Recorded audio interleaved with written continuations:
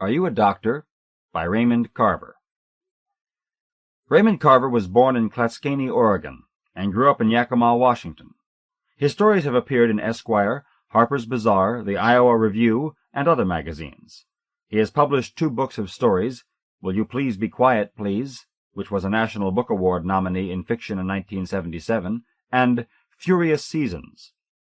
He has published 2 books of poems, Winter Insomnia and At Night the Salmon Move, and is currently a professor of English and teaching in the creative writing program at Syracuse University.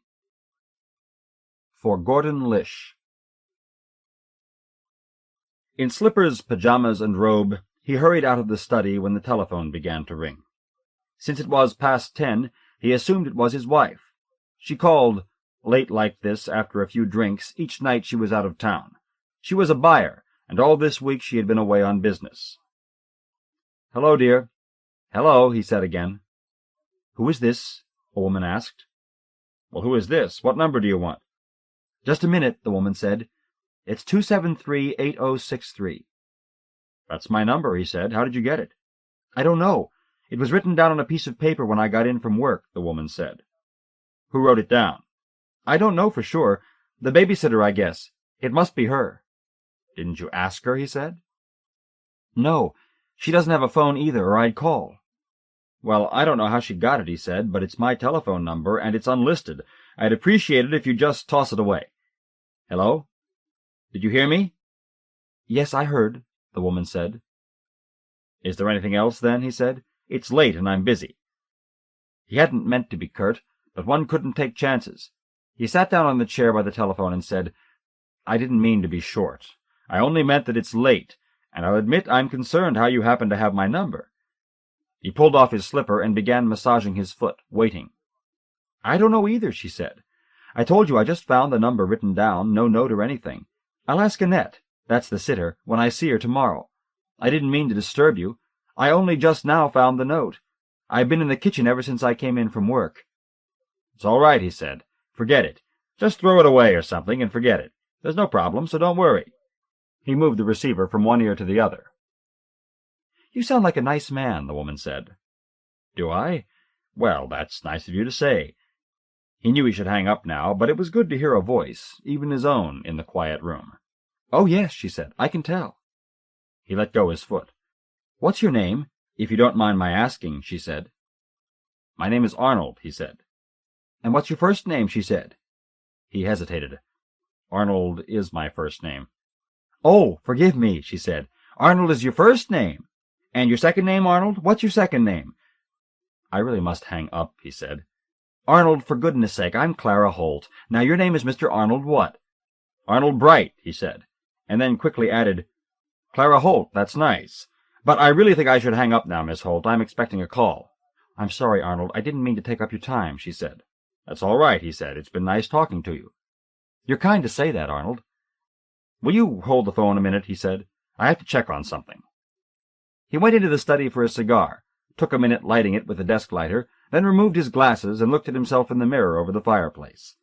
When he returned to the telephone, he was half afraid she might be off the line. "Hello?" "Hello, Arnold," she said. "I thought you might have hung up." "Oh, no," she said. "About your having my number," he said. "Nothing to worry over, I don't suppose. Just throw it away, I suppose." "I will, Arnold," she said. "Well, I must say good-bye, then." "Yes, of course," she said. "I'll say good-night now." He heard her draw breath. "I know I'm imposing, Arnold, but do you think we could meet somewhere we could talk? Just for a few minutes?" "I'm afraid that's impossible," he said. "Just for a minute, Arnold. My finding your number and everything, I feel strongly about this, Arnold." "I'm an old man," he said. "Oh, you're not," she said. He let it go at that. "Could we meet somewhere, Arnold? Then, you see, I haven't told you everything. There's something else." "What do you mean?" he said. "What is this exactly? Hello?" She had hung up. When he was preparing for bed, his wife called, somewhat intoxicated, he could tell, and they chatted for a while, but he said nothing about the other call. Later, as he was turning the covers down, the telephone rang again. He picked up the receiver. "Hello, Arnold Bright speaking." "Arnold, I'm sorry we got cut off. As I was saying, I think it's important we meet." The next afternoon, as he put the key into the lock, he could hear the telephone ringing. He put his briefcase down and, still in his hat, coat, and gloves, hurried over to the end table and picked up the receiver. "Arnold, I'm sorry to bother you again," the woman said, "but you must come to my house tonight around 9 or 9:30. Can you do that much for me, Arnold?" His heart moved when he heard her use his name. "I couldn't do that," he said. "Please, Arnold," she said, "it's important, or I wouldn't be asking. I can't leave the house tonight because my daughter is sick with a cold. Cheryl is sick, and now I'm afraid for the boy." "And your husband?" He waited. "I'm not married," she said. "You will come, won't you?" "I can't promise," he said. "I implore you to come," she said. Then she gave him the address and hung up. "I implore you to come," he repeated, still holding the receiver. He slowly took off his gloves and then his coat. He felt he had to be careful. He went to wash up. When he looked in the bathroom mirror, he discovered the hat. It was then that he made the decision to go to see her, and he took off his hat and glasses and began to soap his face. Then he checked his nails. "You're sure this is the right street?" he asked the driver. "This is the street, and there's the house," the driver said. "Keep going," he said. "Let me out at the end of the block." He paid the driver. Lights from the upstairs windows illuminated the balconies, and he could see planters sitting on the balustrades, here and there a piece of lawn furniture. At one balcony a large man in a sweater leaned on his arms over the railing and watched him walk toward the door. He pushed the button under C. Holt. The buzzer sounded, and he quickly stepped to the door and entered. He climbed the stairs slowly, stopping to rest briefly at each landing. He remembered the hotel in Luxembourg, the 5 flights he and his wife had climbed so many years ago.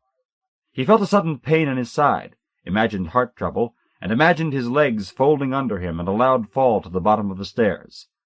He took out his handkerchief and wiped his forehead, then removed his glasses and began wiping the lenses, waiting for his heart to quiet.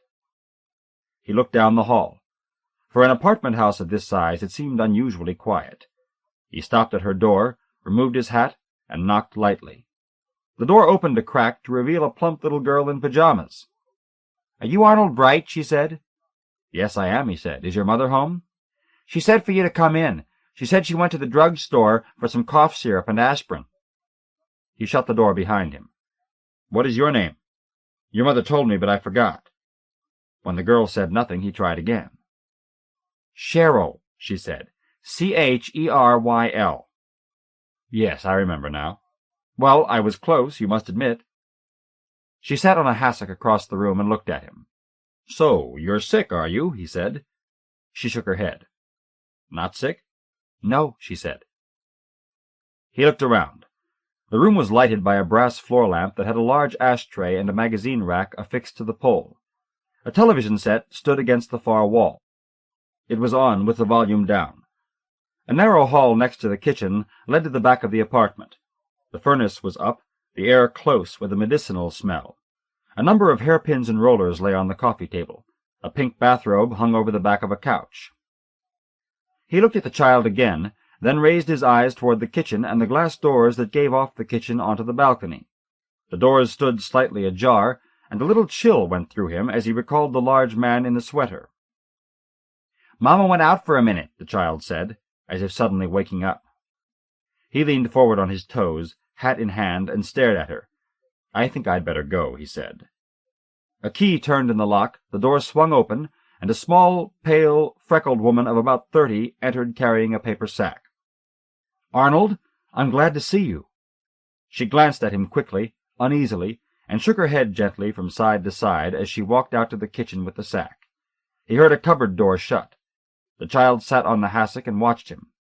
He leaned his weight first on one leg and then the other, then placed the hat on his head and removed it with the same gesture as the woman reappeared.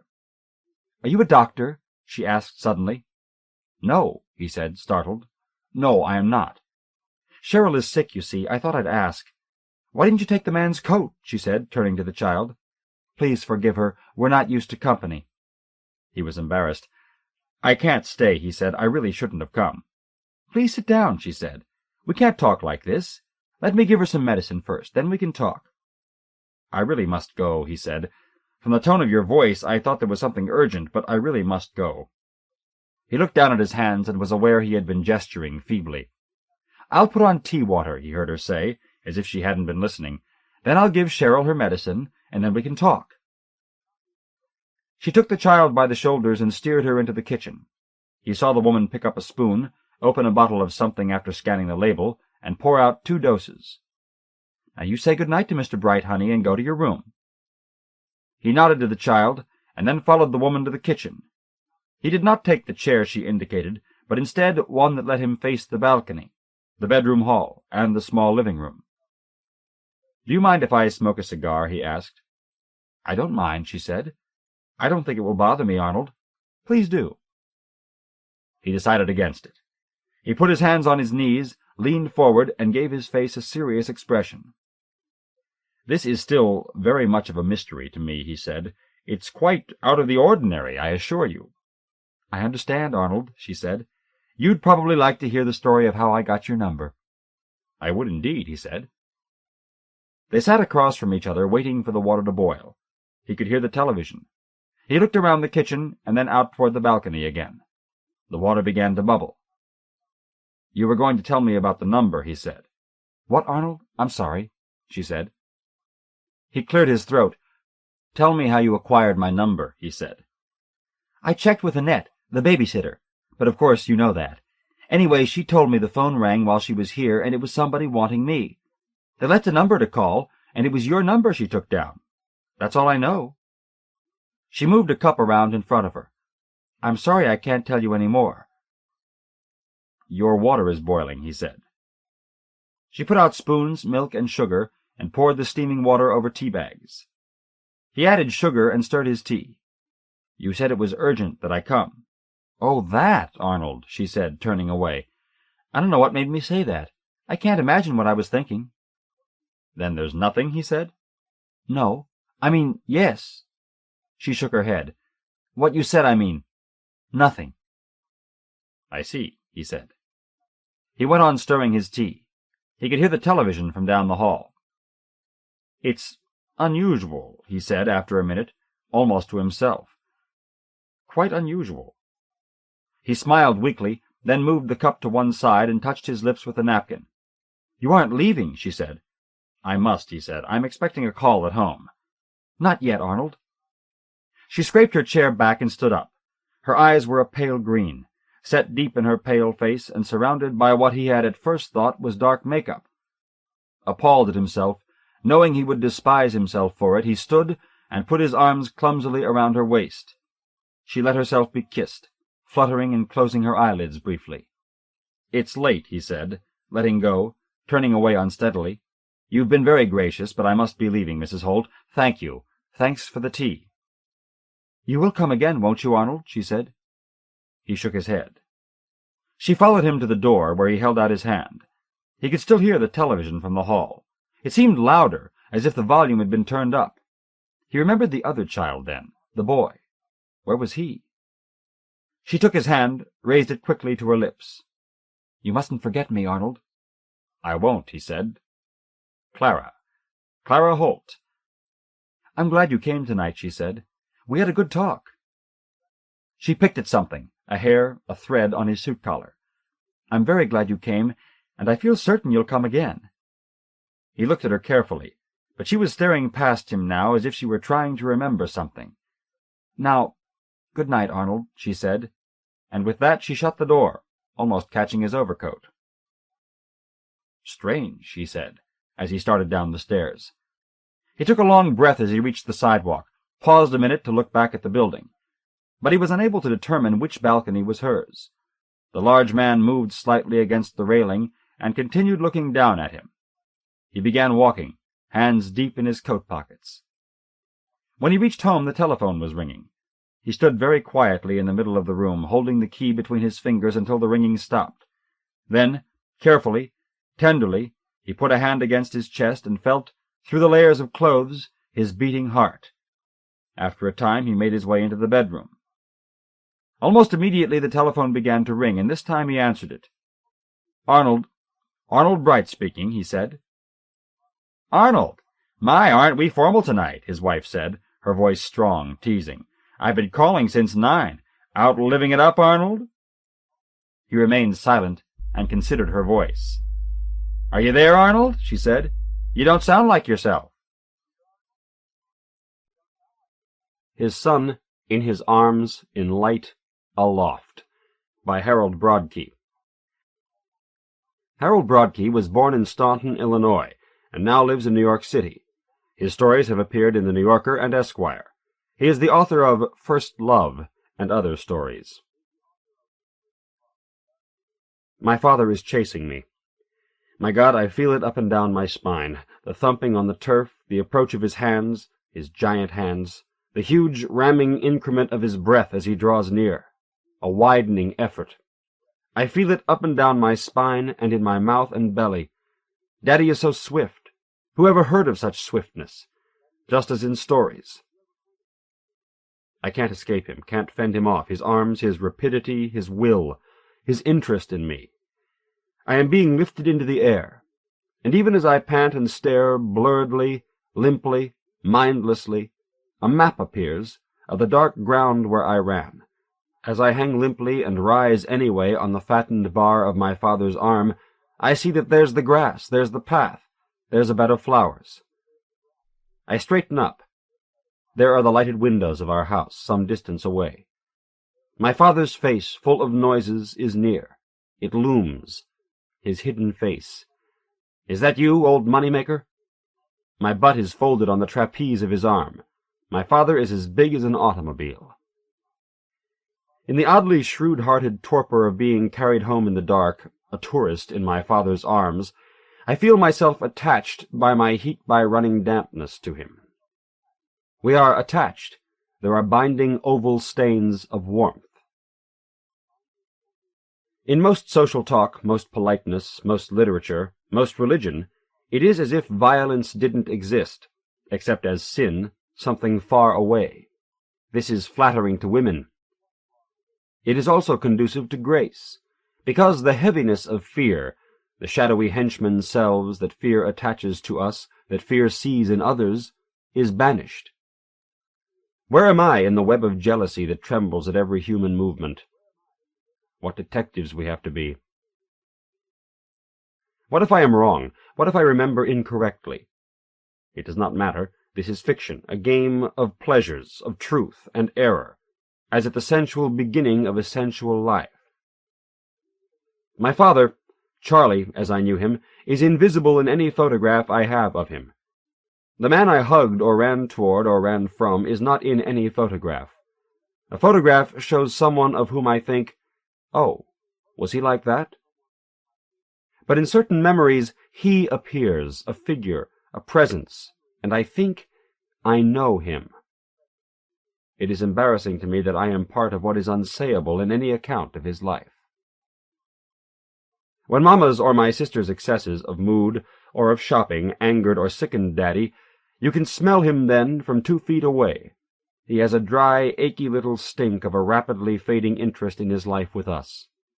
At these times, the women in a spasm of wit turn to me. They comb my hair, clean my face, pat my bottom or my shoulder, and send me off. They bid me to go cheer up Daddy. Sometimes it takes no more than a tug at his newspaper. The sight of me is enough. Or I climb on his lap, mimic his depression. I stand on his lap, press his head against my chest. His face is immense, porous, complex with stubble, bits of talcum on it, unlikely colors, unlikely features, a bald brow with a curved square of lamplight in it. About his head there is a nimbus of sturdy wickedness, of unlikelihood. If his mood does not change, something tumbles and goes dead in me. Perhaps it is more a nervous breakdown than heartbreak. I have failed him. His love for me is very limited. I must die now. I go somewhere and shudder and collapse, a corner of the dining room, the back stoop or deck. I lie there, empty, grief-stricken, literally unable to move. I have forgotten my limbs. If a memory of them comes to me, the memory is meaningless. Mamma will then stalk in to wherever Daddy is and say to him, "Charlie, you can be mad at me, I'm used to it, but just go take a look and see what you've done to the child." My uselessness toward him sickens me. Anyone who fails toward him might as well be struck down, abandoned, eaten. Perhaps it is an animal state. I have nothing left. I have no place in this world. Well, this is his house. Mamma tells me in various ways to love him. Also, he is entrancing. He is so big, so thunderish, so smelly, and has the most extraordinary habits, reading newspapers, for instance, and wiggling his shoe. His shoe is gross. Kick someone with that, and they'd fall into next week. Some memories huddle in a grainy light. What it is a number of similar events bunching themselves, superimposing themselves to make a false memory, a collage, a mental artifact. Within the boundaries of one such memory one plunges from year to year, is small and helpless, is a little older. One remembers it all, but it is nothing that happened, that clutch of happenings, of associations, those gifts and ghosts of a meaning. I can, if I concentrate, whiten the light, or yellow-whiten it, actually, and when the graininess goes, it is suddenly one afternoon. I could not live without the pride and belonging to himness of being that man's consolation. He had the disposal of the rights to the out-of-doors. He was the other not a woman. He was my strength, literally my strength, if I should cry out. Flies and swarms of the danger of being unfathered beset me when I bored my father. It was as if I were covered with flies on the animal plain, where some ravening wild dog would leap up, bite and grip my muzzle, and begin to bring about my death. I had no protection. I was subject now to the appetite of whatever inhabited the dark. A child collapses in a sudden burst of "there is nothing here," and that is added on to nothingness, the nothing of being only a child, concentrating on there being nothing there, no hope, no ambition. There is the despair, but one without magnificence except in the face of its completeness. I am a child, and am without strength of my own. I have, in my grief, somehow managed to get to the back deck. I am sitting in the early evening light. I am oblivious to the light. I did and didn't hear his footsteps, the rumble, the house thunder dimly, behind and beneath me, the thunder of his coming to rescue me. I did and didn't hear him call my name. I spoke only the gaping emptiness of grief, that tongue. I understood I had no right to the speech of fathers and sons. My father came out on the porch. I remember how stirred he was, how beside himself that I was so unhappy, that a child he liked, should suffer so. He laid aside his own mood, his disgust with life, with money, with the excesses of the women, and he took on a broad-winged, malely flustering broad-winged optimism. He was at the center of a great beating, of the heart, a man's heart, of a man's gestures, will, concern. Dust clouds rising, a beating determination to persuade me that the nature of life, of my life, was other than I'd thought, other than whatever had defeated me. He was about to tell me there was no need to feel defeated.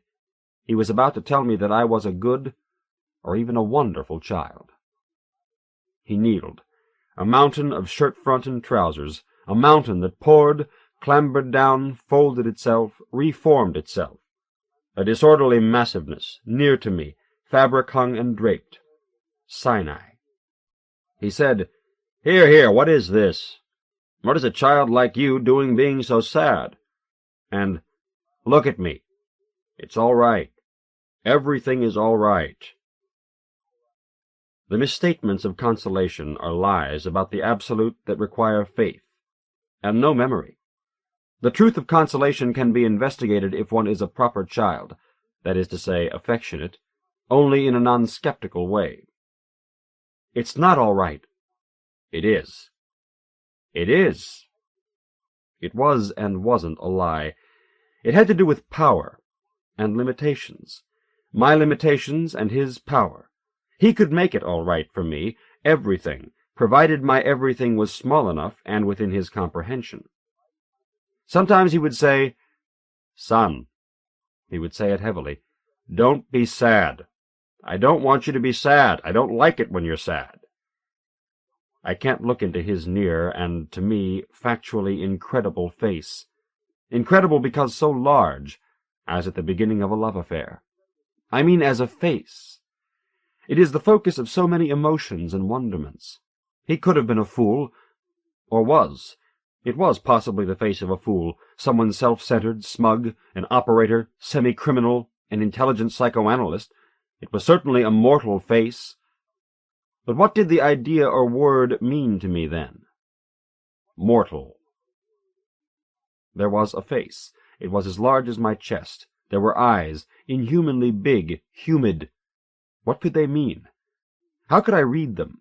How do you read eyes?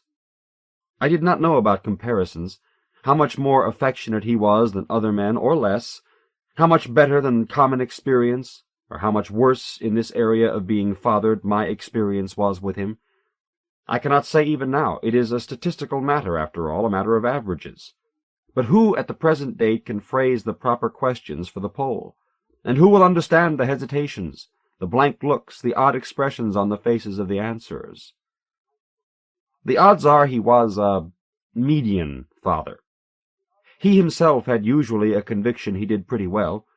Sometimes he despaired of himself, but blamed me, my love, or something, or himself as a father. He wasn't good at managing stages between strong, clear states of feeling. Perhaps no one is. Anyway, I knew no such terms as median then. I did not understand much about those parts of his emotions which extended past the rather clear area where my emotions were so often amazed. I chose in some ways to regard him seriously. In other ways I had no choice. He was what was given to me. I cannot look at him, as I said. I cannot see anything. If I look at him without seeing him, my blindness insults him. I don't want to hurt him at all. I want nothing. I am lost, and have surrendered, and am really dead, and am waiting without hope. He knows how to rescue people. Whatever he doesn't know, one of the things he knows in the haste and jumble of his heart, among the blither of tastes in his mouth, and opinions and sympathies in his mind, and so on, is the making yourself into someone who will help someone who is wounded. The dispersed and unlikely parts of him come together for a while in a clucking and focused arch of abiding concern. Oh, how he plows ahead! Oh, how he believes in rescue! He shoves. He works an arm behind my shoulders, another under my legs. His arms, his powers shove at me, twist, lift, and jerk me until I am cradled in the air in his arms. You don't have to be unhappy. You haven't hurt anyone. Don't be sad. You're a nice boy. I can't quite hear him. I can't quite believe him. I can't be good. The confidence game is to believe him, is to be a good child who trusts him. We will both smile then, he and I. But if I hear him, I have to believe him still. I am set up that way. He is so big. He is the possessor of so many grandeurs. If I believe him, hope and pleasure will start up again, suddenly. The blankness in me will be relieved, broken by these meanings that it seems he and I share in some big, attaching way. In his pride, he does not allow me to suffer. I belong to him. He is rising jerkily to his feet and holding me at the same time. I do not have to stir to save myself. I only have to believe him. He rocks me into a sad-edged relief and an achingly melancholy delight, with the peculiar lurch, as he stands erect, of establishing his balance and rectifying the way he holds me, so he can go on holding me aloft against his chest. I am airborne. I like to have that man hold me, in the air. I knew it was worth a great deal, the embrace, the gift of altitude. I am not exposed on the animal plane. I am not helpless. The heat his body gives off. It is the heat of a man sweating with regret, his heartbeat, his burning, his physical force. Ah, there is a large rent in the nothingness. The mournful apparition of his regret, the proof of his loyalty, wake me. I have a twin, a massive twin, mighty company. Daddy's grief is at my grief. My nothingness is echoed in him, if he is going to have to live without me. The rescue was not quite a secular thing. The evening forms itself, a classroom, a brigade of shadows, of phenomena. The tinted air slides. There are shadowy skaters everywhere. Shadowy cloaked people step out from behind things which are then hidden behind their cloaks. An alteration in the air proceeds from openings in the ground, from leaks in the sunlight which is being disengaged like a stubborn hand, or is being stroked shut like my eyelids when I refuse to sleep. The dark rubs and bubbles noiselessly, and seeps into the landscape. In the rubbed distortion of my inner air, twilight soothes. There are two of us breathing in close proximity here. He is telling me that grown-ups sometimes have things on their minds. He is saying mysterious things which I don't comprehend. I don't want to look at him. It takes two of my eyes to see one of his, and then I mostly see myself in his eye. He is even more unseeable from here, this holder. My head falls against his neck. I know what you like. You'd like to go stand on the wall. Would you like to see the sunset? Did I nod? I think I did. I nodded gravely, but perhaps he did not need an answer, since he thought he knew me well. We are moving, this elephant and I. We are lumbering down some steps, across grassy, uneven ground. The spoiled child in his father's arms. Behind our house was a little park. We moved across the grass of the little park. There are sun's rays on the dome of the Moorish bandstand. The evening is moist, fugitive, momentarily sneaking, half welcomed in this hour of crime. My father's neck, the stubble, the skin where the stubble stops. Exhaustion has me. I am a creature of failure, a locus of childishness, an empty skull. I am this being young. We overrun the world, he and I, with his legs, with our eyes, with our alliance. We move on in a ghostly torrent of our being like this. My father has the smell and feel of wanting to be my father. Guilt and innocence stream and restream in him. His face, I see now in memory, held an untiring surprise, as if some grammar of deed and purpose, of comparatively easy tenderness, startled him again and again, startled him continuously for a while. He said, "I guess we'll just have to cheer you up. We'll have to show you life isn't so bad." I guess we weren't any too careful of a little boy's feelings, were we? I wonder if all comfort is alike. A man's love is, after all, a fairly spectacular thing. He said, his voice came from above me, he spoke out into the air, the twilight, "We'll make it all right. Just you wait and see." He said, "This is what you like," and he placed me on the wall that ran along the edge of the park, the edge of a bluff, a wall too high for me to see over, and which I was forbidden to climb. He placed me on the stubbed stone mountains and grouting of the wall top. He put his arm around my middle. I leaned against him, and faced outward into the salt of the danger of the height, of the view. We were at least 150 feet. We were, therefore, hundreds of feet in the air. I was flicked at by narrow, abrasive bands of wind, evening wind, veined with sunset sun-crispness, strongly touched with coolness. The wind would push at my eyelids, my nose, my lips. I heard a buzzing in my ears which signaled how high, how alone we were. This view of a river valley at night, and of parts of 4 counties, was audible. I looked into the hollow in front of me, a grand hole, an immense, bellying deep sheet, or vast sock. There were numinous fragments in it, birds in what sunlight was left, bits of smoke faintly lit by distant light or mist, hovering inexplicably here and there. Rays of yellow light, high up, touching a few high clouds. It had a floor on which were creeks, and the big river, a little dim, a little glary at this hour, rail lines, roads, highways, houses, silos, bridges, trees, fields, everything more than half hidden in the enlarging dark. There was the shrinking glitter of far-off noises, bearded and stippled with huge and spreading shadows of my ignorance. It was panorama as a personal privilege. The sun at the end of the large, sunset-swollen sky was a glowing and urgent orange. Around it were the spreading petals of pink and stratospheric gold. On the ground were occasional magenta flarings.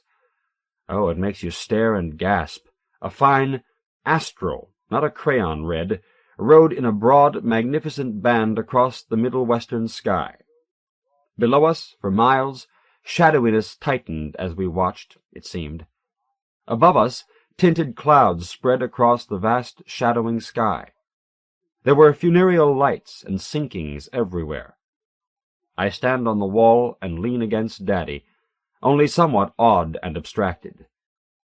The view does not own me, as it usually does. I am partly in the hands of the jolting, amusement, the conceit of having been resurrected by my father. I understood that he was proffering me oblivion plus pleasure, the end of a sorrow to be henceforth remembered as happiness. This was to be my privilege. This amazing man is going to rescue me from any anomaly or barb or sting in my existence. He is going to confer happiness on me. As a matter of fact, he has already begun. Just you trust me. You keep right on being cheered up. Look at that sunset. That's some sunset, wouldn't you say? Everything is going to be just fine and dandy. You trust me. You'll see. Just you wait and see. Did he mean to be a swindler? He wasn't clear-minded. He often said, "I mean well." He did not think other people meant well. I don't feel it would be right to adopt an Oedipal theory to explain what happened between him and me, only a sense of what he was like as a man, what certain moments were like, and what was said. It is hard in language to get the full, irregular, heavy sound of a man. He liked to have us all dressed and nice when I come home from work, have us wait for him in attitudes of serene, all-is-well contentment. As elegant as a Spanish prince, I sat on the couch, toying with an oversized model truck. What a confusion of social pretensions, technologies, class disorder there was in that. My sister would sit in a chair, knees together, hair brushed. She'd doze off if Daddy was late. Aren't we happy? Actually, we often are. One day he came in plungingly, excited to be home, and to have us as an audience rather than outsiders who didn't know their lines, and who often laughed at him as part of their struggle to improve their parts in his scenes. We were waiting to have him approve of our tableau. He usually said something about what a nice family we looked like, or how well we looked, or what a pretty group, or some such thing. And we didn't realize he was the tableau tonight. We held our positions, but we stared at him in a kind of mindless, what should we do besides sit here and be happy and nice? Impatiently he said, "I have a surprise for you, Charlotte. Abe Last has a heart after all." My father said something on that order, or a conscience after all. And then he walked across the carpet, a man somewhat jerky with success, a man redolent of vaudeville, of grotesque and sentimental movies. He liked grotesquerie, prettiness, sentiment. As he walked, he pulled banded packs of currency out of his pockets, 2 or 3 in each hand. "There," he said, dropping one, then 3 in Mamma's dressed-up lap. "There," he said, dropping another 2. He uttered a "there" for each subsequent pack. "Oh, let me!" my sister cried and ran over to look, and then she grabbed 2 packs and said, "Oh, Daddy, how much is this?" It was $8,000 or $10,000, he said. Mamma said, "Charlie, what if someone sees? We could be robbed. Why do you take chances like this?" Daddy harumphed and said, "You have no sense of fun. If you ask me, you're afraid to be happy. I'll put it in the bank tomorrow, if I can find an honest banker. Here, young lady, put that money down. You don't want to prove your mother right, do you?" Then he said, "I know one person round here who knows how to enjoy himself." And he lifted me up, held me in his arms. He said, "We're going outside, this young man and I." "What should I do with this money?" "Put it under your mattress. Make a salad out of it. You're always the one who worries about money," he said, in a voice solid with authority and masculinity, totally pieced out with various self-satisfactions, as if he had gained a kingdom and the assurance of appearing as glorious in the histories of his time. I put my head back and smiled at the superb animal, at the rosy and cowardly panther leaping, and then I glanced over his shoulder and tilted my head and looked sympathetically at Mamma. My sister shouted, "I know how to enjoy myself. I'll come too." "Yes, yes," said Daddy, who was never averse to enlarging spheres of happiness and areas of sentiment. He held her hand and held me on his arm. "Let him walk," my sister said, and, "He's getting bigger. You'll make a sissy out of him, Daddy." Daddy said, "Shut up and enjoy the light. It's as beautiful as Paris, and in our own backyard." Out of folly, or a wish to steal his attention, or greed, My sister kept on. She asked if she could get something with some of the money. He dodged her question, and she kept on, and he grew peevish. So peevish, he returned to the house and accused Mamma of having never taught her daughter not to be greedy. He sprawled, impetuous, displeased, semi-frantic in a chair. "I can't enjoy myself. There is no way a man can live in this house with all of you. I swear to God this'll kill me soon." Mamma said to him, "I can't believe in the things you believe in. I'm not a girl any more. When I play the fool, it isn't convincing. You get angry with me when I try. You shouldn't get angry with her. You've spoiled her more than I have. And how do you expect her to act when you show her all that money? How do you think money affects people?" I looked at him to see what the answer was, to see what he would answer. He said, "Charlotte, try being a rose and not a thorn." At all times, and in all places, there is always the possibility that I will start to speak, or will be looking at something, and I will feel his face covering mine, as in a kiss, and as a mask, turned both ways like that. And I am inside him, his presence, his thoughts, his language. I am languageless, then, for a moment, an automation of repetition, a bagged piece of an imaginary river of descent. I can't invent everything for myself. Some always has to be what I already know. Some of me always has to be him. When he picked me up, my consciousness fitted itself to that position. I remember it, clearly. He could punish me, and did, by refusing to lift me, by denying me that union with him. Of course, the union was not one-sided. I was his innocence, as long as I was not an accusation, that is. I censored him, in that when he felt himself being consciously a father, he held back part of his other life, of his whole self. His shadows, his impressions, his adventures would not readily fit into me. What a gross and absurd rape that would have been. So he was careful. He walked on eggs. There was an odd courtesy of his withdrawal behind his secret sorrows and horrors, behind the curtain of what is suitable for a child. Sometimes he becomes simply a set of limits, of walls, inside which there is the caroming and echoing of my astounding sensibility, amplified by being his son, and in his arms, and aloft. And he lays his sensibility aside, or models his on mine, on my joy, takes his emotional coloring from me, like a mirror or a twin. His incomprehensible life, with its strengths, ordeals, triumphs, crimes, horrors, his sadness and disgust, is enveloped and momentarily assuaged by my direct and indirect childish consolation. My gaze, my enjoying him, my willingness to be him, my joy at it, supported the Baroque tower of his necessary but limited and maybe dishonest optimism. One time he and Mamma fought over money, and he left. He packed a bag and went. Oh, it was sad and heavy at home. I started to be upset, but then I retreated into an impenetrable stupidity. Not knowing was better than being despairing. I was put to bed, and I did fall asleep. I woke in the middle of the night. He had returned, and was sitting on my bed, in the dark, a huge shadow in the shadows. He was stroking my forehead. When he saw my eyes open, he said, in a sentimental, heavy voice, "I could never leave you."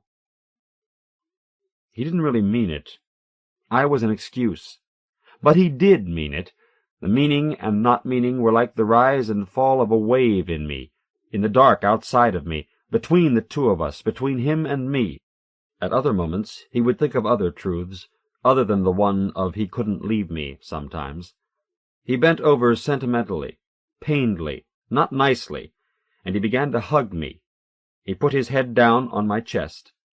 My small heartbeat vanished into the near, sizable, anguished, angular, emotion-swollen one that was his. I kept advancing swiftly into wakefulness.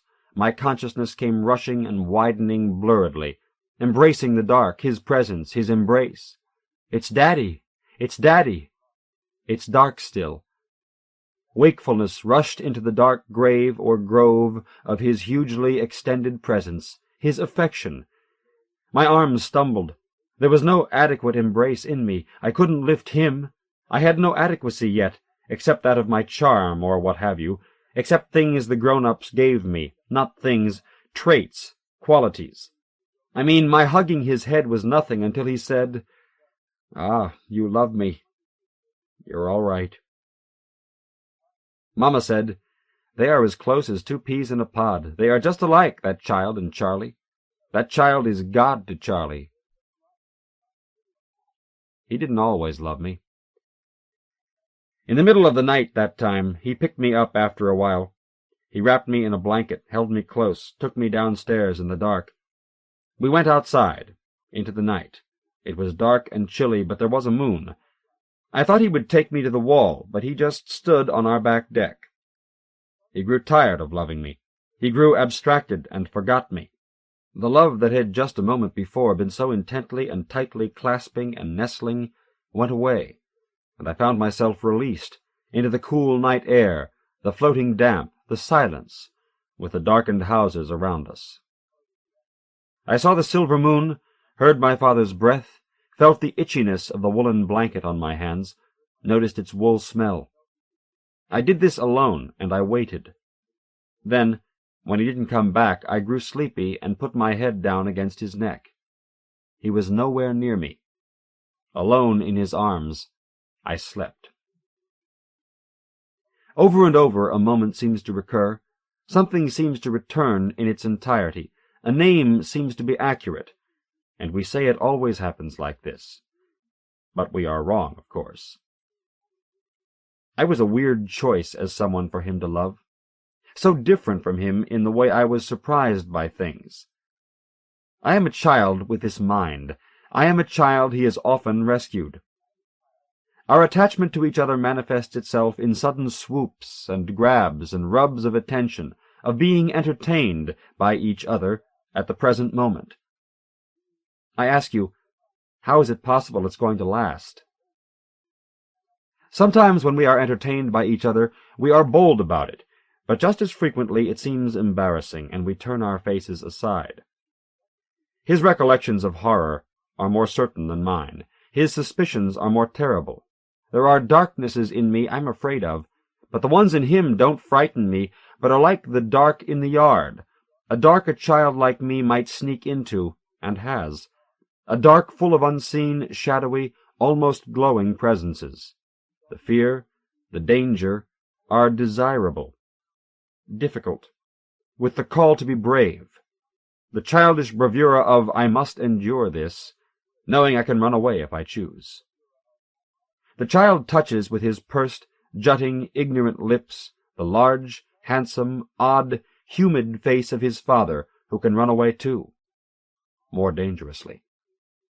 He gave away a car of his that he was about to trade in on a new one.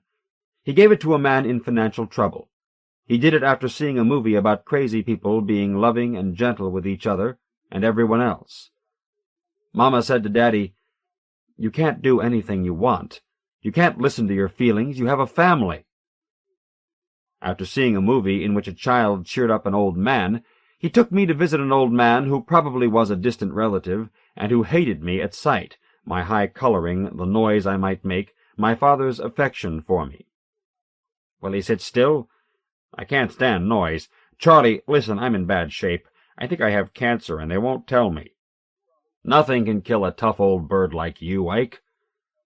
The old man wanted all of Charlie's attention and strength, while he talked about how the small threads and thicker ropes that tied him to life were being cruelly tampered with. Daddy patted me afterward, but oddly he was bored and disappointed in me, as if I'd failed at something. He could not seem to keep it straight about my value to him, or to the world in general. He lived at the center of his own intellectual shortcomings and his moral pride. He needed it to be true, as an essential fact, that goodness or innocence was in him, or was protected by him, and that therefore he was a good man and superior to other men, and did not deserve certain common masculine fates, horrors, tests of his courage, certain pains. It was necessary to him to have it be true, that he knew what real goodness was and had it in his life. Perhaps that was because he didn't believe in God, and because he felt, with a certain self-love, that people out in the world didn't appreciate him, and were needlessly difficult, unloving, He said it often. And because it was true, he was shocked and guilty, and even enraged when he was forced into being unloving himself, or when he caught sight in himself of such a thing as cruelty, or cruel nosiness, or physical cowardice. God, how he hated being a coward. Or hatred, physical hatred even for me, if I was coy or evasive or disinterested, or tired of him. It tore him apart, literally. Bits of madness in varying degrees would grip him as in a Greek play. I see his mouth, his salmon-colored mouth, showing various degrees of sarcasm mounting into bitterness, and even a ferocity without tears, that always suggested to me, as a child, that he was near tears, but had forgotten in his ferocity that he was about to cry. Or he would catch sight of some evidence, momentarily inescapable, in contradictory or foolish statements of his, or in unkept promises that it was clear he had never meant to keep, had never made any effort to keep, that he was a fraud. And sometimes he would laugh because he was a fraud, a good-hearted fraud, he believed. Or he would be sullen or angry, a fraud caught either by the tricks of language, so that in expressing affection absent-mindedly he had expressed too much, or caught by greed and self-concern. He hated the evidence that he was mutable as hell, that he loved sporadically and egoistically, and often with rage and vengeance, and that madness I mentioned earlier. He couldn't stand those things. He usually forgot them, but sometimes when he was being tender, or noble, or self-sacrificing, he would sigh and be very sad. Maybe because the good stuff was temporary. I don't know. Or sad that he did it only when he had the time and was in the mood. Sometimes he forgot such things and was superbly confident. Or was that a bluff? I don't know. I really can't speak for him. I look at my hand, and then at his. It is not really conceivable to me that both are hands. Mine is a sort of a hand. He tells me over and over that I must not upset him. He tells me of my power over him. I don't know how to take such a fact. Is it a fact? I stare at him. I gasp with the ache of life stirring in me. Again. Again. Again. I ache with tentative and complete, and then again tentative belief. For a long time piety was anything at all sitting still, or moving slowly, and not rushing at me or away from me, but letting me look at it or be near it without there being any issue of safety about to be lost. This world is evasive. But someone who lets you observe him is not evasive, is not hurtful at that moment. It is like in sleep, where the other waits, the master of dreams. And there are doorways opening into farther rooms, where there is an altered light, and which I enter to find— what? That someone is gone? That the room is empty? Or perhaps I find a vista of rooms, of archways, and a window, and a peach tree in flower, a tree with peach-colored flowers, in the solitude of night. I am dying of grief, Daddy. I am waiting here, limp with abandonment, with exhaustion. Perhaps I'd better believe in God. My father's virtues, those I dreamed about, those I saw when I was awake, those I understood and misunderstood, were, as I felt them, in dreams or wakefulness, when I was a child, like a broad highway opening into a small dusty town that was myself. And down that road came bishops and slogans, Chinese processions, Hasidim in a dance, the nation's honor and glory in its young people, baseball players, singers who sang with their whole hearts, automobiles and automobile grills, and grave or comic bits of instruction. This man is attached to me, and makes me light up with festal affluence and oddity. He says, "I think you love me." He was right. He would move his head, his giant face, and you could observe in his eyes the small town which was me in its temporary sophistication, a small town giving proof on every side of its arrogance and its prosperity and its puzzled contentment. He also instructed me in hatred. He didn't mean to, not openly, but I saw and picked up the curious buzzing of his puckered distastes, a nastiness of dismissal that he had, a fetor of let them all kill each other. He hated lots of people, whole races. He hated ugly women. He conferred an odd inverted splendor on awfulness, because he knew about it. He went into it every day. He told me not to want that, not to want to know about that. He told me to go on being just the way I was, a nice boy. When he said something was unbearable, he meant it. He meant he could not bear it. In my memories of this time of my life, it seems to be summer all the time, even when the ground is white. I suppose it seems like summer because I was never cold. Ah, I wanted to see... My father, when he was low in spirit, would make rounds inside his head, checking on his consciousness, to see if it was safe from inroads by the unbearable. He found an all is well in a quiet emptiness. In an uninvadedness, he found the weary complacency and self-importance of all is well. The women liked invasions, up to a point. One day he came home, mysterious, exalted, hatted and suited, roseate, handsome, a little sweaty. It really was summer that day. He was exalted, as I said, but nervous toward me, anxious with promises. And he was, somewhat angry, justified toward the world, toward me, not exactly as a threat, in case I didn't respond, but as a jumble. He woke me from a nap, an uneasy nap, lifted me out of bed, me, a child who had not expected to see him that afternoon. I was not particularly happy that day, not particularly pleased with him, not pleased with him at all, really. He dressed me himself. At first he kept his hat on. After a while he took it off. When I was dressed, he said, "You're pretty sour today," and he put his hat back on.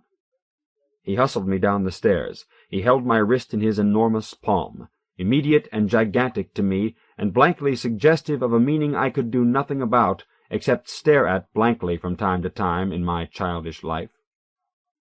We went outside into the devastating heat and glare, the blathering, humming afternoon light of a Midwestern summer day, a familiar furnace. We walked along the street, past the large, silent houses, set, each one, in hard, pure light. You could not look directly at anything. The glare, the reflections were too strong. Then he lifted me in his arms, aloft. He was carrying me to help me because the heat was bad, and worse near the sidewalk which reflected it upward into my face, and because my legs were short and I was struggling, because he was in a hurry, and because he liked carrying me, and because I was sour and blackmailed him with my unhappiness, and he was being kind with a certain limited mixture of exasperation turning into a degree of mortal love. Or it was another time, really early in the morning, when the air was partly asleep, partly a dance, but in veils, trembling with heavy moisture. Here and there the air broke into a string of beads of pastel colors, pink, pale green, small rainbows, really small, and very narrow. Daddy walked rapidly. I bounced in his arms. My eyesight was unfocused. It bounced too. Things were more than merely present. They pressed against me. They had the aliveness of myth, of the beginning of an adventure when nothing is explained as yet. All at once we were at the edge of a bankless river of yellow light. To be truthful, it was like a big wooden beam of fresh, unweathered wood. But we entered it, and then it turned into light, cooler light than in the hot, humming afternoon, but full of bits of heat that stuck to me, and then were blown away, a semi-heat, not really friendly, yet reassuring, and very dimly sweaty. And it grew, it spread. This light turned into a knitted cap of light, fuzzy, warm, woven, itchy. It was pulled over my head, my hair, my forehead, my eyes, my nose, my mouth. So I turned my face away from the sun. I turned it so it was pressed against my father's neck, mostly. And then I knew, in a childish way, knew from the heat of his neck, of his shirt-collar, knew by childish deduction that his face was unprotected from the luminousness all around us. And I looked, and it was so. His face, for the moment unembarrassedly, was caught in that light, in an accidental glory. I-80, Nebraska, mile 490, to mile 205, by John Sayles. John Sayles was born in 1950 in Schenectady, New York. He is the author of the novels Pride of the Bimbos, Union Dues, and a collection of stories, The Anarchists' Convention. He now lives in Hoboken, New Jersey. This is that Alabama Rebel. This is that Alabama Rebel. Do I have a copy? 10-4 on that Alabama Rebel. This is that Alabama Rebel, westbound on 80. What's your handle, buddy, and where you coming from? This is that, Toby Trucker, eastbound for that big O town, round about the 445 marker. I copy you clear, Toby Trucker. How's about that Smoky Bear situation up by that Lincoln town? You'll have to hold her back a little through there, Alabama Rebel. Place is crawling with Smokies, like usual. Saw 3 of 'em's lights up on the overpass just after the airport there. And how about that Lincoln Way station? They got those scales open? Negative on that Alabama Rebel. I went by, the lights was off. Probably still in business back to that North Platte town. They don't get you coming, they get you going. How about that you-know-who? Any sign of him tonight? That Ryder P. Moses? Negative on that, thank God. Guy gives me the creeps. Did you, ever actually hear him, Toby Trucker? A definite 10-4 on that one, Alabama Rebel, and I'll never forget it. Coming down from that Scottsbluff town 3 nights ago, I copied him. First he says he's northbound, then he says he's southbound, then he's right on my tail singing the Wabash Cannonball. Man blew by me outside that Oshkosh town on 26. Must have been going 100 plus. Little 2-lane blacktop, and he thinks he's Parnelly Jones at the Firecracker 500. You see him? You see what kind of rig he had? A definite shit no negative on that. I was fighting to keep the road. Man ain't human. Maybe not, Toby Trucker, maybe not. Never copied him myself, but I talked with a dozen guys you have in the last couple of weeks. Maybe you'll catch him tonight. As long as he don't catch me. Got a point there, Alabama Rebel. I seem to be losing you here. 10-4. Coming up to that Lincoln town, buddy. I thank you kindly for the information, and, I hope you stay out of trouble in that big O town, and maybe we'll modulate again some night. This is that Alabama Rebel, over and out. This is Toby Trucker, eastbound. Night now. Westbound on 80 is a light stream, ruby-strung big rigs rolling straight into the heart of Nebraska. Up close, they are a river in breakaway flood, bouncing and pitching and yawing, while a mile distant they are slow oozing lava. To their left is the eastbound stream, up ahead the static glare of Lincoln. Lights. The world in black and white and red, broken only by an occasional blue flasher strobing the ranger hat of a state policeman. Smokey the Bear's campfire. Westbound 80 is an insomniac world of lights passing lights, to the music of the civilian band. This that Arkansas traveler, do you copy? How about that Scorpio ascending? You out there, buddy? This is Chrome Dome at that 425 marker. Who's that circus wagon up ahead? Who's that old boy in the Mrs. Smith's pie pusher? They own the highway at night, the big rigs, slip-streaming in caravans, hopscotching to take turns making the draft, strutting the thousands of dollars they've paid in road taxes on their back ends. The men feel at home out here. They leave their cross-eyed headlights eating white line, forget their oily-aired, kidney-jamming cabs, to talk out in the black air, to live on the band. This is Road Runner, westbound at 420. Any of you eastbound people fill me in on the Smokies up ahead? Copy you, Road Runner. She's been clean all the way from that Grand Island town, so motor. A moving van accelerates. How about that, Road Runner? This is Overload up to 424. That you behind me? The van's headlights blink up and down. Well, come on up, buddy. Let's put the hammer down on this thing. The voices are nasal and tinny, broken by squawks, something human squeezed through wire. A decade of televised astronauts gives them their style and self-importance. Breaker Overload, we got us a code blue here. There's a 4-wheeler coming up fast behind me. Might be a bear, wants to give us some green stamps. Break or break, Roadrunner. Good to have you at the back door. We'll hold her back a while, let you check out that 4-wheeler. The big rig's slow, and the passenger car pulls alongside of them. Negative on that bear, Overload. It's just a civilian. Fella hasn't heard about that 5-5 limit. 10-4 and motor. Up front now, the car is nearly whooshed off the road when the big rigs blow past. It wavers a moment, then accelerates to try and take them, but can only make it alongside before they speed up. The car falls back, then tries again. Look like we got us a problem, Roadrunner. This, Vega, whatever it is, some piece of Detroit shit, wants to play games. Looks like it, Overload. Don't know what a four-wheeler is doing on the interstate this time of night anyhow. Shouldn't be allowed out with us working people. You want to give me a hand on this, Roadrunner? 10-4. I'll be the trapper, you be the sweeper. What we got ahead? There's an exit up to the 402 marker. This fucker gets off the ride at Beaver Crossing. The truck's slow, and the car passes them, honking, cutting sharp to the inside lane. They let it cruise for a moment, then the lead rig pulls alongside of it, and the second closes up behind inches from the car's rear fender. The car tries to run, but they stay with it, boxing it, then pushing it faster and faster till the sign appears ahead on the right, and the lead truck bulls to the inside, forcing the car to squeal off into the exit ramp. Mission accomplished there, Roadrunner. Roger. They have their own rules, the big rigs, their own road and radio etiquette that is tougher in its way than the Smokies' law. You join the club, you learn the rules, and woe to the man who breaks them. All you westbound, keep your ears peeled up ahead for that you-know-who. He's on the loose again tonight, Ryder P. Moses.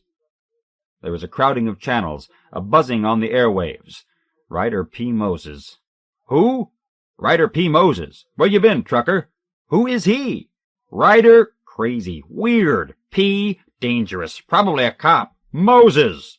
He's out there tonight. I copied him going eastbound. I copied him westbound. I copied him standing still on an overpass. Ryder P. Moses. On 80 tonight. Out there somewhere. Which set of lights? Which channel is he listening? Does he know we know? What do we know? Only that he's been copied on and around 80 every night for a couple weeks now, and that he's a terminal case of the heebie-jeebs. He's an overdose of strange. He's been getting worse and worse, wilder and wilder, breaking every trucker commandment and getting away with it. Ryder P. Moses, he says, no handle, no gutslinger or green monster or Oklahoma crude, just Ryder P. Moses. No games with the Smokies, no hide-and-seek, just an open challenge. This is Ryder P. Moses eastbound at 260, going 90 per, he says. Catch me if you can. But the Smokies can't, and it bugs the piss out of them, so they're thick as flies along Nebraska 80, hunting for the crazy sun, nailing poor innocent everyday truckers poking at 75. Ryder P. Moses memorizes your license, your make, and your handle, then describes you from miles away when you can't see another light on the entire plain, and tells you he's right behind you. Watch out, here he comes, right up your ass, watch out, watch out. Modulating from what must be an illegal amount of wattage, coming on sometimes with Ici Radio Canada, and gibbering phony frog over the CB, warning of 10 truck pileups and collapsed overpasses that never appear, leading truckers to put the hammer down right into a Smoky with a picture machine, till nobody knows who to believe over the band anymore. Till conversations start with, I am not now, nor have I ever been, Ryder P. Moses. A truck driver's gremlin that everyone has either heard or heard about, but no one has ever seen. Who is this Ryder P. Moses? Ain't that name familiar? Wasn't he that crazy independent got himself shot up during the Troubles? Wasn't he a leg breaker for the Teamsters? Didn't he used to be with PIE, Allied, Continental Freightways, drive a 2,500-gallon oil tanker, run liquor during Prohibition, run nylons during the war, run turkeys during Christmas? Ain't that the guy? Sure it is. Short fella. Tall guy. Scar on his forehead. Walks with a limp. Left-hand index finger is missing. Sure, right. Wears a leather jacket. And a down vest. And a lumber jacket, and a Hawaiian shirt, and a crucifix round his neck. Sure, that's the fella. Medium height. Always dressed in black. Ryder P. Moses. Didn't he die a couple years back? Shit. There ain't no such person and never was. Ryder P. who? Moses. This is Ryder P. Moses. What? Who said that? I did. Good evening, gentlemen. Fingers fumble for volume knobs and squelch controls. Conversations are dropped and attention turned. The voice is deep and emphatic. I'm Ryder P. Moses, and I can out-haul, out-honk, out-clutch any lead-foot this side of trucker's heaven. I'm half Mac, half Peterbilt, and half Sherman don't tread on me tank. I drink 50 gallons of propane for breakfast and fart pure poison. I got steel mesh teeth, a chrome-plated nose, and 3 feet of stick on the floor. I'm the Paul mother-lovin' Bunyan of the interstate system, and I don't care who knows it. I'm Ryder P. Moses, and all you people are driving on my goddamn road. Don't you spit, don't you litter, don't you pee on the pavement. Just mind your P's and Q's, and we won't have any trouble. Trucks pull alongside each other, the drivers peering across suspiciously. Then both wave hands overhead to deny guilt. They change channels and check each other out. Handle, company, destination. They gang up on other loaners and demand identification, challenge each other with trivia as if the intruder were a Martian or a Nazi spy. What's the capital of Tennessee? Tennessee stomper. How far from Laramie to Cheyenne Town, Casper Kid? Who won the '38 World Series, Truckin' Papa? Small convoys form, grow larger, posses ranging eastbound and westbound on I-80. Only the CB can prove that the enemy is not among them, not the neighboring pair of taillights, the row of red up top like Orion's belt. He scares them for a moment, this Ryder P. Moses, scares them out of the air and back into their jarring hotboxes, back to work. But he thrills them a little, too. You still there, fellas? Good. It's question and answer period. Answer me this. Do you know where your wife or loved one is right now? I mean, really know for sure? You've been gone a long time, fellas, and you know how they are. Weak before temptation. That's why we love 'em. That's how we get next to 'em in the first place, ain't it, fellas? There's just no telling what they're up to, is there? How about that, Alabama rebel? You know where that little girl of yours is right now? What she's getting herself into, this minute? And you there, Overload, how come the old lady's always so tired when you pull in late at night? What's she done to be so fagged out? She ain't been hauling freight all day like you have. Or has she? I tell you, fellas, take a tip from old Ryder P. You can't ever be certain of a thing in this world. You out here riding the interstate, somebody's likely back home riding that little girl. I mean, just think about it. Think about the way she looks, the faces she makes, the way she starts to smell, the things she says, the noises she makes. Now picture them shoes under that bed. Ain't they a little too big? Since when did you wear size 12s? Buddy, I hate to break it to you, but maybe she's right now giving it. Giving those faces and that smell and those noises. Giving it all to some other guy. Some size 12. You know how they are, those women. You see them in the truck stops pouring coffee. All those Billy Rays and Bobby Sues, those Debbies and Annettes, those ass-twitching little things you marry and try to keep in a house. You know how they are. They're not built for one man, fellas. It's a fact of nature. I just want you to think about that for a while, chew on it. Remember the last time you saw your woman and figure how long it'll be before you see her again. Think on it, fellas. And over the cursing and threats of truckers flooding his channel, he begins to sing. In the phone booth, at the truck stop, all alone, I listen to the constant ringing of your phone. I'd try the bars and hangouts where you might be found, but I don't dare, you might be there, you're slipping round. They curse and threaten, but none of them turn him off. And some do think on it, think as they have so many times before, distrusting with or without evidence 100-mile stretches of loneliness and paranoia. How can they know for sure their woman is any different from what they believe all women they meet to be? Willing, hot, eager for action, game in season. What does she do all that riding time? I imagine as I'm hauling back this load, you're waiting for me at the finish of the road.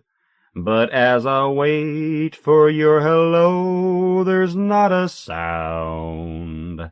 I start to weep, you're not asleep, you're slipping round. The truckers overcrowd the channel in their rush to copy him, producing only a squarking complaint, something like a chorus of Old MacDonald sung from 50 fathoms deep. Finally, the voice of Sweet Pea comes through the jam, and the others defer to her, as they always do. They have almost all seen her at one time or another, at some table in the truckers'-only section of this or that pit stop, and know she is a regular old gal, handsome-looking in a country sort of way, and able to field a joke and toss it back. Not so brassy as Colorado Hooker, not so butch as Flatbed Mama. You'd let that sweet pea carry your load any old day. How about that, Ryder P. Moses? How about that, Ryder P. Moses? You out there, sugar? You like to modulate with me a little bit? The truckers listen, envying the crazy son for this bit of female attention. Ryder P., this that sweet pea moving along about that 390 mark, you copy me? Ah, yes, the grand dam of the open road. How's everything with your highness tonight? Oh, passable, Mr. Moses, passable. But you don't sound none too good yourself, if you don't mind my saying. I mean, we're just worried sick about you. You sound a little overstrained. Au contraire, madam, au contraire. She's got 'em, she has. You catch more flies with honey than with vinegar. Now tell me, honey, when's the last time you had yourself any sleep? Sleep?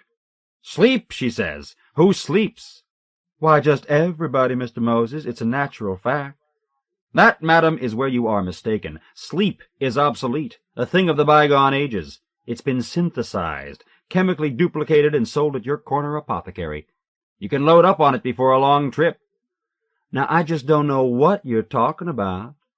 Insensibility, madam. Stupor. The gift of Morpheus. Fun is fun, Ryder P. Moses, but you're just not making sense. We are not amused. And we all getting a little bit tired of all your pranking around, and we— Tired, did you say? Depressed? Overweight? Got that run-down feeling? Miles to go before you sleep? Friends and neighbors, I got just the thing for you, a miracle of modern pharmacology.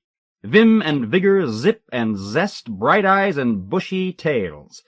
All these can be yours, neighbor. Relief is just a swallow away. A couple of co-pilots in the morning orange juice, Purple Hearts for lunch, a mouthful of Coast to Coast for the wee hours of the night, and you'll droop no more. Ladies and gents, the best cure for time and distance is speed. And we're all familiar with that, aren't we, folks? We've all popped a little pep in our day, haven't we? Puts you on top of the world and clears your sinuses to boot. Wire yourself home with a little methamphetamine sulfate. Melts in your mind, not in your mouth. No chocolate mess. Step right up and get on the ride. Pay no heed to that man with the 8-ball eyes. Start with a little propedrine, maybe, from the little woman's medicine cabinet. Clear up that stuffy nose. Then work your way up to the full tilt boogie, 12+ grams of crystal a day. It kind of grows on you, doesn't it, neighbor? Start eating that sleep, and you won't want to eat anything else. You know all about it, don't you, brothers and sisters of the civilian band? You've all been on that roller coaster, the only way to fly. Now, Ryder, you just call 'em Benzedrine, Dexedrine, we got the stash, he chants like a high school cheerleader. Another 1,000 miles before the crash. Mr. Moses, you can't— Coffee and aspirin, no-dose, meth, spasms, hypertension, narcolepsy, death, alpha, methyl, phenyl 2, ethylamines good for you. 'Cause when you're up, and when you're down, you're down. But when you're up behind crystal, you're upside down. The airwaves crackle with annoyance. Singing on the CB. Sassing their woman, their sweet pea, with drug talk and 4-syllable words.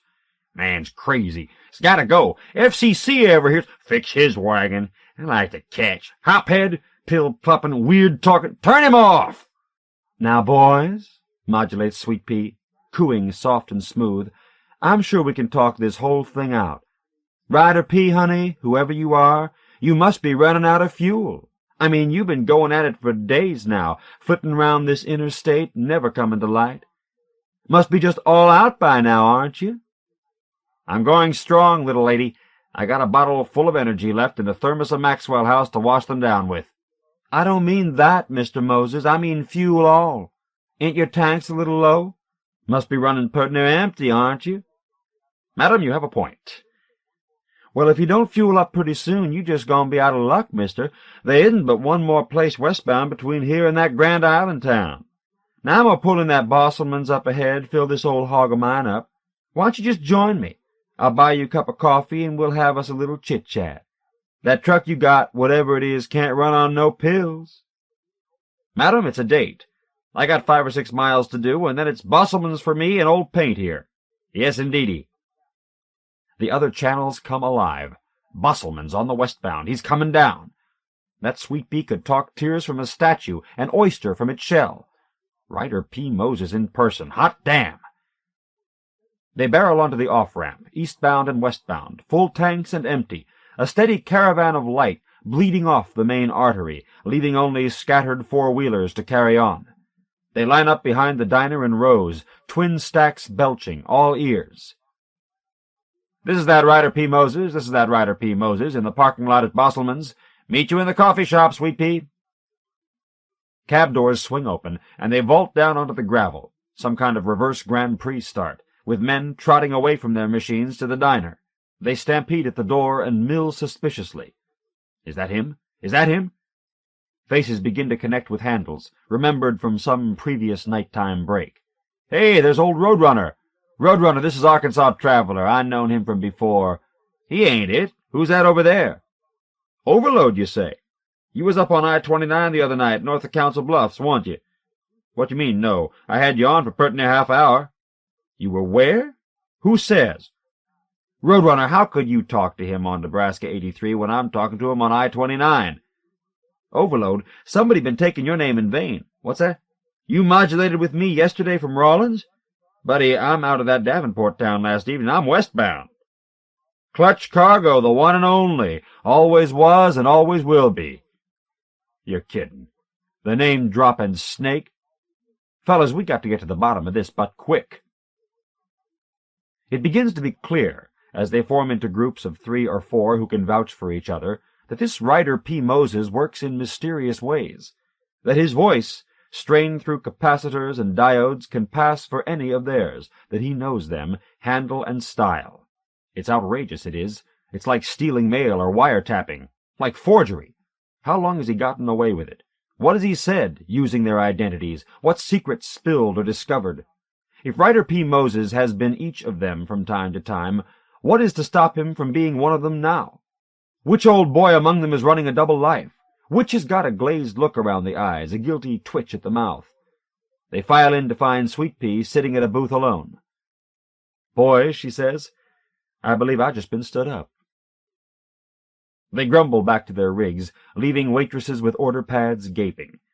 The civilians in the diner buzz and puzzle. Some mass vigilante threat? Teamster extortion? Paramilitary maneuvers? They didn't like the menu? The trucks roar from the Bosselmans abruptly as they came. On the interstate again, they hear the story from Axel Sally. Sally broadcasts from the Husky 3 miles up on the eastbound side. Seems a cattle truck is pulled up by the pumps there, left idling. The boy doesn't see the driver. All he knows is it's pretty ripe, even for a stock hauler. Something more than the usual cow shit oozing out from the air spaces. He tries to get a look inside, but it's hard to get that close with the smell and all, so he grabs a flashlight and plays it around and back. And what do you think he sees? Dead. Dead for some time from the look of them, ribs showing, legs splayed, a heap of bad meat. Between the time it takes the boy to run in to tell Sally till they get back out to the pumps, whoever it was driving the thing has pumped himself 20 gallons and taken a powder. Then comes the call to Sally's radio. "Put it on my tab," he says. "Ryder P. Moses, westbound." They can smell it in their minds, the men who have run cattle or have had a stock wagon parked beside them in the sleeping lot of some truck stop. The thought of it makes them near sick. Crazy. Stone wild crazy. "Hello there again, friends and neighbors. This is Ryder P. Moses, the demon of the dotted line, the Houdini of the highways. Hell on 18 wheels. Sorry if I inconvenienced anybody with a little change of plans there, but fuel oil was going for 2 cents a gallon cheaper at the Husky, and I never could pass up a bargain. Funny I didn't see any of you folks there. You ought to be a little sharper with your consumer affairs. These are hard times, people. Don't see how you can afford to let that kind of savings go by. I mean, us truckers, of all people, should see the writing on the wall, the bad news in the dollars and cents department. Do we keep America moving, or don't we? And you know as well as me there ain't shit moving these days. Poor, honest independent don't have a Chinaman's chance, and even union people are being unsaddled left and right. Hard times, children. Just isn't enough stuff has to get from here to there to keep us in business. Hell, the only way to make it is to carry miscellaneous freight. Get that per-item charge on a full load and you're golden. Miscellaneous. The blue flashers are coming now, zipping by the westbound truckers, sirenless in 2s and 3s, breaking onto the channel to say, "Don't panic, boys. All we want is the cattle truck. All the trophy we need for tonight is Moses. You just lay back and relax." Oh, those Smokies, when they set their minds to a thing, they don't hold back. They hump after it full choke and don't spare the horse. Ryder P. Moses, your ass is grass. Smokey the Bear on your case, and he will douse your fire. Oh, yes. Freight. Miscellaneous freight. Think about it, friends and neighbors, brothers and sisters. Think about what exactly it is we haul all over God's creation here, about the goods and what they mean, about what they actually mean to you and me and everyone else in this great and good corporate land of ours. Think of what you're hauling right now. Ambergris for Amarillo, gaskets for Gary, oil for Ogallala, submarines for Schenectady, veal for Vermilion. The Smokies moving up at nearly 100 per, a shooting stream in the outside lane, for once allied to the truckers. Tomato for Mankato, manna for Tarzana, stew for Kalamazoo, jerky for Albuquerque, fruit for Butte. Outdistancing all the legitimate truckers, the Smokies are a blue pulsing in the sky ahead, the whole night on the blink. Boise potatoes for Pittsburgh Potts, Scotts Bluff sugar for Tampa tea, forage and fertilizer, guns and caskets, bull semen and hamburger, sweet corn, soy, stethoscopes and slide rules, androids and zinnias. But, folks, somehow we always come back empty, come back less than we went, diminished. It's a law of nature, it is, a law. They come upon it at the 375 marker, a convention of bears flashing around a cattle truck on the shoulder of the road. What looks to be a boy or a very young man spread-eagled against the side of the cab, a half-dozen official hands probing his hidden regions. The trucks slow, one by one, but there is no room to stop. They roll down their co-pilot windows, but the only smell is the thick electric blue of too many cops in one place. You see him? You see him? Just a kid. Probably stole it in the first place. Gone crazy on drugs. Fucking hippie or something. Got his ass but good. Know who he is? Know his handle? Seen him before? The end of him, anyhow. All order and etiquette gone with the excitement, they chew it over among themselves. Who he might be, why he went wrong, what they'll do with him. Curiosity, and already a kind of disappointment. That soon it will be all over, all explained, held under the dull light of police classification, made into just some crackpot kid who took a few too many diet pills to help him through the night.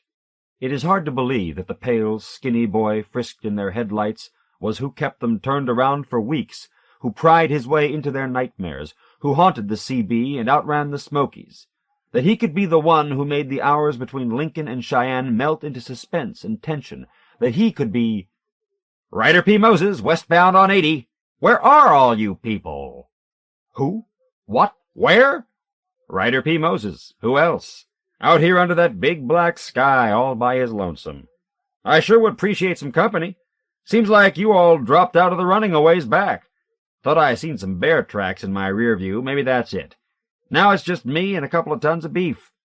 Can't say these steers as much for conversation, though. No, sir, you just can't beat a little palaver with your truckin' brothers and sisters on the old CB to pass the time.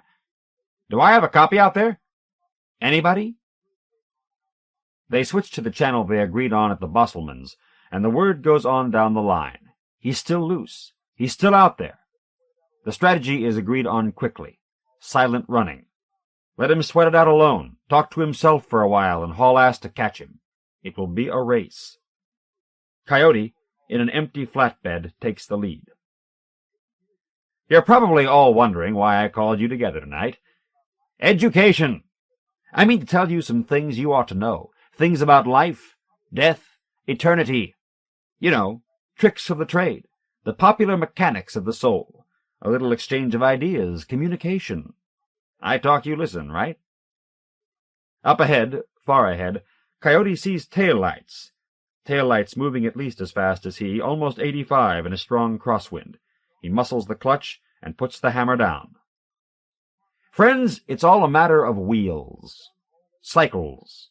Clock hand always ends up where it started out. Sun always dips back under the cornfield. People always plowed back into the ground. Take this beef chain I'm in on. We haul the semen to stud, the calves to rangeland, the 1-year-olds to the feedlot, then to the slaughterhouse, the packer, the supermarket, the corner butcher, the table of J.Q. Public. J.Q. scarfs it down, puts a little body in his jizz, pumps a baby a year into the wife till his heart fattens and flops, and next thing you know he's pushing up grass on the lone prairie. You always end up less than what you were. The universe itself is shrinking in cycles. Coyote closes to within 100 yards. It is a cattle truck. He can smell it through his vent. When he tries to come closer, it accelerates over 100, back end careening over 2 lanes. Coyote feels himself losing control, eases up. The cattle truck eases too, keeping a steady 100 yards between them. They settle back to 80 per. Engines! You can grease them, oil them, clean their filters and replace their plugs, recharge them, antifreeze them and STP them, treat them like a member of the family, but Papa, the miles take their toll. Time and distance bring us all to rust. We haul engines from plant A to plant B to be seated in bodies. We haul them to the dealers, buy them, and waltz around a couple of numbers, then drag them to the scrapyard. Junk City, USA, where they break down into the iron ore of 1,000,000 years from now. Some cycles take longer than others. Everything in this world is a long fall, a coming to rest, and an engine only affects where the landing will be. The cure for time and distance is speed. Did you know that if you could travel at the speed of light, you'd never age? That if you went faster than it, you would get younger? Think about that one, friends and neighbors, a cycle reversed. What happens when you reach year 0, egg and tadpole time, and keep speeding along? Do you turn into your parents? Put that in your carburetor and slosh it around. And on he goes, into relativity, the relationship of matter and energy, into the theory of the universe as a great Mobius strip, a snake swallowing its own tail, leaving Coyote far behind, though the 100 yards between stays constant. On he goes, into the life of a cell, gerontology, cryogenics, hibernation theory, through the 7 stages of man and beyond, through the history of aging, the literature of immortality, through Grand Island and Kearney, through Lexington and Kazad and Gothenburg, with Coyote at his heels, through 100 high-speed miles of physics and biology and lunatic fringe theology.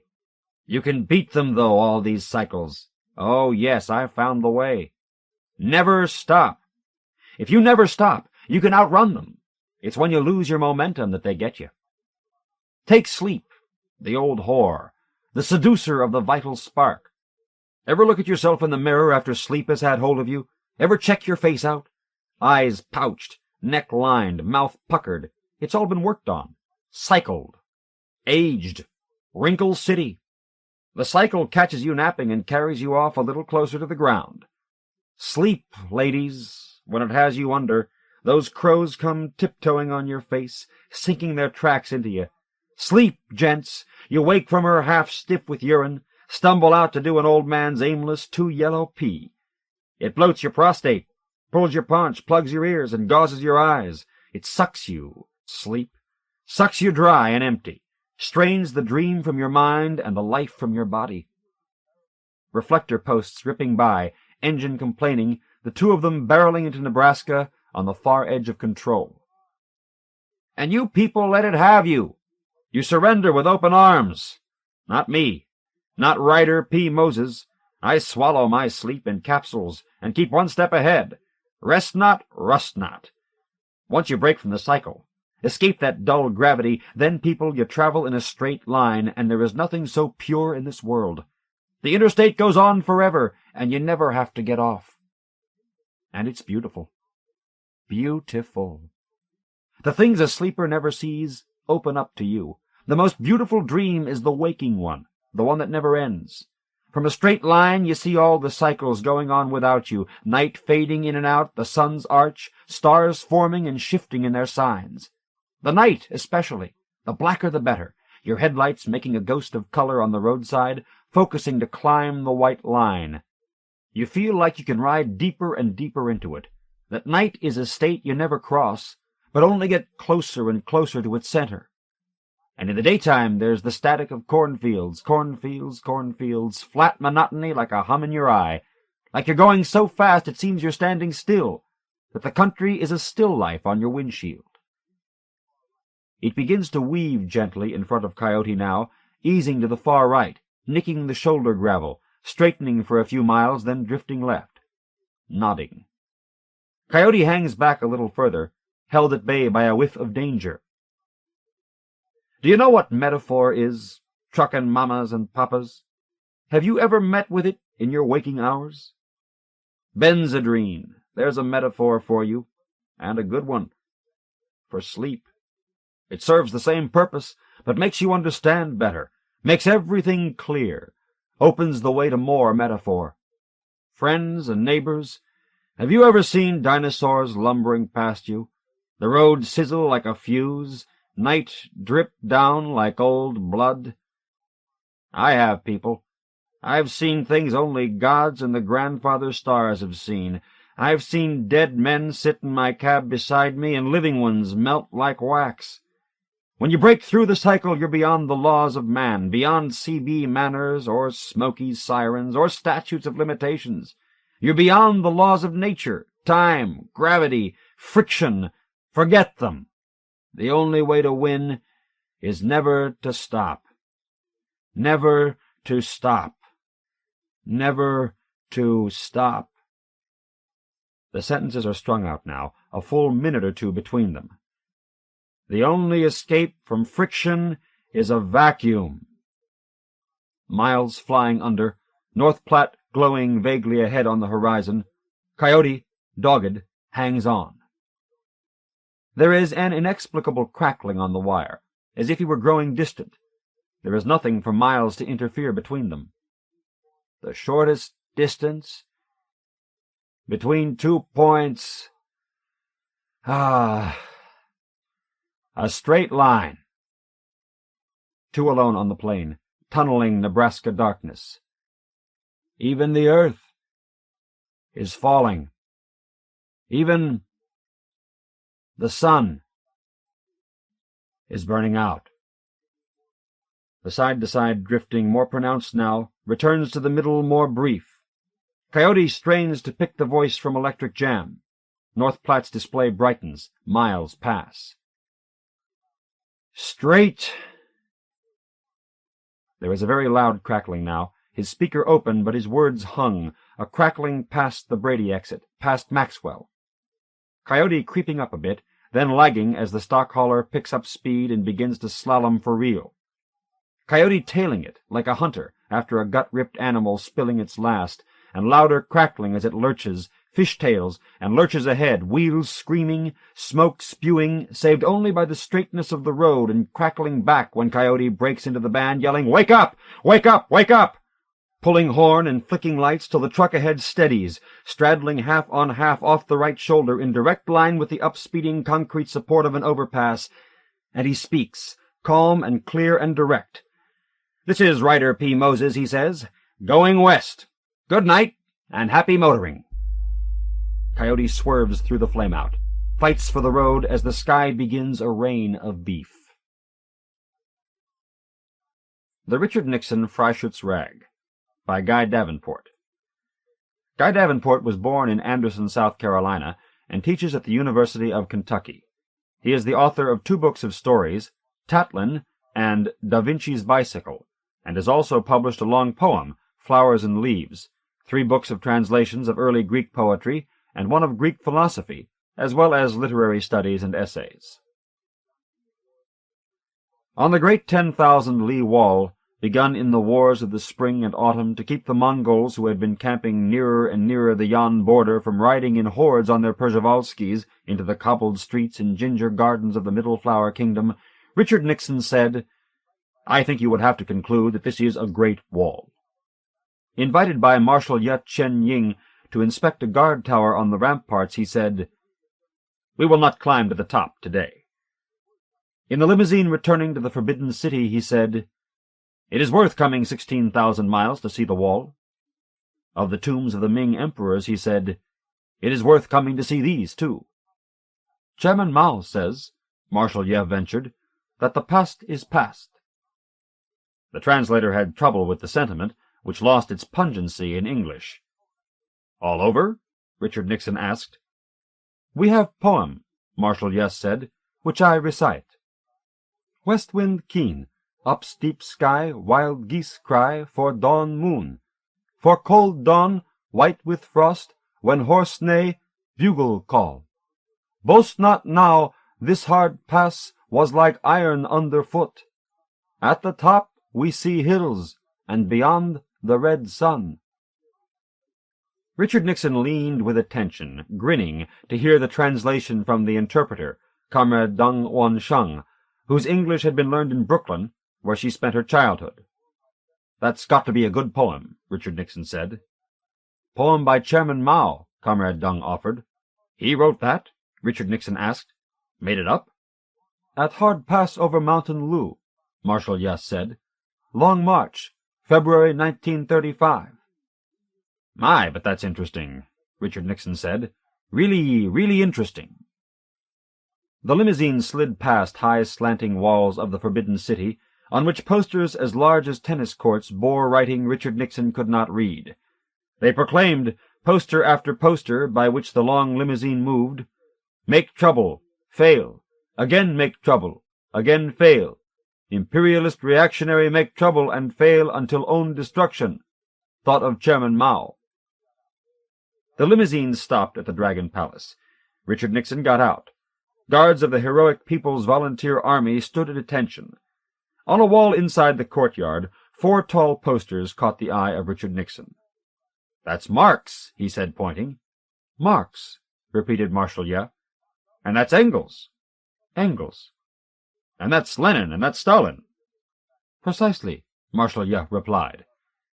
Richard Nixon went back to the second poster, pointing to it with his gloved hand. "That's Engels?" "Engels," Marshal Yeh said, with a worried, excessively polite look in his eyes. "We don't see many pictures of Engels in America," Richard Nixon explained. "That man old Toscanelli put up to sailing to the Japans and Cathay westward out from Portugal, the Genovese Colombo, they have been saying around the Uffizi, has come back across the Atlantic. Una prova elegantissima, Benedetto Arithmetic would say. The Aristotelians will be scandalized, di quale se fanno beffa. The Platonists will fluff their skirts and freeze the air with their lifted noses. E una stella il mondo. But like the moon, forsooth, round as a melon, plump and green. Oh, he could see those caravelle butting salt and savage waves, the awful desert of water and desolation of the eye, until the unimaginable shorebirds of Cipango wheeled around their sails, and the red tiles and bamboo pergolae of Mongol cities came into focus on capes and promontories. Inland there were roads out to Samarkand, India, Persia, Hungary, Helvetia, and thus back to Tuscany. He had completed the world journey of the Magi, it occurred to Leonardo as he moved the bucket of grasses that Salai had brought him from Fiesole. They had come from the east, astrologers, and Colombo's sails, in these days of signs wherein every moving thing must declare itself for God or Islam, would have worn the cross, which the philosophers of the Medes did not wait to learn would be forever, until the end of time, the hieroglyph of the baby before whom they laid their gifts in the dark stable. The world was knit by prophecy, by light. Meadow grass from Fiesole, icosahedra, cogs, gears, plaster, maps, lutes, brushes, and ads, magic squares, pigments, a Roman head Brunelleschi and Donatello brought him from their excavations, the skeleton of a bird. How beautifully the Tuscan light gave him his things again every morning, even if the kite had been in his sleep. Moments, hours, days. Had man done anything at all? The old woman had brought the wine and the bread, the onions. He and Toscanelli, Pythagoreans, ate no meat. The machine stood against the work-table, the due rotte, unaccountably outrageous in design. Sacapane, the smith, was making the chain that would span the 2 rotte dentate. You turned the pedals with your feet, which turned the big cog-wheel, which pulled the chain forward cog by cog, causing the smaller wheel to turn the hind rota, thereby propelling the whole machine forward. As long as the machine was in motion, the rider would balance beautifully. The forward motion stole away any tendency to fall right or left, as the flow of a river discouraged a boat from wandering. If only he knew the languages. He could name his machines as Archimedes would have named them, in the ancient words. He called his flying machine the bird, l'uccello. Benedetto said that the Greeks would have called it an ornithotero, the wings of a bird. Light, with extravagance and precision, mirror of itself atomo per atomo from its dash against the abruptness of matter to the jelly of the eye, swarmed from high windows onto the two-wheeled balancing machine. The rider would grasp horns set on the fork in which the front wheel was fixed, and thus guide himself with nervous and accurate meticulousness. Suddenly he saw the Sforze going into battle on it, a phalanx of these duorotte bearing lancers at full tilt. "Avanti, o coraggiosi! Oh!" the trumpet called. "Tambureggiando le bacchette delle tamburi di battaglia." The scamp Salai was up and about. "Maestro," he piped, "you've made it." Leonardo picked up the brown boy Salai, shouldered him like a sack of flour, and danced the long, gliding steps of a saraband. "Si, cupidello mio, tutto, se non che manca la catena." "And then I can make it go, ride it like a pony?" "Like the wind, like Ezekiel's angel, like the horses of Ancona." Salai squirmed free and knelt before the strange machine, touching the pedals, the wicker spokes, the saddle, the toothed wheels around which the chain would fit. I vinci. "Como leone!" He turned to the basket of flowering grasses, reaching for his silver pencil, bracts and umbrils fine as a spider's legs, and in the thin green veins ran hairs of water, and down the hairs of water ran light, down into the dark, into the root. Light from the farthest stars flowed through these long leaves. He had seen the prints of leaves from the time of the flood in mountain rocks, and had seen their shells from the sea. "Maestro," Salai said, "when will the chain be ready?" "Chain?" Leonardo asked. "What chain?" He drew with his left hand a silver eddy of grass. It was grace that he drew, perfection, frail leaves through which moved the whole power of God, and when a mayfly lights on a green arc of grass, the splendor of that conjunction is no less than San Gabriele touching down upon the great dome at Byzantium, closing the crushed silver and spun glass of his four wings around the golden shaft of his height. "The chain," Salai said. "The chain." Did man know anything at all? Before flying to China, Richard Nixon ordered 1,000 targets in Laos and Cambodia bombed by squadrons of B-52s. He sent 1,125 squadrons of bombers to silence the long-range field guns of North Vietnam along the border of the DMZ. Richard Nixon was pleased with the bombing, knowing that Chairman Mao would be impressed by such power. Dr. Kissinger had recommended the 1,125 squadrons of bombers to Richard Nixon as something that would impress Chairman Mao. The bombs were falling thick as hail in a summer storm when Richard Nixon set foot on China, grinning. A band played the March of the Volunteers. Premier Zhou Enlai did not walk forward. Richard Nixon had to walk to where Premier Zhou stood, grinning. They shook hands.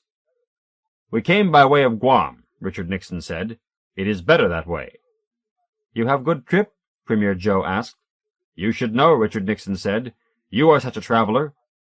Richard Nixon rode in a limousine to Diaoyudai, outside the Forbidden City. As soon as he got to his room, the telephone rang. Who would be calling me in China, he asked. Dr. Kissinger answered the telephone. "Yes," he said. "Excellency Kissinger?" a voice asked. "You are there?" "We are here," Dr. Kissinger said. "His Excellency the President Nixon is there?" "Right here," said Dr. Kissinger, taking off his shoes. "Would His Excellency Nixon come to telephone?" "Sure," said Dr. Kissinger. "For you, Dick."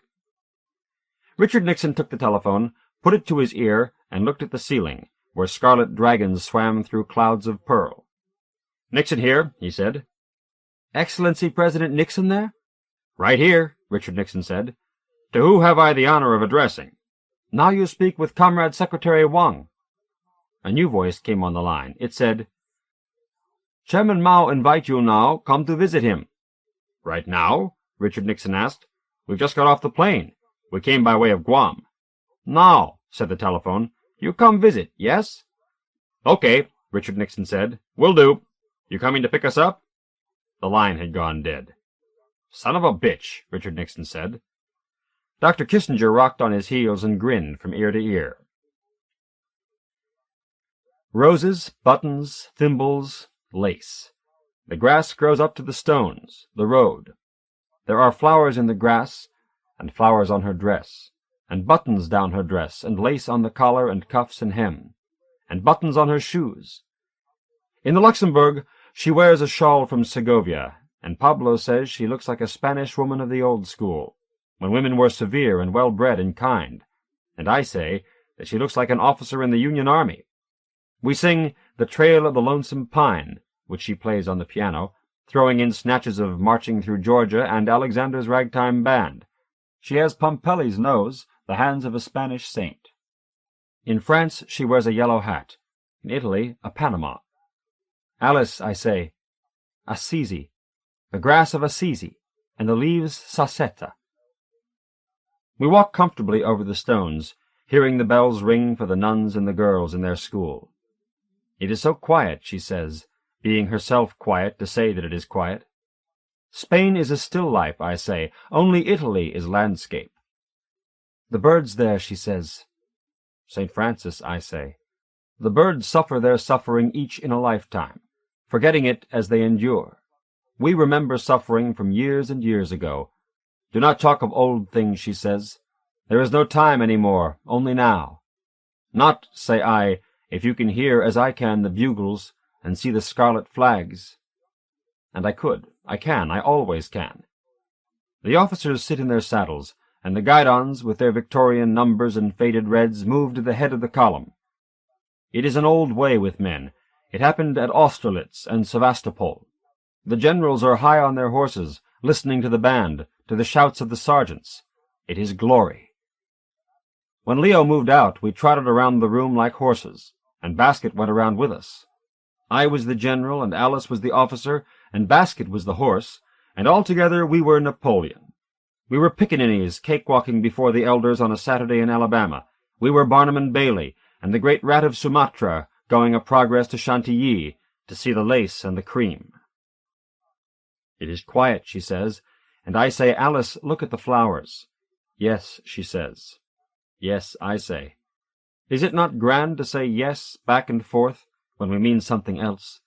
And she went behind a bush and loosened her stays and camisole, and shamelessly stepped out of the frilly heap they made around her buttoned shoes, and I said, yes. Here where St. Francis walked. Alice, you do realize, don't you, that the reason we came to Assisi is that you are from San Francisco, and this is the hometown of St. Francis? And she says, I am wrapping my underthings in my shawl. Do you think anyone will notice? Red tile, moss, pigeons. We drink wine under the trees, though it is too hot to drink wine. Well, I say, we are here. Yes, she says, we are here, and her eyes jiggle, and her smile is that of a handsome officer who has been called to headquarters and seen General Grant, and is pleased to please, well-bred that he is. This is not Fouquet's, I say. Certainly not Fouquet's, she says. I touch her foot with my foot, she touches my foot with her foot. The crickets sing around us, fine as Stravinsky. If Spain is a still life, what is Italy? They came here, I said, the grand old poets, because the women have such eyes. Surely not to see the cats, Alice says. No, I say, not for the cats. Henry James came here for the tone. William might come here and never see the tone. William, if he came, would take in the proportions and would not look at the cats. A princess and a cart go by. Henry sees the princess, and William sees the wheel of the cart, how it is in such fine proportion to the tongue and the body. When you talk, she says, I shiver all over. Things flutter around inside.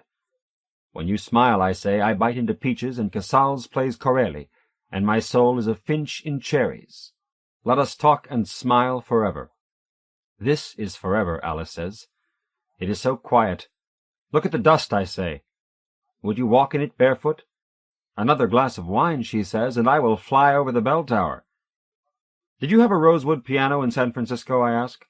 With a bust of Liszt on it, she says, and a vase of marigolds. Look at these colors, and you can see why Sassetta was Sassetta. Will we go to England again, she says, to sit in the cathedrals? Look at these hills, and you will know why St. Francis was St. Francis. The roses, she says, are very old. They are the roses of Ovid, I say. They are the only roses that are red. If I knew the Latin for red, I would say it. If the Latin for rose, I would say it. The Latin for the only red in the oldest rose, I would say it. Were I Ovid, I would give you a rose, and say that it is given for your eyes. I would take it, she says. I'm glad you would, I say, touching her foot with my foot. Sassetta's rose, Pablo's rose. Madame Matisse is a gentian, she says, touching my foot with her foot. Are all women flowers? All girls? Henri Rousseau was married to a sunflower, Cézanne to a pear tree. Alice, I say. Yes, General Grant, she says. Piccaninny, I say. Augustus Caesar, she says. Do you see those pines over there, the ones that look like William McKinley addressing the Republican Party? You mustn't mention McKinley to Pablo, she says. He thinks he has trod on the honor of Spain. He has, I say. That is the American way. But the pines, Alice, the pines. I see them, she says. They have had a hard life. Do you, I say, see the bronze fall of needles beneath them, and know the perfume of rosin and dust and old earth we would smell if we climbed there? The flutter has begun, she says. And now look at the rocks, the cubist rocks, down the hills from the pines, and the red tile of the roofs, and the chickens in the yard there, the baskets. I see all that, she says. And having seen it, Alice, I ask? It is there to see, she says. That is the answer, I say. It is also the question. Mao sat in his red armchair, looking benign and amused. Richard Nixon sank too far into his chair, his elbows as high as his ears. He beamed. He did not see the stacks of journals, the shelves packed with books, the bundles of folders, the writing brushes in jars. He beamed at Mao and at Dr. Kissinger, whom Mao had called a modern Metternich. The reporters had written that down. The cluttered room was dark. What light there was came from tall windows which gave onto a courtyard as bleak as the playground of a grammar school. The translator said that Chairman Mao had asked about hegemony. "We're for it," Richard Nixon said. "Your aides are very young," Chairman Mao said. "Are they?" Richard Nixon asked. "We must learn from you on that point," Chairman Mao said. "Our government is all of old men." Richard Nixon did not know what to say. "Old," Chairman Mao said, "but here, still here." "The world is watching us," Richard Nixon said. "You mean Taiwan?" Chairman Mao said. "No," Richard Nixon said, beaming. "The world out there, the whole world. They are watching their TV sets." Chairman Mao grinned and leaned back in his comfortable armchair. "Ah, so," he said. "The world." Night March by Tim O'Brien. Tim O'Brien is a native of Minnesota and a former reporter for the Washington Post. He is the author of Going After Cacciato, which won the National Book Award in 1979, and two other novels, Northern Lights and If I Die in a Combat Zone. The platoon of 26 soldiers moved slowly in the dark, single file, not talking. One by one, like sheep in a dream, they passed through the hedgerow, crossed quietly over a meadow, and came down to the rice paddy. There they stopped. Their leader knelt down, motioning with his hand, and one by one the others squatted or knelt or sat. For a long time they did not move. Except for the sounds of their breathing, and once a soft, fluid trickle as one of them urinated, the 26 men were silent, some of them excited by the adventure, some of them afraid, some of them exhausted from the long night march, some of them looking forward to reaching the sea, where they would be safe. At the rear of the column, Private First Class Paul Berlin lay quietly with his forehead pressed against the black plastic stock of his rifle, his eyes closed. He was pretending. He was pretending he was not in the war, pretending he had not watched Billy Boy Watkins die of a heart attack that afternoon. He was pretending he was a boy again, camping with his father in the midnight summer along the Des Moines River. In the dark, with his eyes pinched shut, he pretended. He pretended that when he opened his eyes, his father would be there by the campfire, and they would talk softly about whatever came to mind, and then roll into their sleeping bags, and that later they'd wake up, and it would be morning, and there would not be a war, and that Billy Boy Watkins had not died of a heart attack that afternoon. He pretended he was not a soldier. In the morning, when they reached the sea, it would be better. The hot afternoon would be forgotten, would not have happened. He would bathe in the sea, and he would forget how frightened he had been on his first day at the war. The second day would be better. He would learn. There was a sound beside him, a movement, and then a breathed, "Hey." The shadow whispered, "Hey." And Paul Berlin opened his eyes, shivering, and the shadow whispered, "Hey, we're moving, for Christ's sake, get up." "Okay. You sleeping or something?" "No." He could not make out the soldier's face. With clumsy, concrete hands he clawed for his rifle, found it, found his helmet. The soldier's shadow grunted. "You got a very lot to learn, buddy. I'd shoot you if I thought you was sleeping. Let's go." Private First Class Paul Berlin blinked. Ahead of him, silhouetted against the sky, he saw the string of soldiers beginning to wade into the flat paddy waters, the black outline of their shoulders and weapons and packs. He was comfortable. He did not want to move. But he was afraid, for it was his first night at the war, and he hurried to catch up, stumbling once, scraping his knee and groping. His boots sank into the thick paddy, and he smelled it all around him, the fear and the war. He would tell his mother how it smelled. Of mud and algae, he would tell her, of cattle manure and chlorophyll, decay, breeding mosquitoes and leeches as big as mice, the rich warmth of the waters rising up to his cut knee. He would tell her this, but not how frightened he had been in the afternoon, when Billy Boy died of a heart attack. Once they reached the sea, things would be better.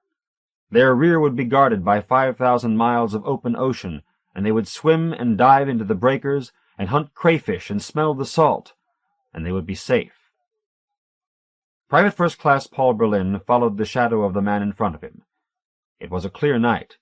Already the Southern Cross was out, and other stars he could not yet name. Soon, he thought, soon he would learn their names. And puffy night clouds. There was not yet a moon. Wading through the paddy, his boots made sleepy, sloshing sounds like a lullaby, and he tried not to think. Though he was afraid, he now knew that fear comes in many degrees and types and peculiar categories, and he knew that his fear now was not so bad as it had been in the hot afternoon, when poor Billy Boy Watkins got killed by a heart attack. His fear now was diffuse and unfocused. Ghosts in the tree line, nighttime fears of a child, a boogeyman in the closet that his father would open to show empty, saying, "See? Nothing there, champ. Now you can sleep." In the afternoon, it had been different. The fear had been bundled and tight, and he'd been on his hands and knees, crawling like an insect, an ant escaping a giant's footsteps, thinking nothing, brain flopping like wet cement in a mixer, not thinking at all, watching while Billy Boy died. Now, as he stepped out of the paddy onto a narrow dirt path, now the fear was mostly the fear of being so terribly afraid again. He tried not to think. There were tricks he'd learned to keep from thinking. Counting. He counted his steps, concentrating on the numbers, pretending that the steps were dollar bills, and that each step through the night made him richer and richer, so that soon he would become a wealthy man. And he kept counting, and considered the ways he might spend the money after the war, what he would do, what he would say if asked. He would look his father in the eye and shrug and say, "It was pretty bad at first, but I learned a lot, and I got used to it." Then he would tell his father the story of Billy Boy Watkins. A good war story, a story to be passed on. Yes, he would tell the story, but he would never let on how frightened he had been. "Not so bad," he would say instead, making his father proud. Songs, another trick to stop the thinking. "Where have you gone, Billy Boy, Billy Boy? Oh, where have you gone, charming Billy? I have gone to seek a wife, she's the joy of my life, but she's a young thing and cannot leave her mother." And other songs that he sang in his thoughts as he walked toward the sea. And when he reached the sea, he would dig a deep hole in the sand, and he would sleep like the high clouds, and he would not be afraid again. The moon came out, pale and shrunken to the size of a dime. The helmet was heavy on his head. In the morning he would adjust the leather binding. He would clean his rifle, too. Though he had been unable to fire it during the hot afternoon, he would carefully clean the breech and barrel and muzzle, so that next time he would be ready, and not so afraid. In the morning, when they reached the sea, He would begin to make friends among the other soldiers.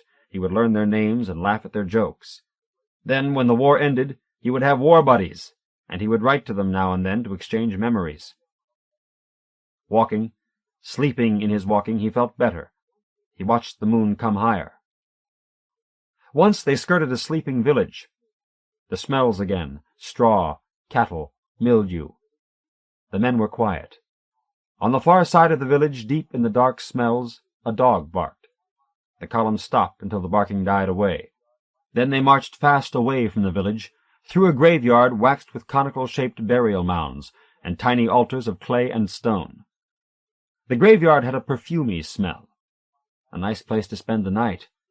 The mounds would make fine battlements, and the smells were good, and the place was quiet. But they went on, passing through a hedgerow and through another paddy and east toward the sea.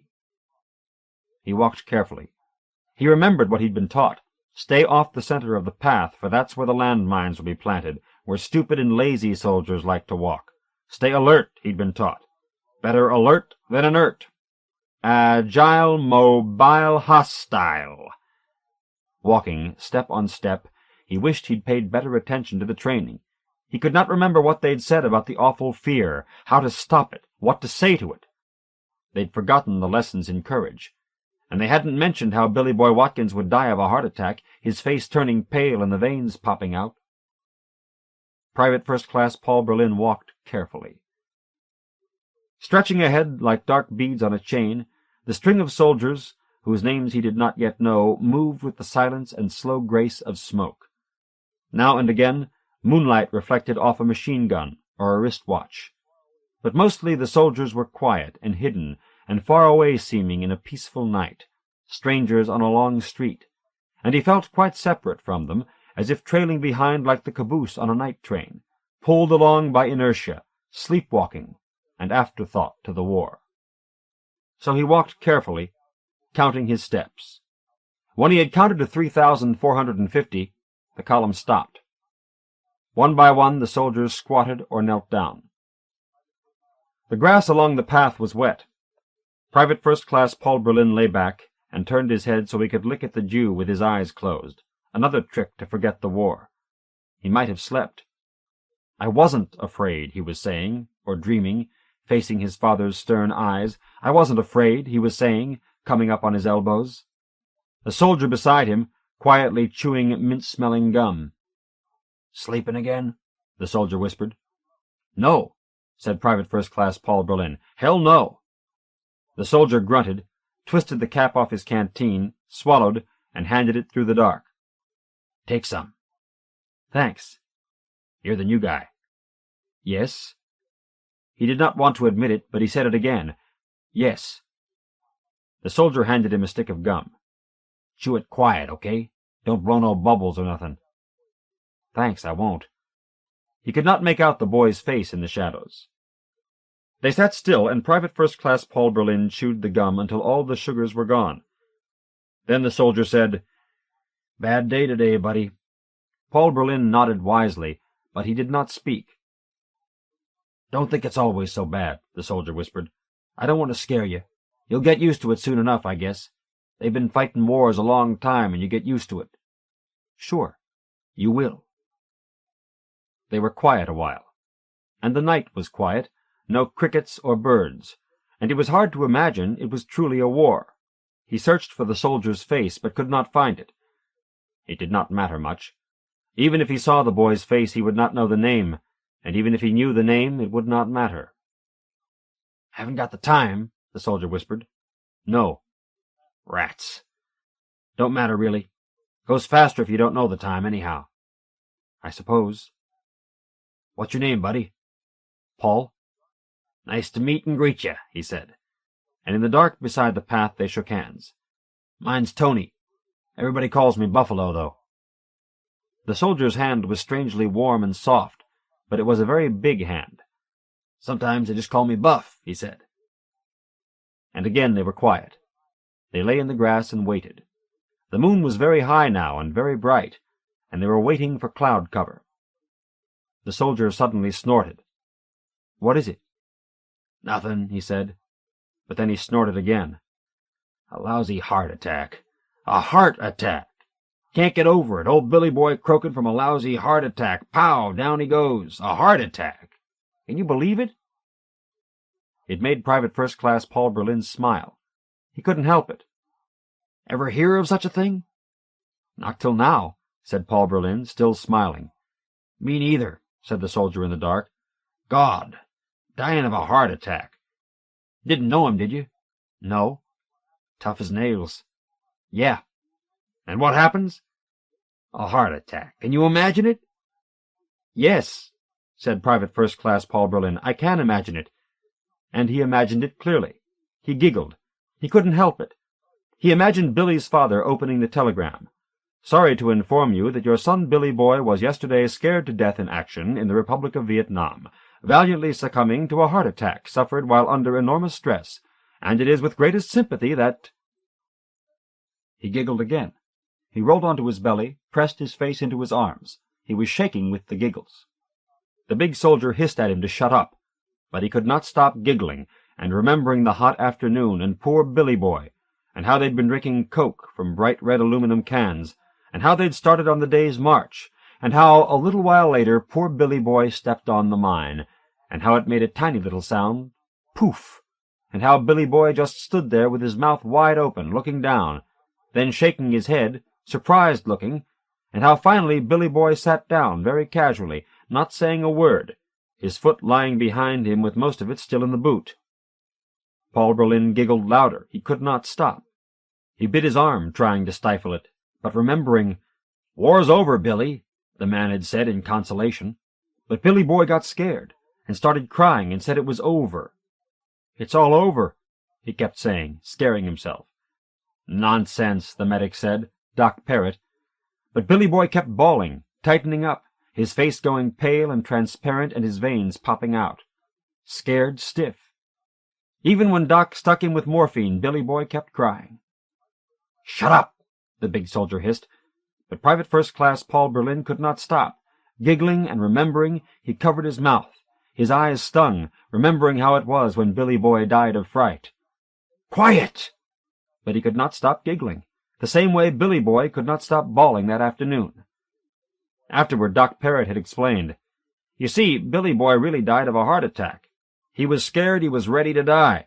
So scared he had himself a heart attack, and that's what really killed him. I seen it before." So they wrapped Billy Boy in a plastic poncho, his eyes still wide open and scared stiff, and they carried him over the meadow to the paddy. Then, when the medevac helicopter arrived, they carried him through the paddy and shoved him aboard.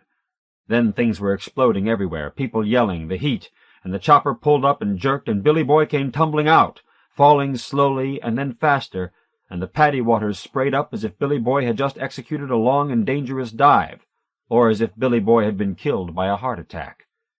"Shut up, for Christ's sake!" the big soldier hissed. But Paul Berlin could not stop giggling, remembering, scared to death.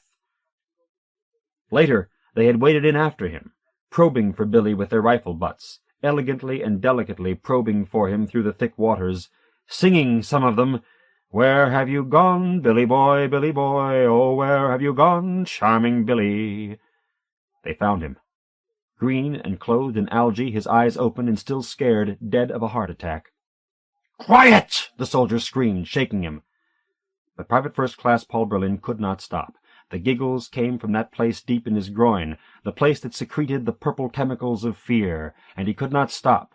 Giggling, lying on his back, he saw the moon move, or the clouds moving across the moon.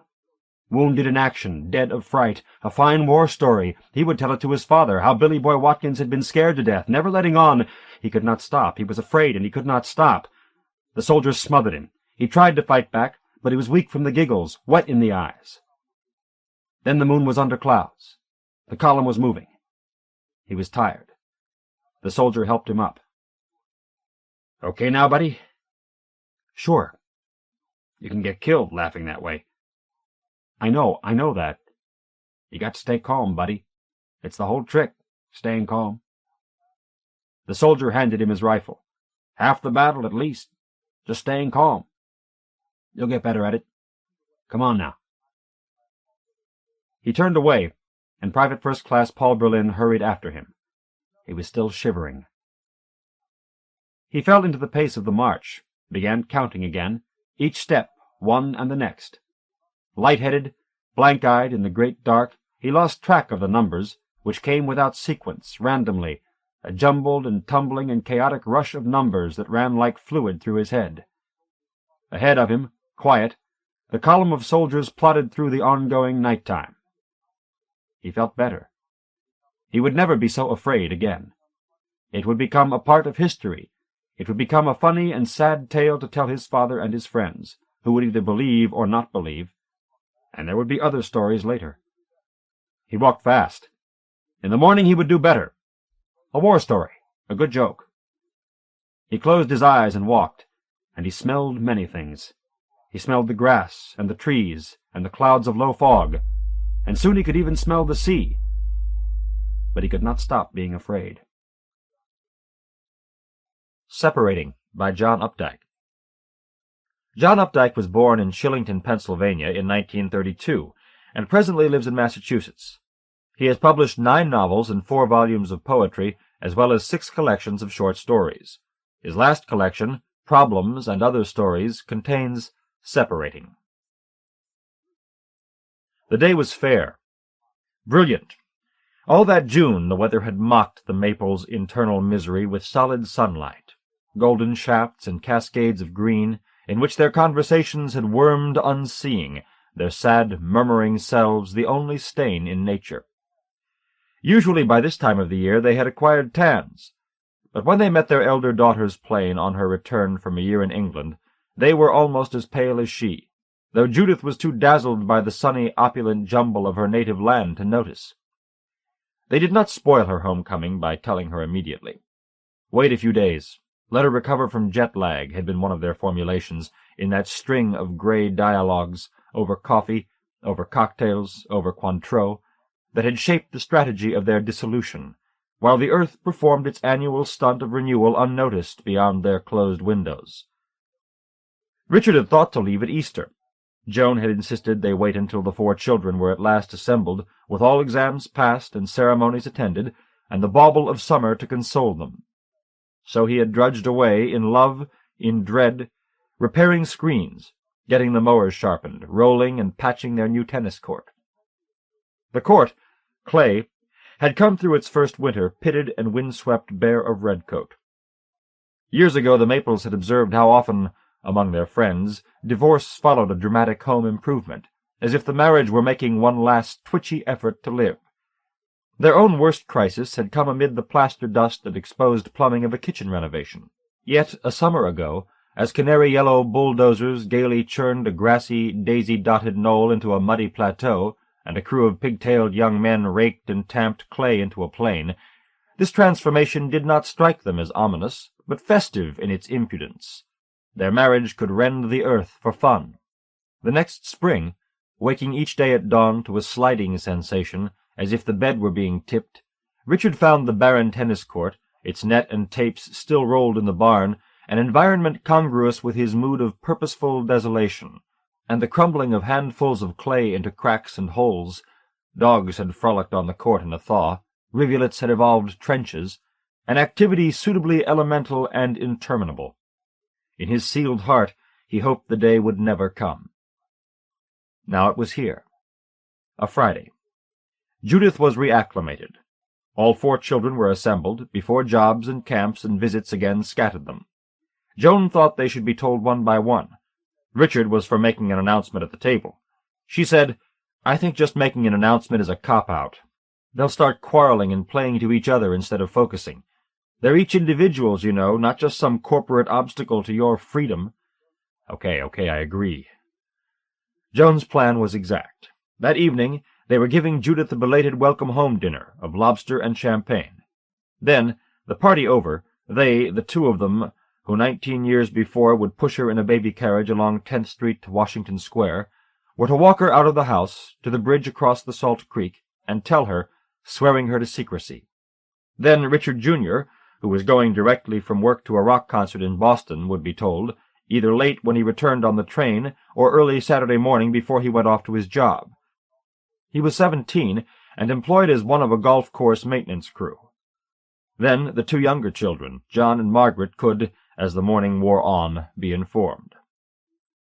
"Mopped up, as it were," Richard said. "Do you have any better plan? That leaves you the rest of Saturday to answer any questions, pack, and make your wonderful departure."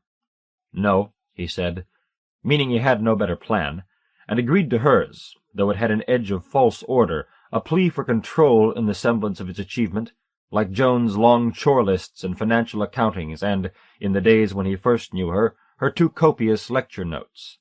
Her plan turned one hurdle for him into four knife-sharp walls, each with a sheer blind drop on the other side. All spring he had been morbidly conscious of insides and outsides, of barriers and partitions. He and Joan stood as a thin barrier between the children and the truth. Each moment was a partition, with the past on one side and the future on the other, a future containing this unthinkable now. Beyond four knife-like walls, a new life for him waited vaguely. His skull cupped a secret, a white face, a face both frightened and soothing, both strange and known, that he wanted a shield from tears, which he felt all about him, solid as the sunlight. So haunted, he had become obsessed with battening down the house against his absence, replacing screens and sash cords, hinges and latches, a Houdini making things snug before his escape. The lock. He had still to replace a lock on one of the doors of the screened porch. The task, like most such, proved more difficult than he had imagined. The old lock, aluminum frozen by corrosion, had been deliberately rendered obsolete by manufacturers. 3 hardware stores had nothing that even approximately matched the mortised hole its removal, surprisingly easy, left.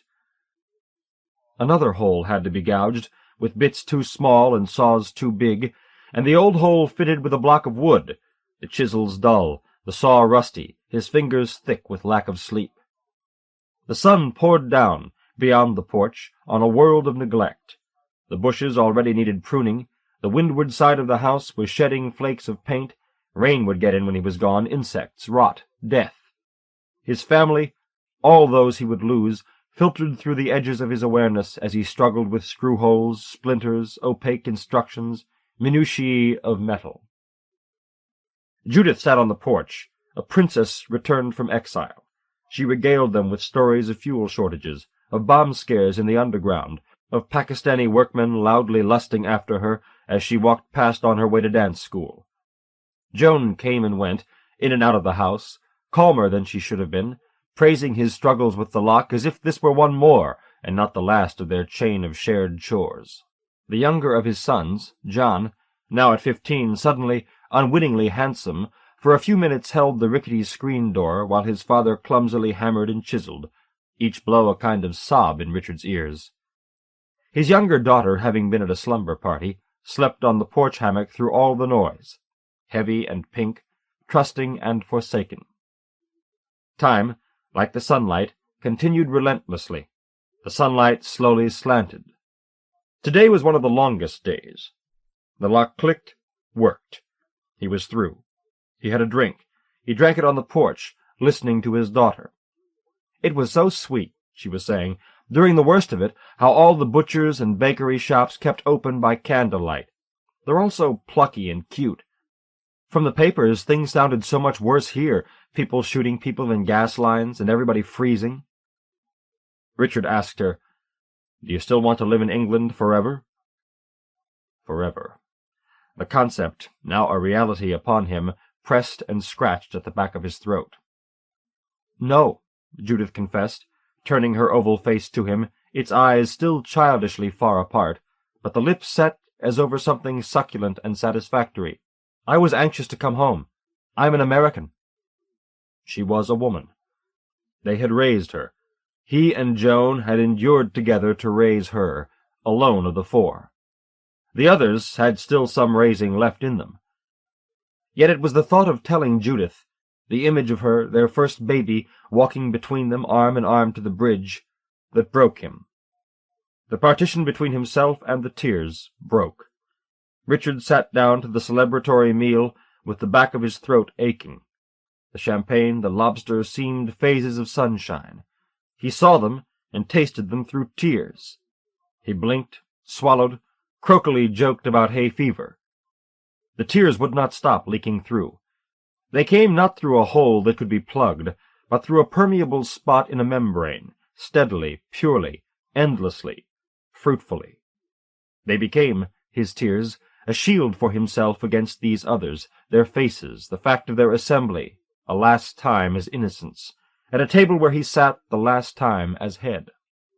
Tears dropped from his nose as he broke the lobster's back. Salt flavored his champagne as he sipped it. The raw clench at the back of his throat was delicious. He could not help himself. His children tried to ignore his tears.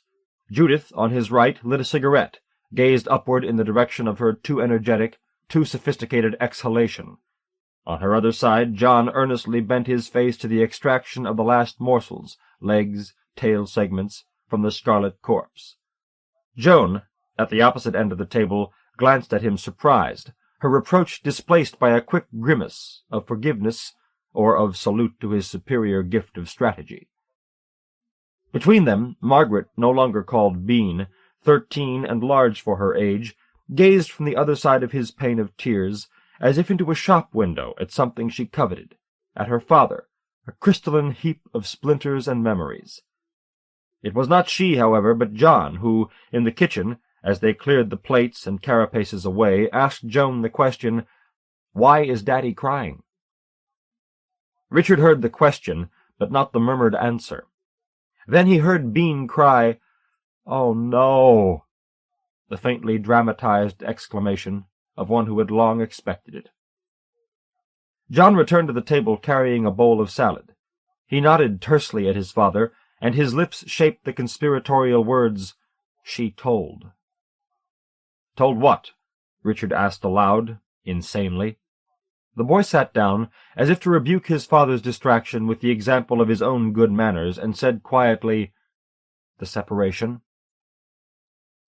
Joan and Margaret returned. The child, in Richard's twisted vision, seemed diminished in size, and relieved to have had the boogeyman at last proved real. He called out to her. The distances at the table had grown immense. "You knew. You always knew." But the clenching at the back of his throat prevented him from making sense of it. From afar he heard Joan talking, levelly, sensibly, reciting what they had prepared. It was a separation for the summer, an experiment. She and Daddy both agreed it would be good for them. They needed space and time to think. They liked each other, but did not make each other happy enough, somehow. Judith, imitating her mother's factual tone, but in her youth off-key, too cool, said, "I think it's silly. You should either live together or get divorced." Richard's crying, like a wave that is crested and crashed, had become tumultuous. But it was overtopped by another tumult, for John, who had been so reserved, now grew larger and larger at the table. Perhaps his younger sister's being credited with knowing set him off. "Why didn't you tell us?" he asked, in a large, round voice quite unlike his own. "You should have told us you weren't getting along." Richard was startled into attempting to force words through his tears. "We do get along, that's the trouble, so it doesn't show even to us." "That we do not love each other," was the rest of the sentence. He couldn't finish it. Joan finished for him, in her style. "And we've always, especially, loved our children." John was not mollified. "What do you care about us?" he boomed. "We're just little things you had." His sisters, laughing, forced a laugh from him, which he turned hard and parodistic. "Ha, ha, ha!" Richard and Joan realized simultaneously that the child was drunk on Judith's homecoming champagne. Feeling bound to keep the center of the stage, John took a cigarette from Judith's pack, poked it into his mouth, let it hang from his lower lip, and squinted like a gangster. "You're not little things we had," Richard called to him. "You're the whole point. But you're grown, or almost." The boy was lighting matches. Instead of holding them to his cigarette, for they had never seen him smoke, being good had been his way of setting himself apart, he held them to his mother's face, closer and closer for her to blow out.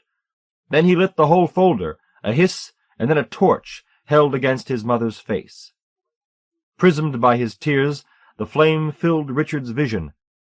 He did not know how it was extinguished. He heard Margaret say, "Oh, stop showing off," and saw John, in response, break the cigarette in two and put the halves entirely into his mouth and chew, sticking out his tongue to display the shreds to his sister. Joan talked to him, reasoning, a fountain of reason, unintelligible. Talked about it for years. Our children must help us. Daddy and I both want— As the boy listened, he carefully wadded a paper napkin into the leaves of his salad, fashioned a ball of paper and lettuce, and popped it into his mouth, looking around the table for the expected laughter. None came. Judith said, "Be mature," and dismissed a plume of smoke. Richard got up from this stifling table and led the boy outside. Though the house was in twilight, the outdoors still brimmed with light, the long waste light of high summer. Both laughing, he supervised John spitting out the lettuce and paper and tobacco into the pachysandra. He took him by the hand, a square, gritty hand, but for its softness a man's. Yet it held on. They ran together up into the field, past the tennis court. The raw banking left by the bulldozers was dotted with daisies. Past the court and a flat stretch where they used to play family baseball stood a soft green rise, glorious in the sun, each weed and species of grass distinct as illumination on parchment. "I'm sorry, so sorry," Richard cried. "You were the only one who ever tried to help me with all the goddamn jobs around this place." Sobbing, safe within his tears and the champagne, John explained, "It's not just the separation, it's the whole crummy year. I hate that school. You can't make any friends. The history teacher's a scud." They sat on the crest of the rise, shaking and warm from their tears, but easier in their voices, and Richard tried to focus on the child's sad year. The weekdays long with homework, the weekends spent in his room with model airplanes, while his parents murmured down below, nursing their separation. How selfish, how blind, Richard thought. His eyes felt scoured. He told his son, "We'll think about getting you transferred. Life's too short to be miserable." They had said what they could, but did not want the moment to heal, and talked on about the school, about the tennis court, whether it would ever again be as good as it had been that first summer. They walked to inspect it, and pressed a few more tapes more firmly down. A little stiltedly, perhaps trying to make too much of the moment, to prolong it, Richard led the boy to the spot in the field where the view was best, of the metallic blue river, the emerald marsh, the scattered islands velvet with shadow in the low light, the white bits of beach far away. "See," he said, "it goes on being beautiful. It'll be here tomorrow." "I know," John answered impatiently. The moment had closed. Back in the house, the others had opened some white wine, the champagne being drunk, and still sat at the table, the three females, gossiping. Where Joan sat had become the head. She turned, showing him a tearless face, and asked, "All right?" "We're fine," he said, resenting it, though relieved that the party went on without him. In bed she explained, "I couldn't cry, I guess, because I cried so much all spring. It really wasn't fair. It's your idea, and you made it look as though I was kicking you out." "I'm sorry," he said. "I couldn't stop. I wanted to, but couldn't." "You didn't want to. You loved it. You were having your way, making a general announcement." "I love having it over," he admitted. God, those kids were great, so brave and funny. John, returned to the house, had settled to a model airplane in his room, and kept shouting down to them, "I'm okay, no sweat." And the way Richard went on, cozy in his relief, they never questioned the reasons we gave. No thought of a third person, not even Judith. "That was touching," Joan said. He gave her a hug. "You were great, too. Thank you." Guiltily, he realized he did not feel separated. "You still have Dickie to do," she told him. These words set before him a black mountain in the darkness. Its cold breath, its near weight, affected his chest. Of the 4 children, Dickie was most nearly his conscience. Joan did not need to add, "That's one piece of your dirty work I won't do for you." "I know, I'll do it. You go to sleep." Within minutes her breathing slowed, became oblivious and deep. It was 1:45. Dickie's train from the concert would come in at 1:14. Richard set the alarm for 1. He had slept atrociously for weeks, but whenever he closed his lids some glimpse of the last hours scorched them. Judith exhaling toward the ceiling in a kind of aversion, Beans mute staring, the sunstruck growth of the field where he and John had rested. The mountain before him moved closer, moved within him. He was huge, momentous. The ache at the back of his throat felt stale. His wife slept as if slain beside him.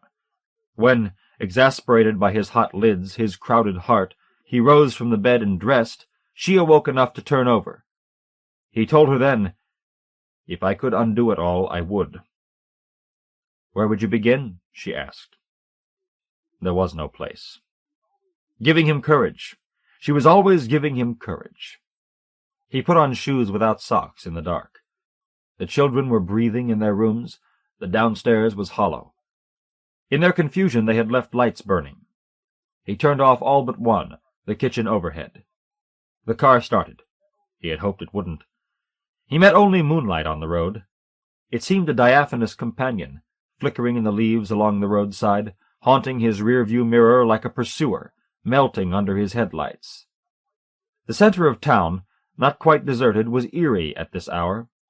A young cop in uniform kept company with a gang of T-shirted kids on the steps of the bank. Across from the railroad station, several bars kept open. Customers, mostly young, passed in and out of the warm night, savoring summer's novelty. Voices shouted from cars as they passed. An immense conversation seemed in progress. Richard parked, and in his weariness put his head on the passenger seat, out of the commotion and wheeling lights. It was as when, in the movies, an assassin grimly carries his mission through the jostle of a carnival, except the movies cannot show the precipitous, palpable slope you cling to within. You cannot climb back down. You can only fall.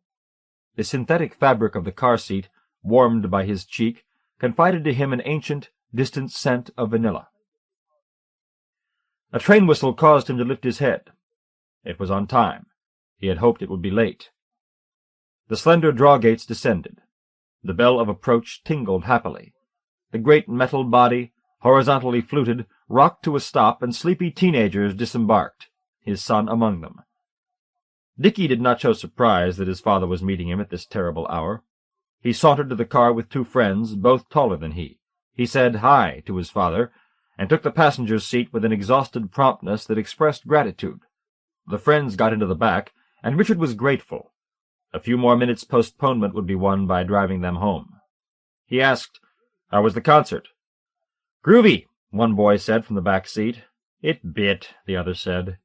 "It was okay," Dickie said, moderate by nature, so reasonable that in his childhood the unreason of the world had given him headaches, stomach aches, nausea. When the second friend had been dropped off at his dark house, the boy blurted, "Dad, my eyes are killing me with hay fever. I'm out there cutting that mothering grass all day." "Do we still have those drops? They didn't do any good last summer." "They might this."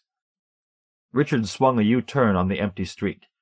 The drive home took a few minutes. The mountain was here, in his throat. "Richard," he said, and felt the boy, slumped and rubbing his eyes, go tense at his tone. "I didn't come to meet you just to make your life easier.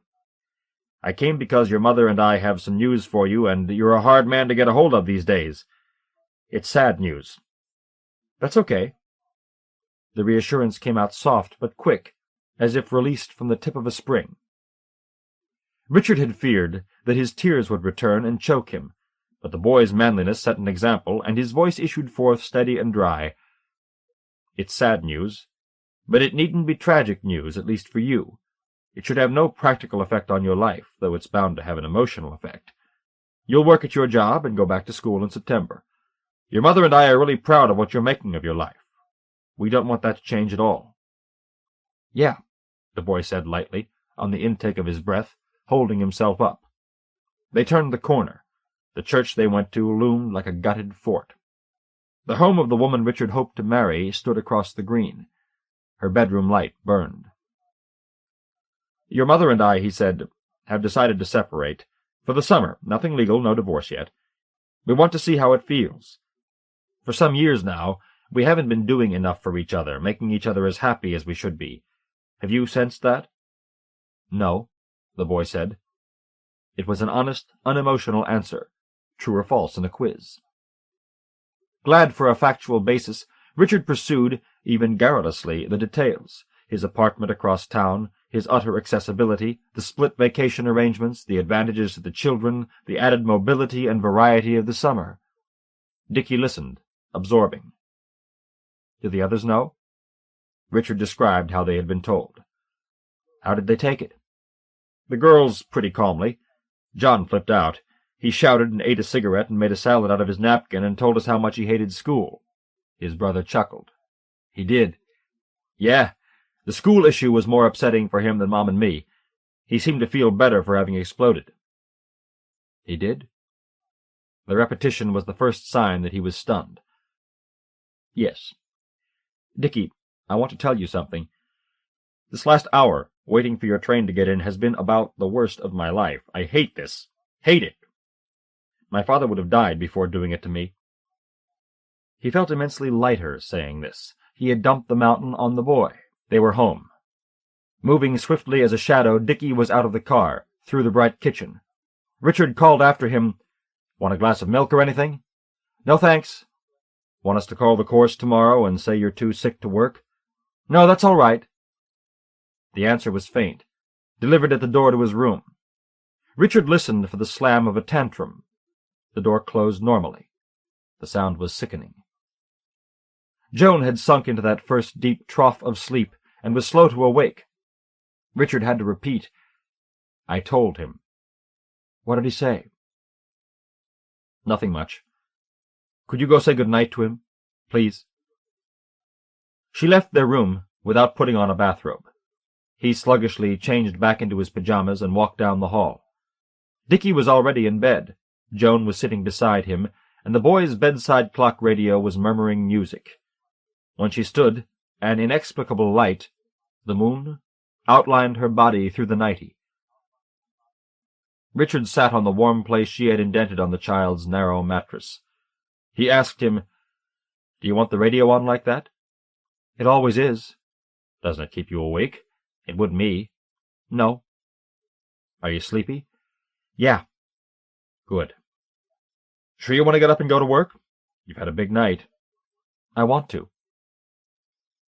Away at school this winter, he had learned for the first time that you can go short of sleep and live.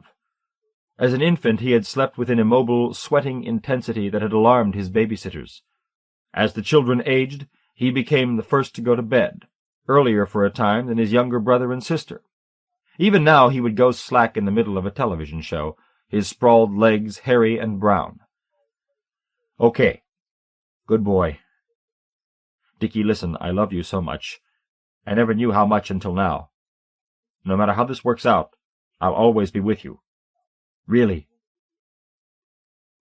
Richard bent to kiss an averted face, but his son, sinewy, turned and with wet cheeks embraced him and gave him a kiss on the lips, passionate as a woman's. In his father's ear he moaned one word, the crucial, intelligent word, Why? Why? It was a whistle of wind in a crack, a knife thrust, a window thrown open on emptiness. The white face was gone. The darkness was featureless. Richard had forgotten why. Last Courtesies, by Ella Leffland. Ella Leffland was born in Martinez, California, and graduated from San Jose State College.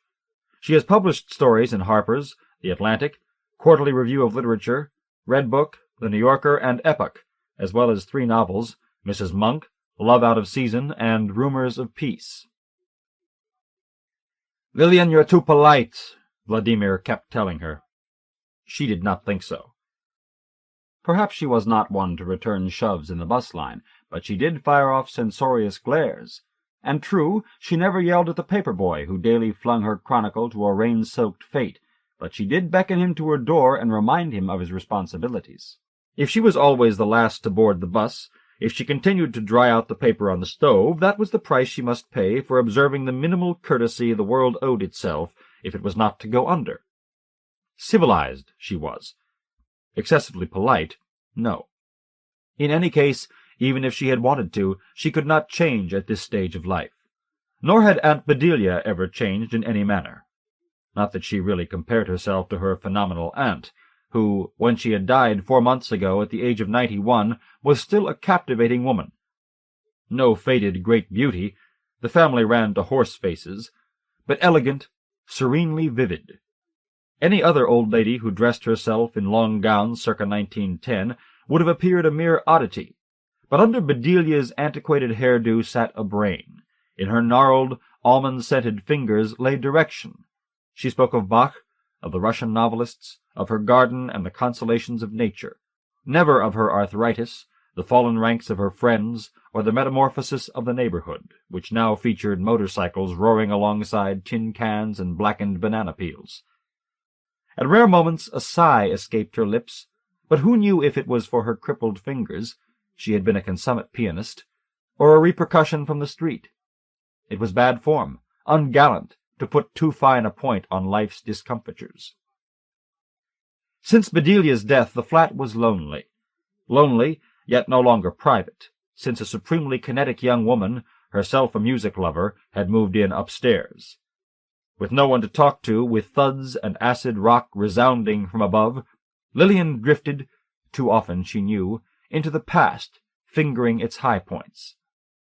The day, for instance, that Vladimir had entered their lives by way of the Steinway Grand, great gleaming relic of better times, which he came to tune.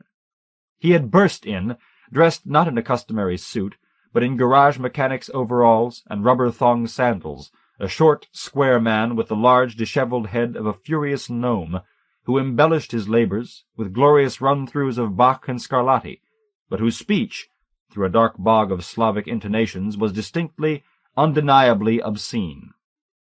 Aunt Bedelia promptly invited him to dinner the following week.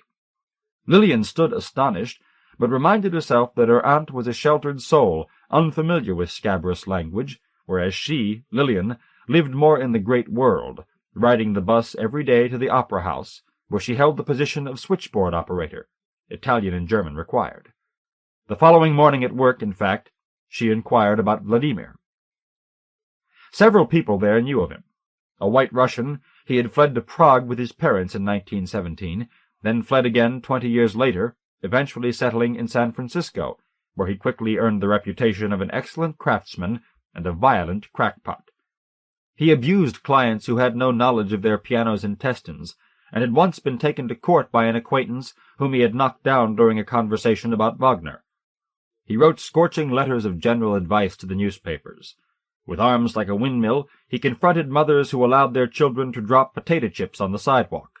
He kept a bucket of accumulated urine to throw on dog-walkers who were unwary enough to linger with their squatting beasts beneath his window. He had been institutionalized several times. That night, Lillian informed her aunt that Vladimir was brilliant but unsound. The old woman raised an eyebrow at this. For instance, Lillian pursued, he is actually known to have struck someone down. Why? Her aunt's voice was clear and melodious, with a faint ring of iron. It was during a conversation about Wagner. Apparently he disapproves of Wagner. Her aunt gave a nod of endorsement. The man has even had himself committed, aunt, several times, when he felt he was getting out of hand. The old woman pondered this. It shows foresight, she said at length, and a sense of social responsibility. Lillian was silent for a moment. Then she pointed out, he said unspeakable things here.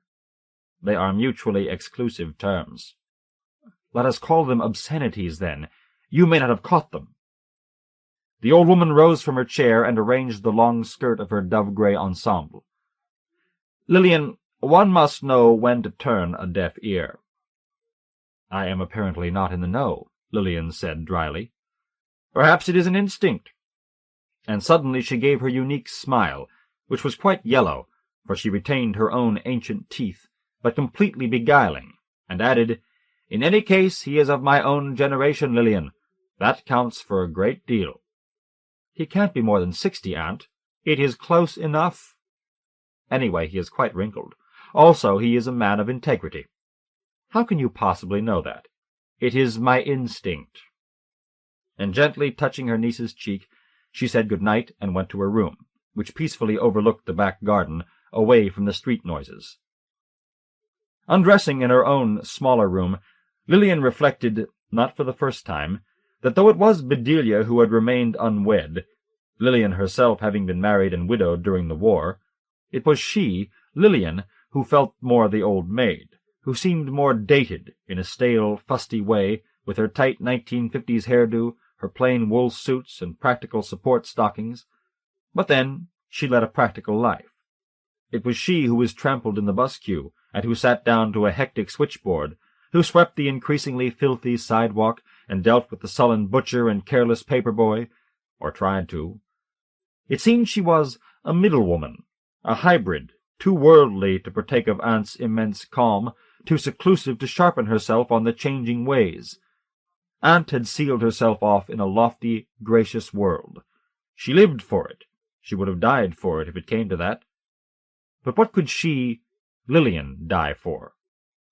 She fit in nowhere, she thought, climbing into bed, and 30 years from now she would not have aged into the rare creature Aunt was, last survivor of a fair, legendary breed, her own crimped hairdo as original as the Edwardian poof, her boxy suits as awesome as the floor-sweeping gowns. No, she would just be a peculiar old leftover in a room somewhere. For Aunt was grande dame, blue stocking, and virgin in one, and they didn't make that kind any more. They didn't make those eyes any more, large, hooded, a deep, glowing violet. It was a hue that had passed. And she closed her own eyes, of candid, serviceable gray, said the Lord's Prayer, and prepared to act as buffer between her elite relative and the foul-mouthed old refugee. Aunt Bedelia prepared the dinner herself, taking great pains. Then she creaked into her wet garden with an umbrella and picked her finest blooms for a centerpiece. And finally, over the knobbed arthritic joint of her ring finger, she twisted a magnificent amethyst, usually reserved for Christmas, Easter, and Bach's birthday. These touches Lillian expected to be lost on their wild-eyed guest, but Vladimir kissed the festive hand with a cavalier click of his sandals, acknowledged the flowers with a noisy inhalation of his large, hairy nostrils, and ate his food with admirable, if strained, refinement. During coffee he capsized his cup, but this was only because he and Bedelia were flying from Bavarian spas and Italian sea resorts to music theory, Turgenev, and God knew what else. Lillian could hardly follow.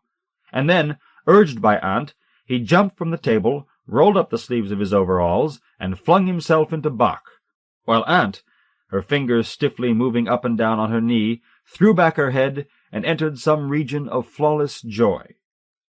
At 11 o'clock, Vladimir wrestled into his red lumber jacket, expressed his delight with the evening, and slapped down the steps to his infirm 1938 Buick.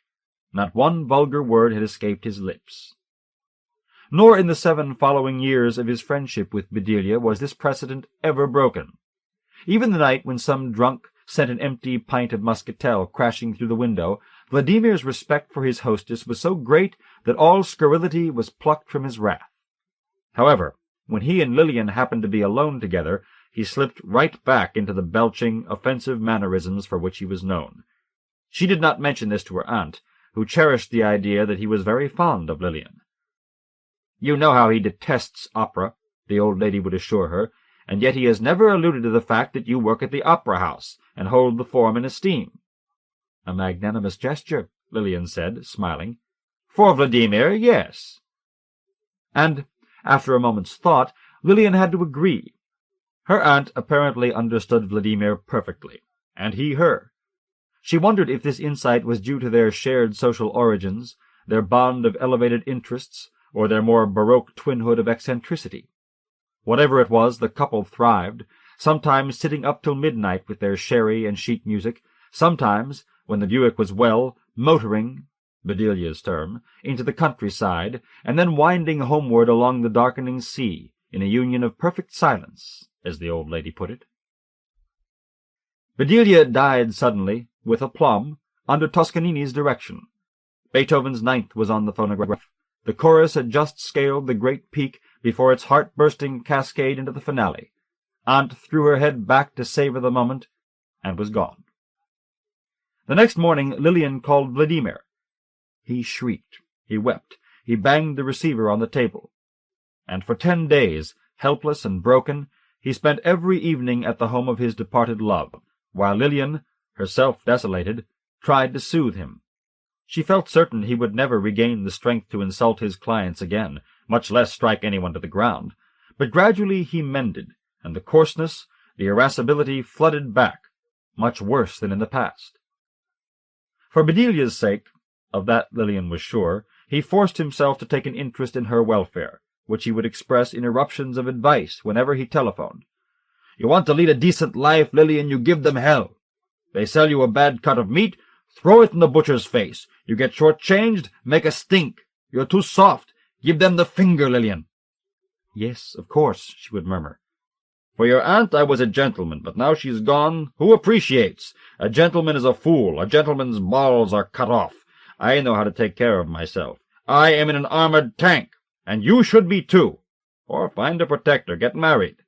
"Pardon?" she asked. "Marry!" "I have no desire to marry, Vladimir." "Desire! Desire! It's a world for your desires. Think of your scalp. You need a protector now Bedelia's gone."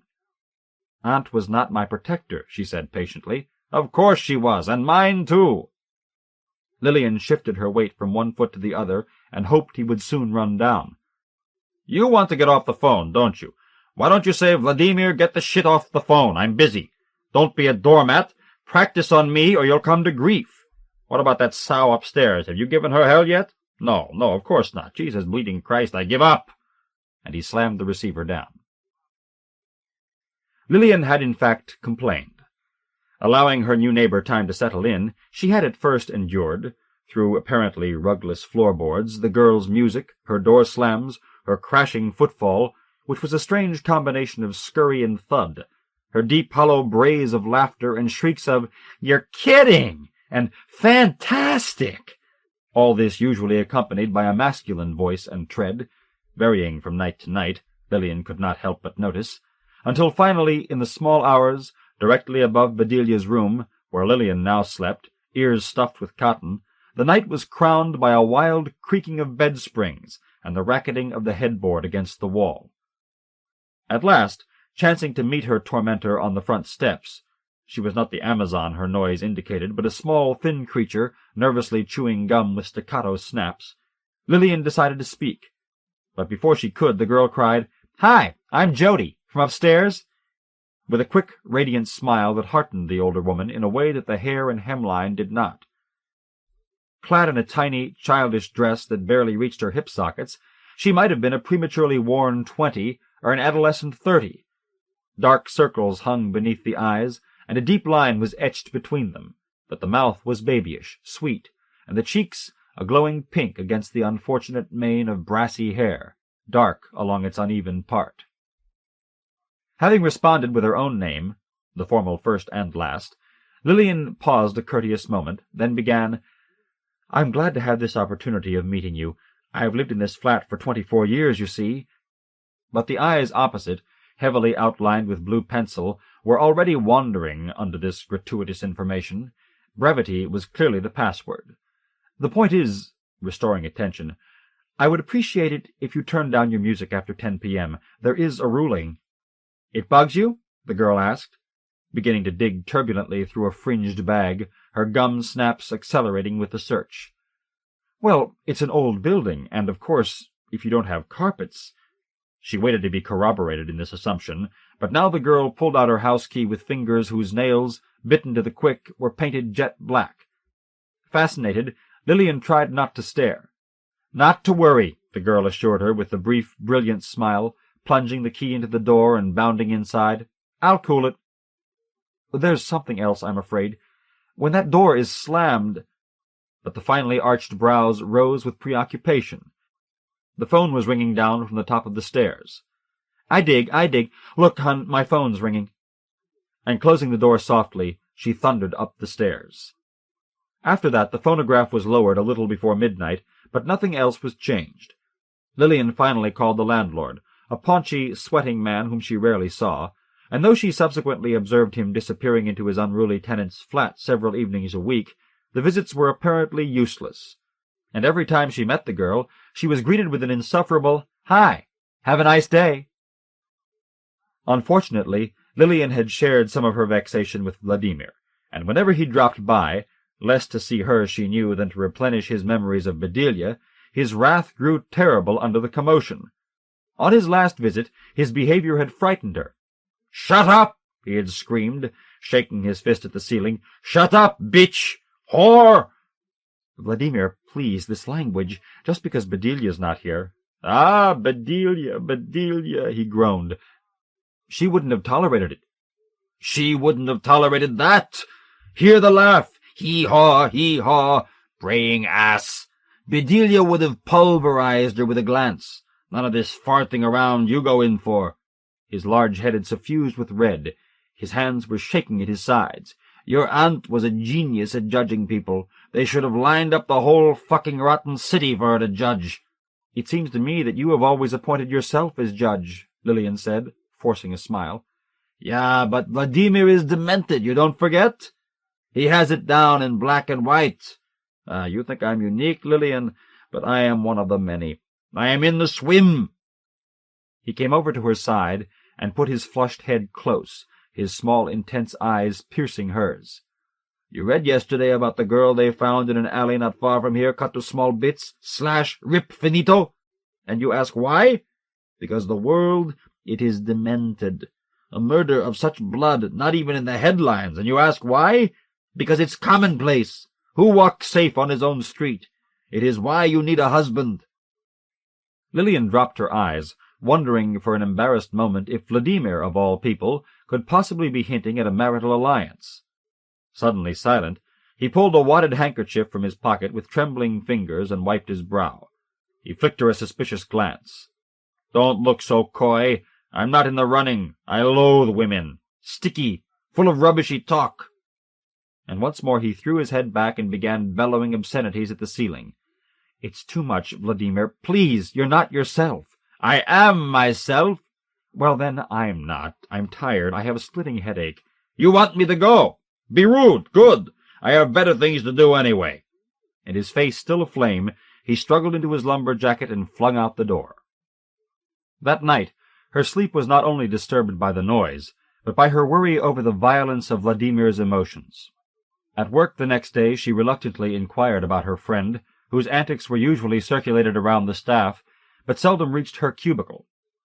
For the first time in years, she learned, the weird little Russian had gone right over the edge, flapping newspapers in strangers' faces and ranting about the end of civilization, storming out on tuning jobs and leaving his tools behind, then furiously accusing his clients of stealing them. The opinion was that if he did not commit himself soon, someone else would do it for him. On the clamorous bus home that night, shoved as usual into the rear, Lillian felt an overwhelming need for Bedelia, for the sound of that clear, well-modulated voice that had always set the world to rights. But she opened her door on silence. She removed her raincoat and sat down in the living room with a damp newspaper. People at work told her she should buy a television set, such a good companion when you lived alone, but she had too long scorned that Philistine invention to change now. For that matter, she seldom turned on the radio, and even the newspaper, she ran her eyes over the soggy turmoil of the front page, even the newspaper distressed her. Vladimir was extreme, but he was right. Everything was coming apart. Sitting there, she thought she could hear the world's madness, its rudeness, its litter, its murders, beat against the house with the rain. And suddenly she closed her eyes under an intolerable longing for the past, for the peaceful years she had spent in these rooms with Bedelia, and before that, for the face of her young husband, 30 years gone now, and for even earlier days. Odd, but it never seemed to rain in her youth. The green campus filled the air with dizzying sweetness. She remembered running across the lawns for no reason but that she was 20, and the sun would shine forever. She gave way to 2 large tears. Shaken, yet somehow consoled, and at the same time ashamed of her self-indulgence, she went into the kitchen to make dinner. But as she cooked her chop, she knew that even this small measure of comfort would be destroyed as soon as her neighbor came banging through the door. Already her neck was tightening against the sound. But there was no noise at all that night, not until 1 a.m., when the steady ring of the telephone pulled her groggily from bed. "Listen, you'll kill me. It's Jody. I'm across the bay, and I just flashed on maybe I left the stove burners going." "Who?" Lillian said, rubbing her eyes. "Jody. How did you get my number?"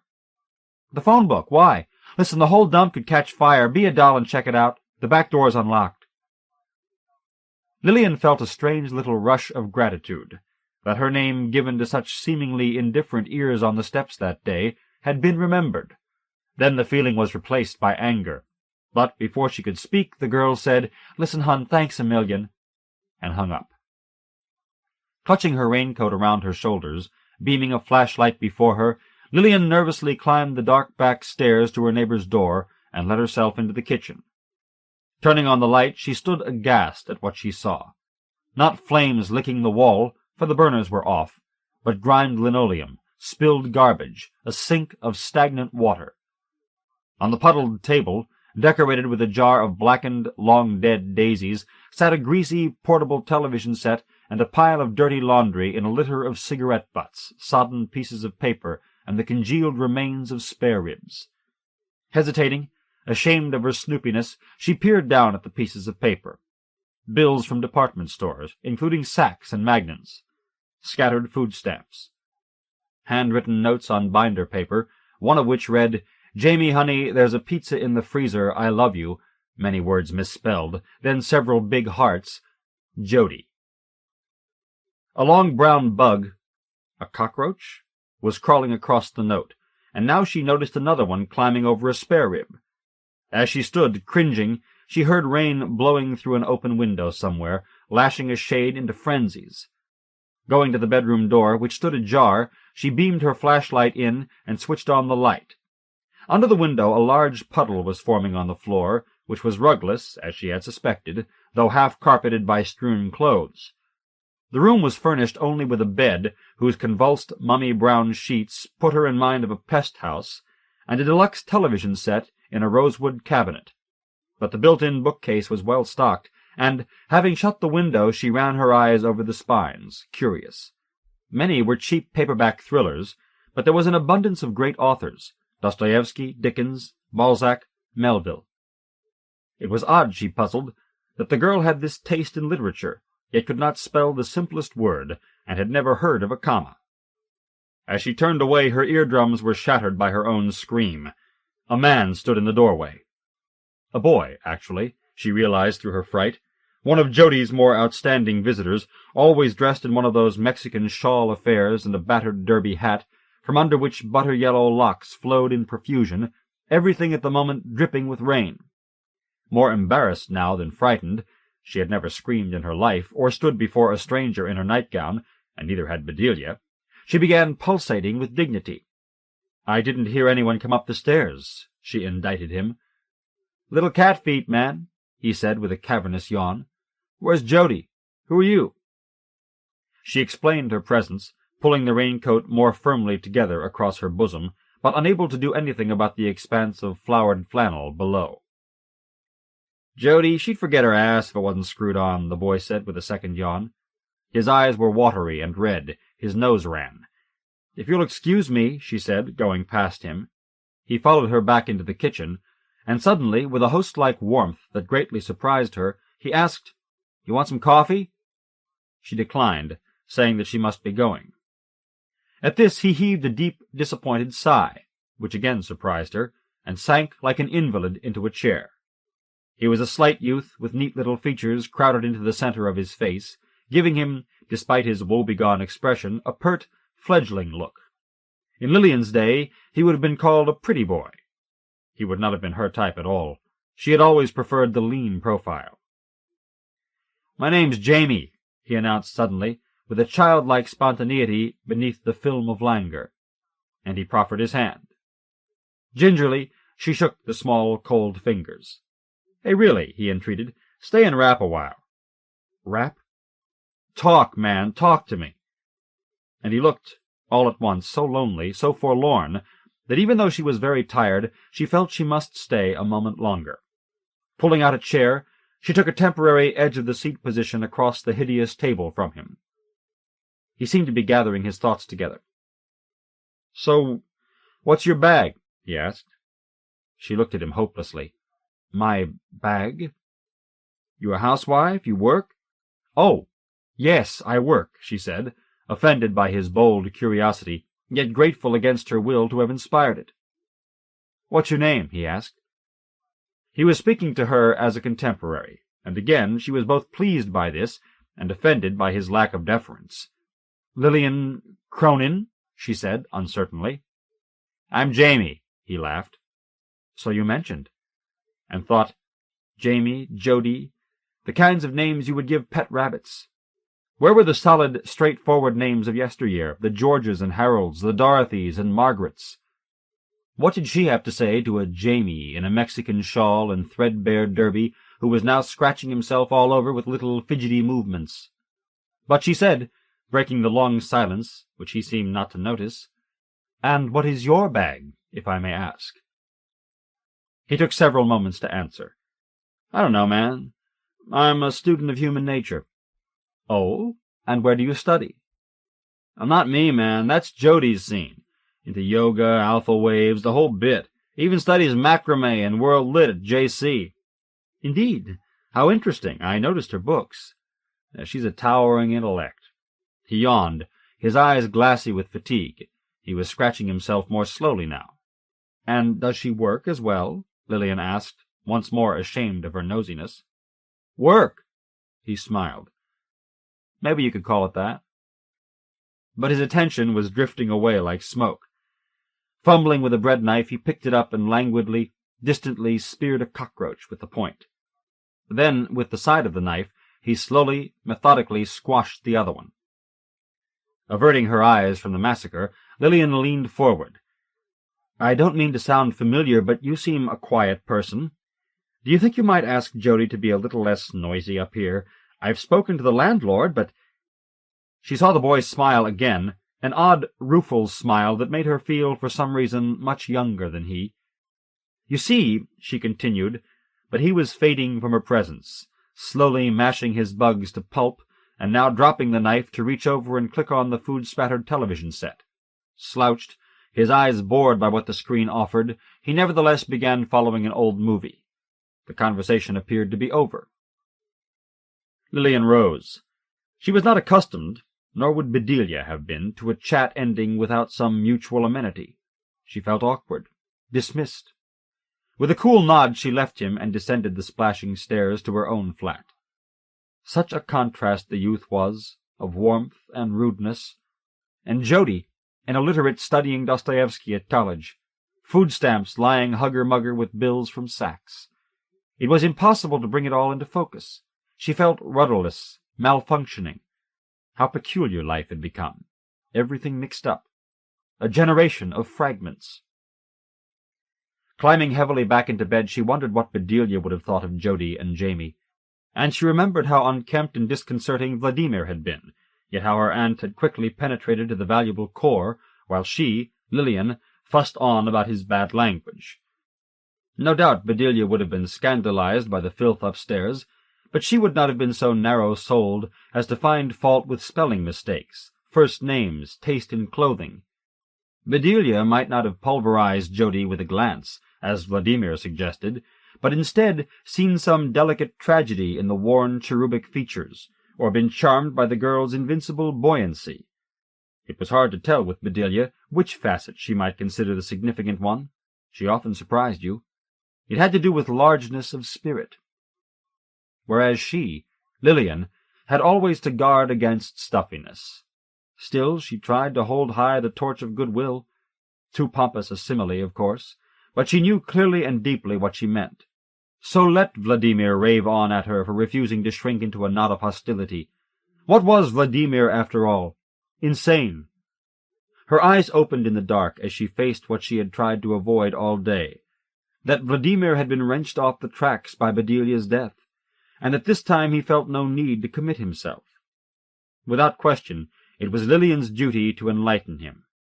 But she winced at the thought. Such a terrible thing to have to tell someone. If only she could turn to Bedelia. How sorely she missed her. How sorely she missed George's lean young face under his army cap. Youth, sunlight. Outside the rain still fell. She had only herself and the dark, unending rain. "Stop this brooding," she said aloud. If she had only herself, she had better be decent company. And closing her eyes, she tried to sleep.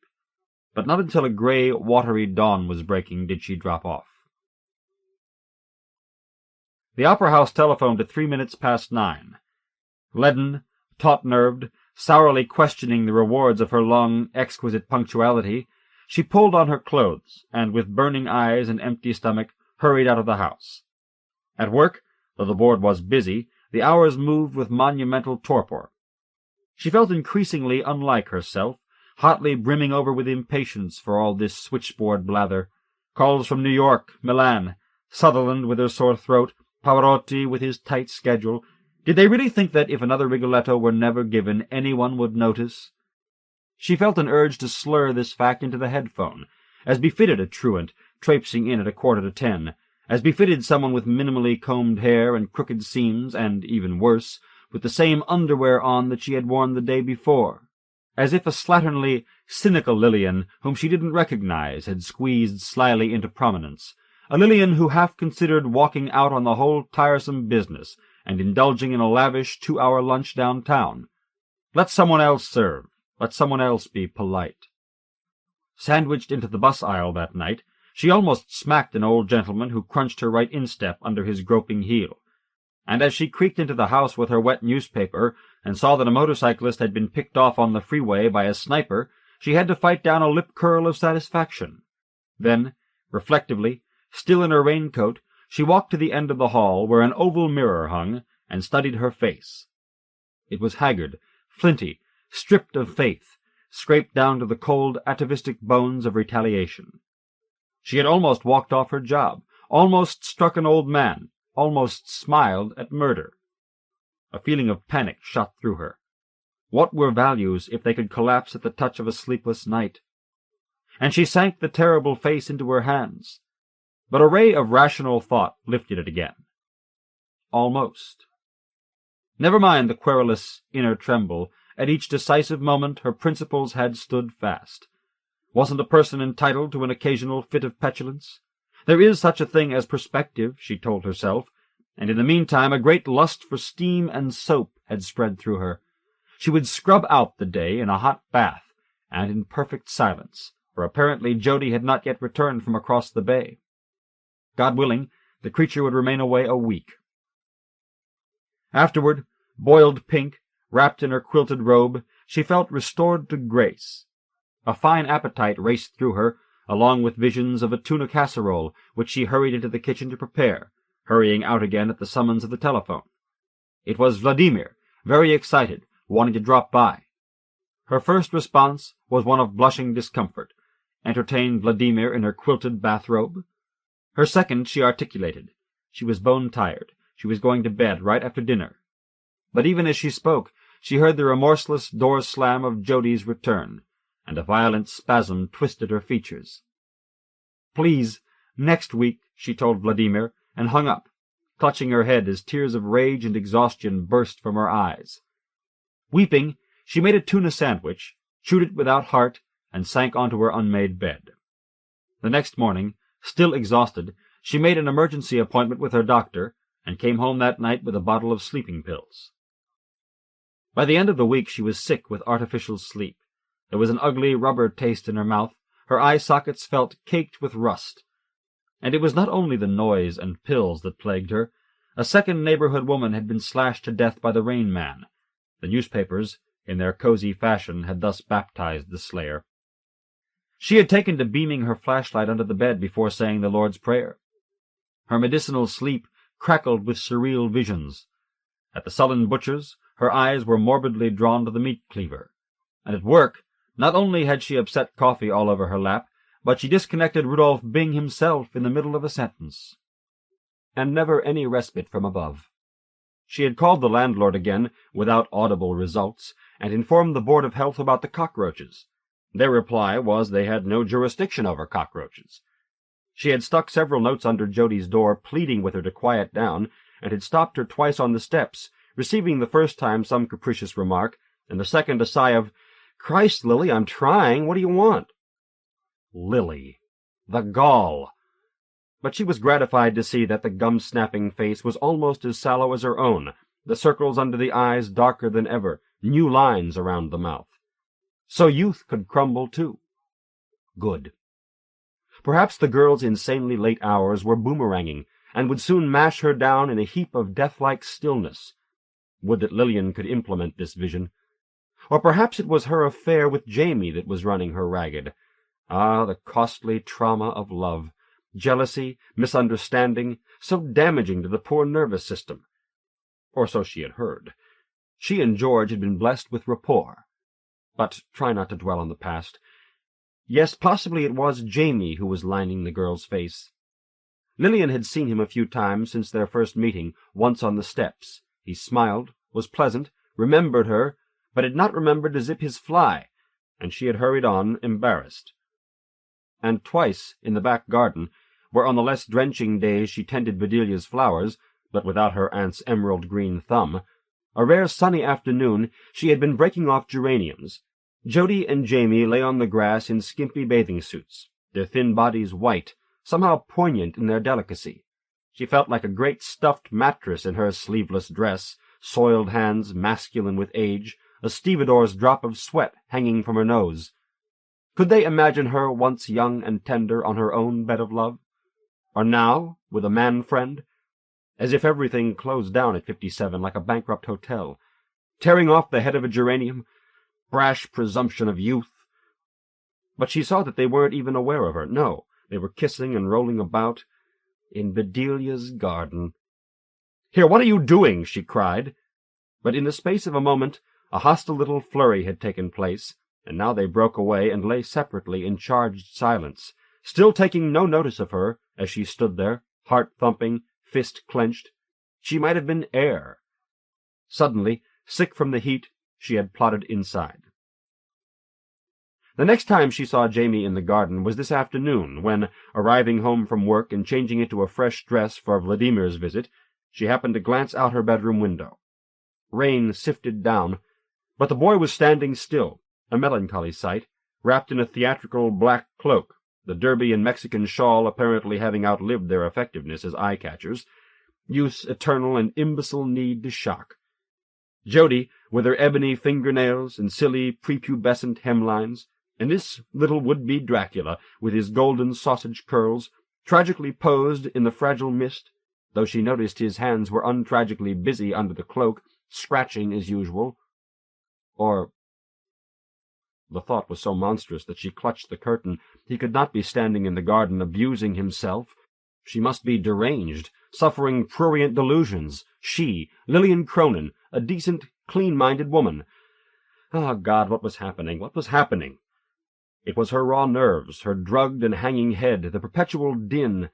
Even as she stood there, her persecutor was trying on clothes, dropping shoes, pounding from closet to mirror. For Lillian could by now divine the activity behind each noise, while simultaneously braying into the telephone receiver stuck between chin and shoulder, and sketchily attending the deluxe television set, which blared a hysterical melodrama. Outside, the youth sank onto a tree stump, from which he cast the upstairs window a long, bleak look. They must have had a lover's quarrel, and the girl had shut him out.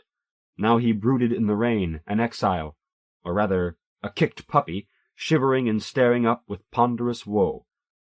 Then, eyes dropping, he caught sight of Lillian, and a broad, sunny, candid smile flashed from the dismal countenance.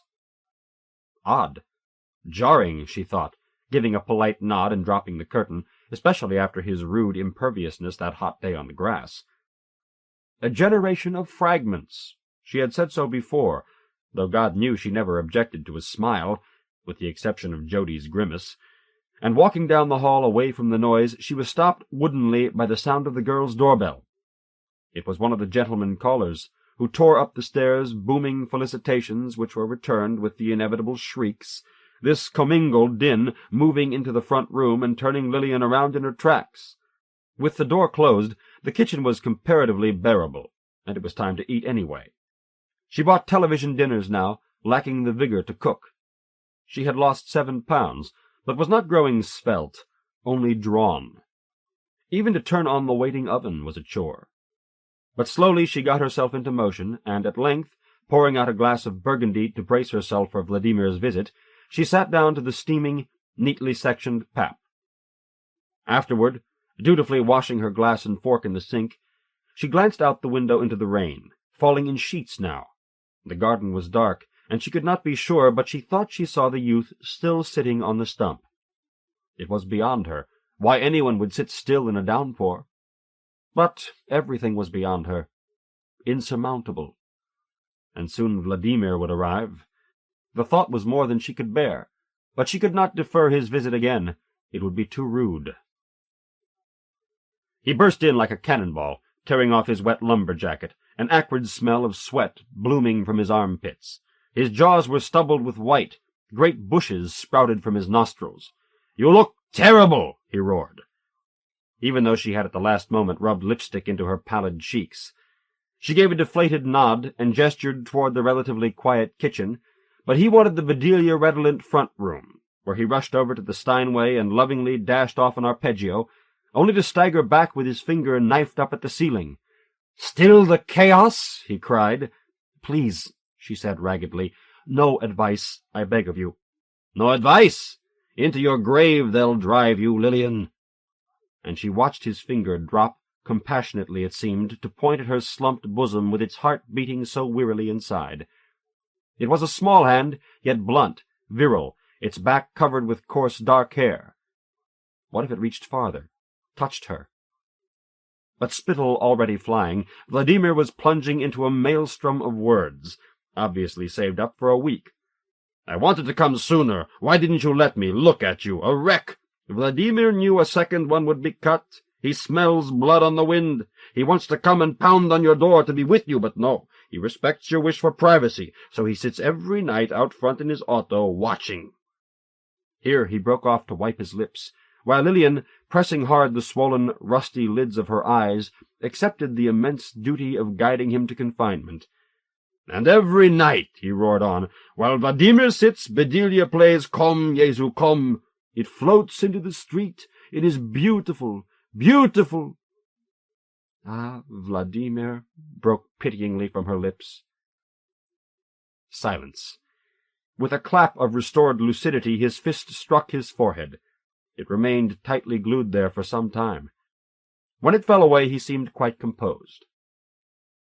"I have always regretted," he said crisply, "that you resemble the wrong side of your family.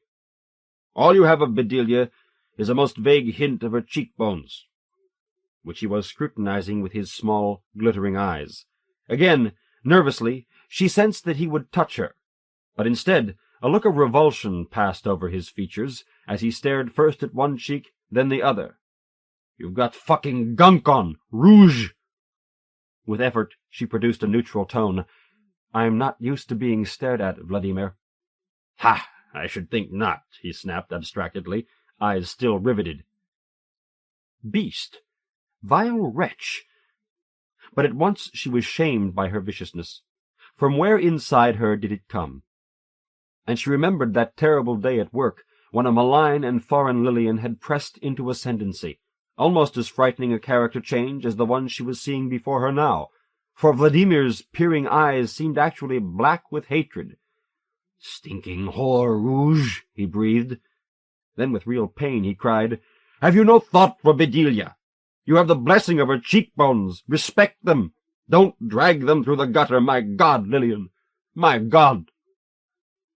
She said nothing. It seemed the only thing to do.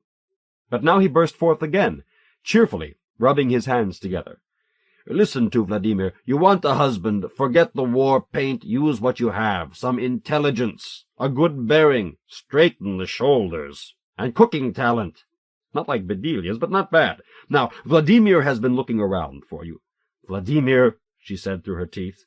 "And he has found a strong, healthy widower of 52 years, a great enjoyer of the opera. He has been advised of your virtues." "Vladimir! Of course you understand Vladimir himself is out. Vladimir is a monolith." A particularly loud thump shuddered the ceiling, and he jumped back, yelling, "Shove it, you swine! Lice!" "Vladimir, I do not want a man," Lillian snapped. "Not so. I sense sex boiling around in you." Her lips parted. Blood rushed into her cheeks to darken the artificial blush. For certain, with the short, potent word sex, his hands would leap on her. "But you look 1,000 years old," he went on. "It hangs in folds, your face. You must get rid of this madhouse upstairs. What have you done so far? Not even told the landlord." "I have," she cried, and suddenly the thought of confiding in someone loosened a stinging flood of tears from her eyes, and she sank into a chair. "He has come to speak to her, time and time again. He seems always to be there, but nothing changes." "Ah, so," said Vladimir, pulling out his grey handkerchief and handing it to her. "The sow screws him." She grimaced both at the words and the reprehensible cloth, with which she nevertheless dabbed her eyes. "I don't believe that," she said nasally. "Why not? She's a prostitute. Only to look at her." "You've seen her?" she asked, slowly raising her eyes. But of course, if he sat outside in his car every night— "I have seen her," he said, revulsion hardening his eyes. "I have seen much. Even a Batman with the face of a sorrowful Cupid doll. He pines this minute on the front steps." "That's your boyfriend," Lillian murmured, increasingly chilled by the thought of Vladimir sitting outside all night, spying. "Boyfriend!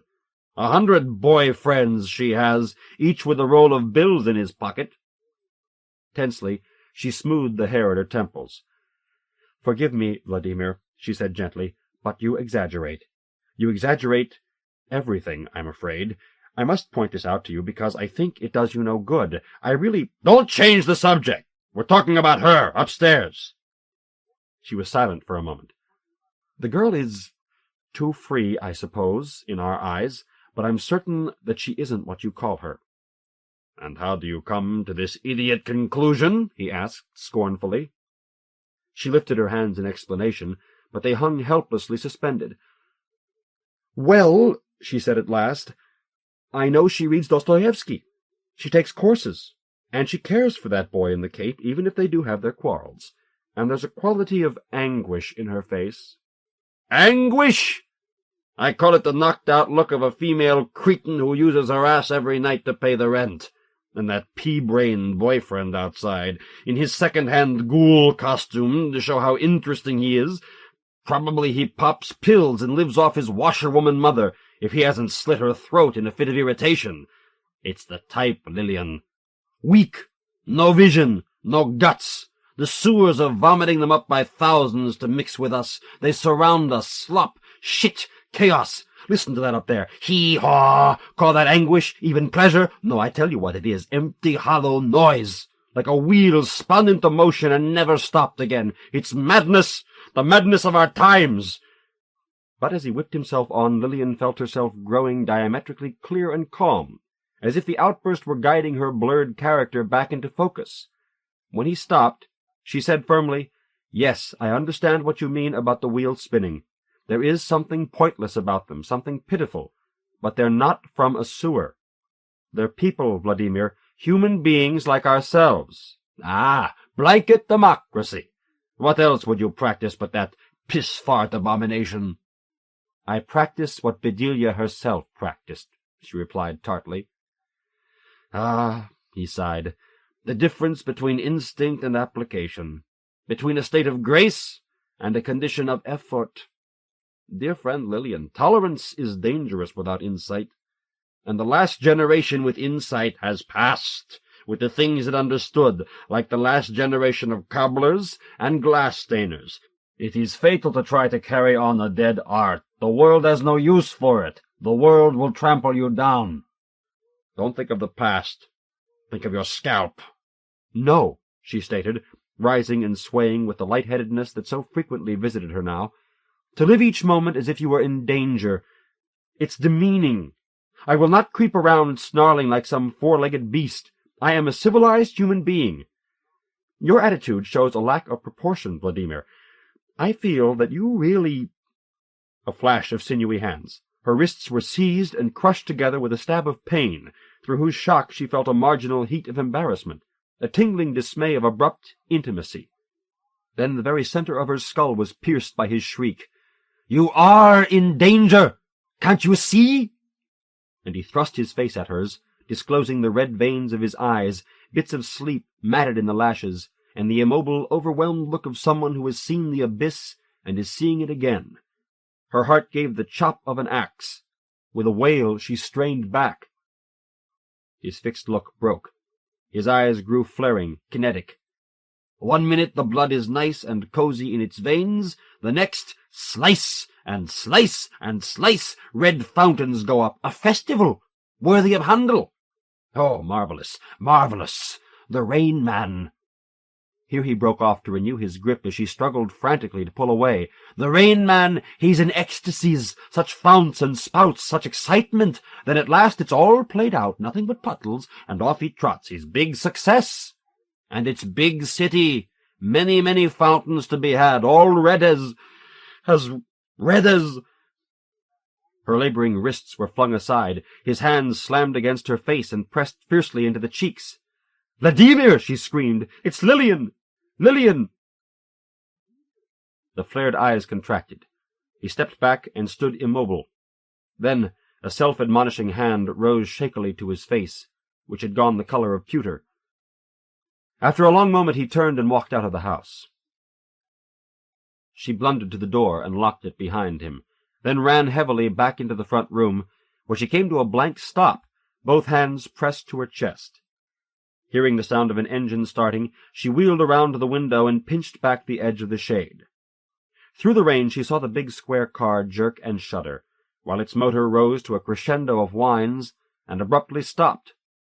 Vladimir climbed out and started back across the pavement. Her brain finally clicked. The telephone. The police. With long strides she gained the hall where the telephone stood, and where she now heard the anticipated knock, but mild, rueful, a diminished sound that soon fell away. She moved on haltingly. She would call the police, yes, or a friend from work, or her doctor, someone, anyone. She must talk to someone. And suddenly she stumbled with a cry. It was Vladimir's lumber jacket she had tripped over, still lying on the floor where he had dropped it, his wallet sticking out from the pocket. Outside, the Buick began coughing once more, then it fell silent. A few moments later the shallow, timid knock began again. Without his wallet he could not call a garage, a taxi. It was a 15-block walk to his house in the rain. If only she could feel Bedelia's presence beside her, look to the expression in the intelligent eyes. Gradually, concentrating on those eyes, she felt an unclenching inside her. She gazed at the door. Behind it, Vladimir was Vladimir still. He had spoken with horrifying morbidity, and even hurt her wrists and face, but he was not the Rain Man. Bedelia would have seen such seeds. He had been trying to warn her tonight of the world's dangers, and in his passion had set off one of his numerous obsessions. With her fingertip she touched the rouged and aching oval of her cheek. Strange, tortured soul, who had stationed himself out in the cold, night after night, to keep her from harm. Bending down, she gathered up the rough, homely jacket, but the knocking had stopped.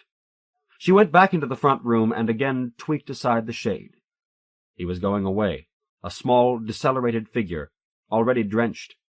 Now he turned the corner and was lost from sight.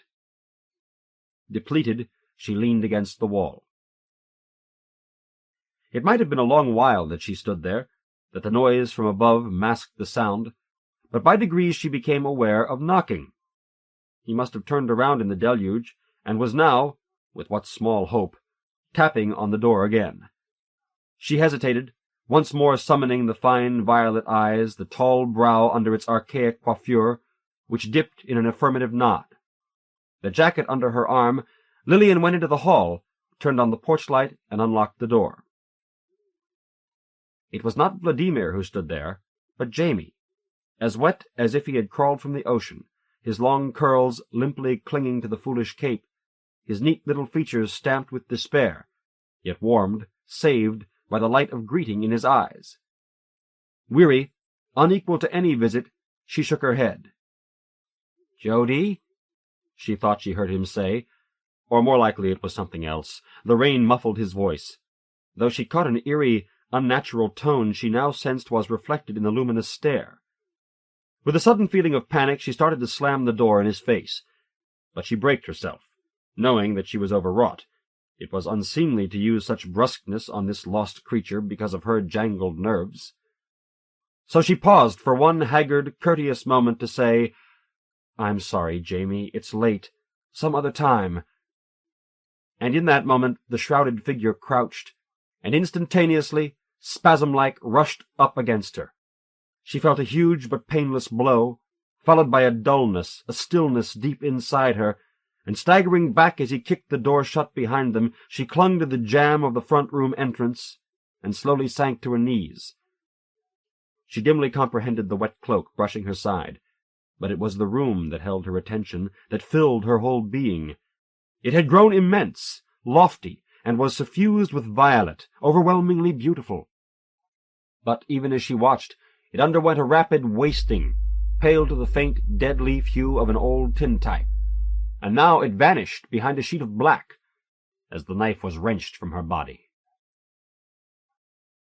The Kugelmass Episode by Woody Allen.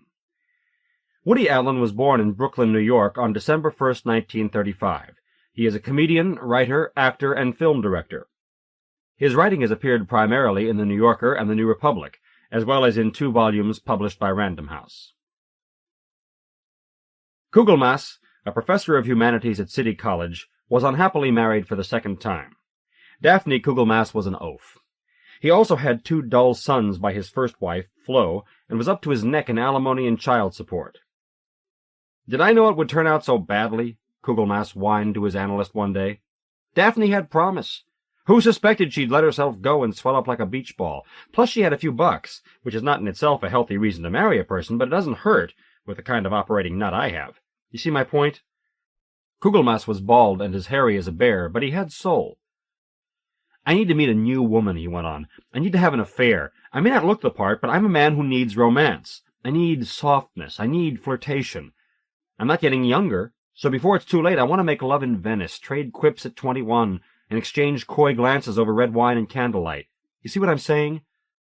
Dr. Mandel shifted in his chair and said, "An affair will solve nothing. You're so unrealistic. Your problems run much deeper." "And also, this affair must be discreet," Kugelmass continued. "I can't afford a second divorce. Daphne would really sock it to me." "Mr. Kugelmass, but it can't be anyone at City College, because Daphne also works there. Not that anyone on the faculty at CCNY is any great shakes, but some of those co-eds. Mr. Kugelmass, help me. I had a dream last night. I was skipping through a meadow holding a picnic basket, and the basket was marked options. And then I saw there was a hole in the basket. Mr. Kugelmass, the worst thing you could do is act out. You must simply express your feelings here, and together we'll analyze them. You have been in treatment long enough to know there is no overnight cure. After all, I'm an analyst, not a magician." "Then perhaps what I need is a magician," Kugelmass said, rising from his chair, and with that he terminated his therapy. A couple of weeks later, while Kugelmass and Daphne were moping around their apartment one night like 2 pieces of old furniture, the phone rang. "I'll get it," Kugelmass said. "Hello?" "Kugelmass," a voice said. "Kugelmass, this is Persky." "Who?" "Persky. Or should I say the great Persky?" "Pardon me?" "I hear you're looking all over town for a magician to bring a little exotica into your life. Yes or no?" "Shh," Kugelmass whispered. "Don't hang up. Where are you calling from, Persky?" Early the following afternoon, Kugelmass climbed 3 flights of stairs in a broken-down apartment house in the Bushwick section of Brooklyn. Peering through the darkness of the hall, he found the door he was looking for and pressed the bell. "I'm going to regret this," he thought to himself. Seconds later, he was greeted by a short, thin, waxy-looking man. "You're Persky the Great?" Kugelmass said. "The Great Persky. You want a tea?" "No, I want romance. I want music. I want love and beauty." "But not tea, eh? Amazing. Okay, sit down." Persky went to the back room, and Kugelmass heard the sounds of boxes and furniture being moved around. Persky reappeared, pushing before him a large object on squeaky roller-skate wheels. He removed some old silk handkerchiefs that were lying on its top and blew away a bit of dust. It was a cheap-looking Chinese cabinet, badly lacquered. "Persky," Kugelmass said, "what's your scam?" "Pay attention," Persky said. "This is some beautiful effect. I developed it for a Knights of Pythias date last year, but the booking fell through. Get into the cabinet." Why? So you can stick it full of swords or something? You see any swords? Kugelmass made a face and, grunting, climbed into the cabinet. He couldn't help noticing a couple of ugly rhinestones glued onto the raw plywood just in front of his face. "If this is a joke," he said. "Some joke. Now, here's the point. If I throw any novel into this cabinet with you, shut the doors, and tap it 3 times, you will find yourself projected into that book." Kugelmass made a grimace of disbelief. "It's the emis," Persky said. "My hand to God. Not just a novel, either. A short story, a play, a poem. You can meet any of the women created by the world's best writers, whoever you dreamed of. You could carry on all you like with a real winner. Then, when you've had enough, you give a yell, and I'll see you're back here in a split second." "Persky, are you some kind of outpatient?" "I'm telling you it's on the level," Persky said. Kugelmass remained skeptical. "What are you telling me? That this cheesy homemade box can take me on a ride like you're describing?" "For a double sawbuck." Kugelmass reached for his wallet. "I'll believe this when I see it," he said. Persky tucked the bills in his pants pocket and turned toward his bookcase. "So, who do you want to meet? Sister Carrie? Hester Prynne? Ophelia? Maybe someone by Saul Bellow. Hey, what about Temple Drake? Although, for a man your age, she'd be a workout." "French. I want to have an affair with a French lover." "Nana?" "I don't want to have to pay for it." "What about Natasha in War and Peace?" "I said French." "I know. What about Emma Bovary? That sounds to me perfect." "You got it, Kugelmass. Give me a holler when you've had enough." Persky tossed in a paperback copy of Flaubert's novel. "You sure this is safe?" Kugelmass asked, as Persky began shutting the cabinet doors. "Safe? Is anything safe in this crazy world?" Persky rapped 3 times on the cabinet, and then flung open the doors. Kugelmass was gone. At the same moment, he appeared in the bedroom of Charles and Emma Bovary's house at Yonville. Before him was a beautiful woman, standing alone with her back turned to him as she folded some linen. "I can't believe this," thought Kugelmass, staring at the doctor's ravishing wife. "This is uncanny. I'm here. It's her." Emma turned in surprise. "Goodness, you startled me," she said. "Who are you?" She spoke in the same fine English translation as the paperback. "It's simply devastating," he thought. Then, realizing that it was he whom she had addressed, he said, "Excuse me, I'm Sidney Kugelmass. I'm from City College, a professor of humanities. CCNY? Uptown? Oh boy." Emma Bovary smiled flirtatiously and said, "Would you like a drink? A glass of wine, perhaps?" She is beautiful, Kugelmass thought. What a contrast with the troglodyte who shared his bed. He felt a sudden impulse to take this vision into his arms and tell her she was the kind of woman he had dreamed of all his life. "Yes, some wine," he said hoarsely. "White. No, red. No, white. Make it white." "Charles is out for the day," Emma said, her voice full of playful implication. After the wine, they went for a stroll in the lovely French countryside. "I've always dreamed that some mysterious stranger would appear and rescue me from the monotony of this crass rural existence," Emma said, clasping his hand. They passed a small church. "I love what you have on," she murmured. "I've never seen anything like it around here. It's so modern." "It's called a leisure suit," he said romantically. "It was marked down." Suddenly he kissed her.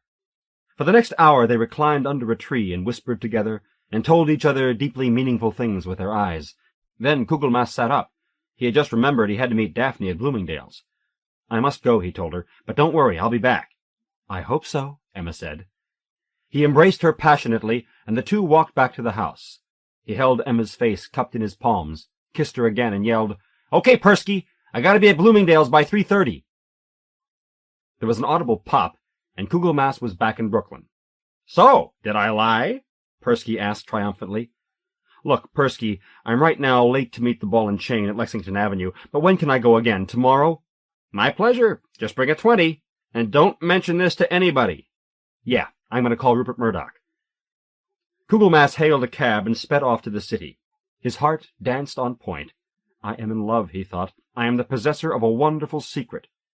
What he didn't realize was that at this very moment students in various classrooms across the country were saying to their teachers, "Who is this character on page 100? A bald Jew is kissing Madame Bovary?"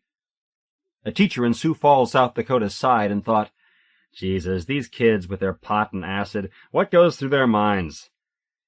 Daphne Kugelmass was in the bathroom accessories department at Bloomingdale's when Kugelmass arrived breathlessly. "Where have you been?" she snapped. "It's 4:30. "I got held up in traffic," Kugelmass said.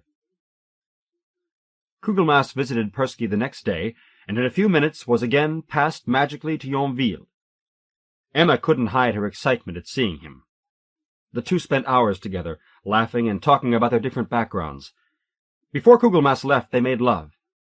"My God, I'm doing it with Madame Bovary," Kugelmass whispered to himself. "Me, who failed freshman English."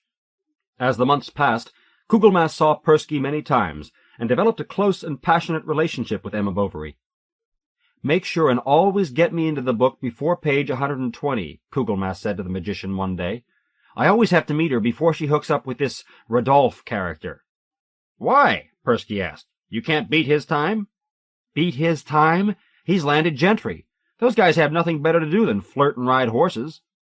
To me, he's one of those faces you see in the pages of Women's Wear Daily, with the Helmut Berger hairdo, but to her he's hot stuff." "And her husband suspects nothing?" "He's out of his depth. He's a lackluster little paramedic who's thrown in his lot with a jitterbug. He's ready to go to sleep by 10, and she's putting on her dancing shoes. Oh well, see you later." And once again Kugelmass entered the cabinet and passed instantly to the Bovary estate at Yonville. "How you doing, Cupcake?" he said to Emma. "Oh, Kugelmass," Emma sighed.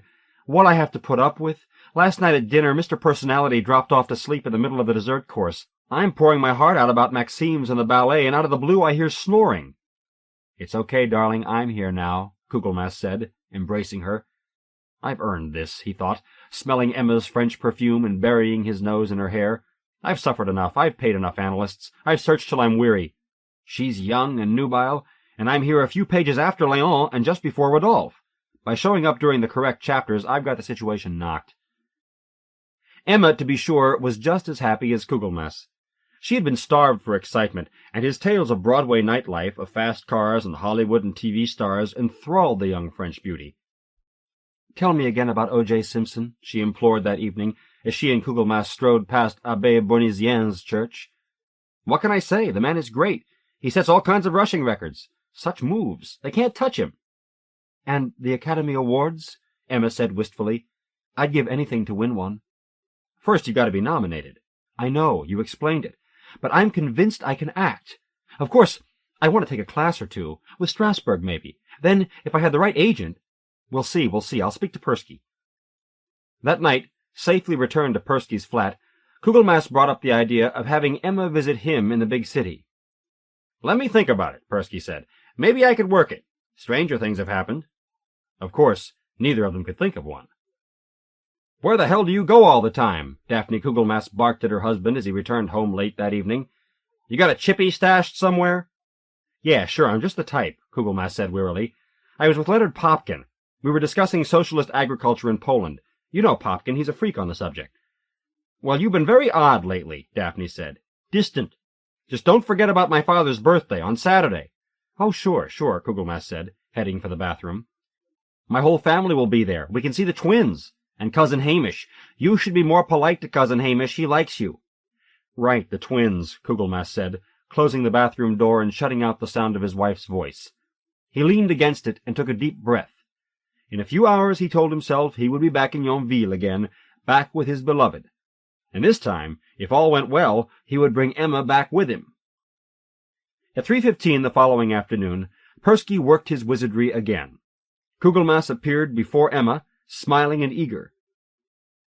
The two spent a few hours at Yonville with Binet, and then remounted the Bovary carriage. Following Persky's instructions, they held each other tightly, closed their eyes, and counted to 10. When they opened them, the carriage was just drawing up at the side door of the Plaza Hotel, where Kugelmass had optimistically reserved a suite earlier in the day. "I love it. It's everything I dreamed it would be," Emma said, as she swirled joyously around the bedroom, surveying the city from their window. "There's F.A.O. Schwartz, and there's Central Park. And the sherry is which one? Oh, there, I see. It's too divine." On the bed there were boxes from Halston and Saint Laurent. Emma unwrapped a package and held up a pair of black velvet pants against her perfect body. "The slack suit is by Ralph Lauren," Kugelmass said. "You'll look like $1,000,000 in it. Come on, sugar, give us a kiss." "I've never been so happy," Emma squealed as she stood before the mirror. Let's go out on the town. I want to see Chorus Line and the Guggenheim, and this Jack Nicholson character you always talk about. Are any of his flicks showing?" "I cannot get my mind around this," a Stanford professor said.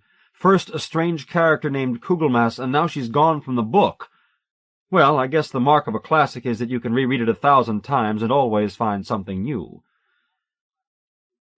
The lovers passed a blissful weekend. Kugelmass had told Daphne he would be away at a symposium in Boston and would return Monday. Savoring each moment, he and Emma went to the movies, had dinner in Chinatown, passed 2 hours at a discotheque, and went to bed with a TV movie. They slept till noon on Sunday, visited Soho, and ogled celebrities at Elaine's. They had caviar and champagne in their suite on Sunday night and talked until dawn. That morning, in the cab taking them to Persky's apartment, Kugelmass thought, "It was hectic, but worth it. I can't bring you here too often, but now and then it'll be a charming contrast with Yonville." At Persky's, Emma climbed into the cabinet, arranged her new boxes of clothes neatly around her, and kissed Kugelmass fondly. "My place next time," she said with a wink. Persky rapped 3 times on the cabinet. Nothing happened. Persky said, scratching his head. He rapped again, but still no magic. "Something must be wrong," he mumbled. "Persky, you're joking," Kugelmass cried. "How can it not work? Relax, relax. Are you still in the box, Emma?" "Yes." Persky rapped again, harder this time. "I'm still here, Persky." "I know, darling. Sit tight." "Persky, we have to get her back," Kugelmass whispered. "I'm a married man, and I have a class in 3 hours. I'm not prepared for anything more than a cautious affair at this point." "I can't understand it," Persky muttered. "It's such a reliable little trick." But he could do nothing. "It's going to take a little while," he said to Kugelmass. "I'm going to have to strip it down. I'll call you later." Kugelmass bundled Emma into a cab and took her back to the plaza. He barely made it to his class on time. He was on the phone all day, to Persky and to his mistress. The magician told him it might be several days before he got to the bottom of the trouble. "How was the symposium?" Daphne asked him that night. "Fine, fine," he said, lighting the filter end of a cigarette. "What's wrong? You're as tense as a cat." "Me? Ha! That's a laugh. I'm as calm as a summer night. I'm just going to take a walk." He eased out the door, hailed a cab, and flew to the plaza. "This is no good," Emma said. "Charles will miss me." "Bear with me, sugar," Kugelmass said. He was pale and sweaty. He kissed her again, raced to the elevators, yelled at Persky over a payphone in the plaza lobby, and just made it home before midnight. "According to Popkin, barley prices in Krakow have not been this stable since 1971, he said to Daphne, and smiled wanly as he climbed into bed. The whole week went by like that. On Friday night, Kugelmass told Daphne there was another symposium he had to catch, this one in Syracuse.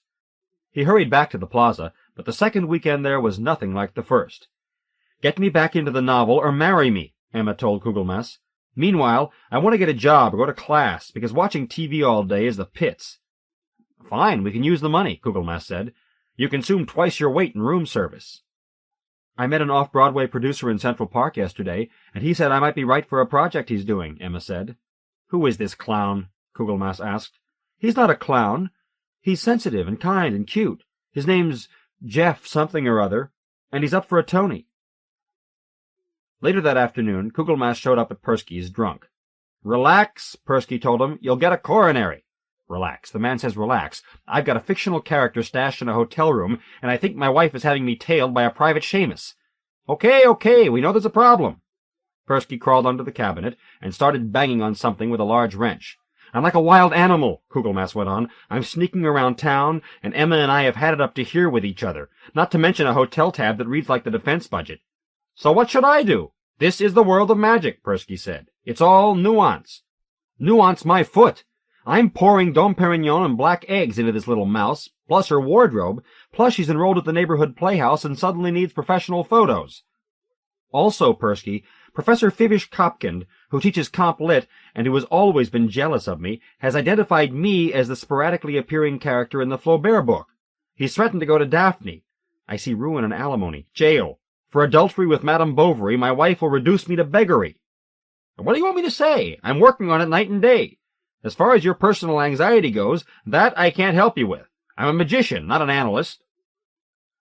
By Sunday afternoon, Emma had locked herself in the bathroom and refused to respond to Kugelmass's entreaties. Kugelmass stared out the window at the Wollman rink and contemplated suicide. Too bad this is a low floor, he thought, or I'd do it right now.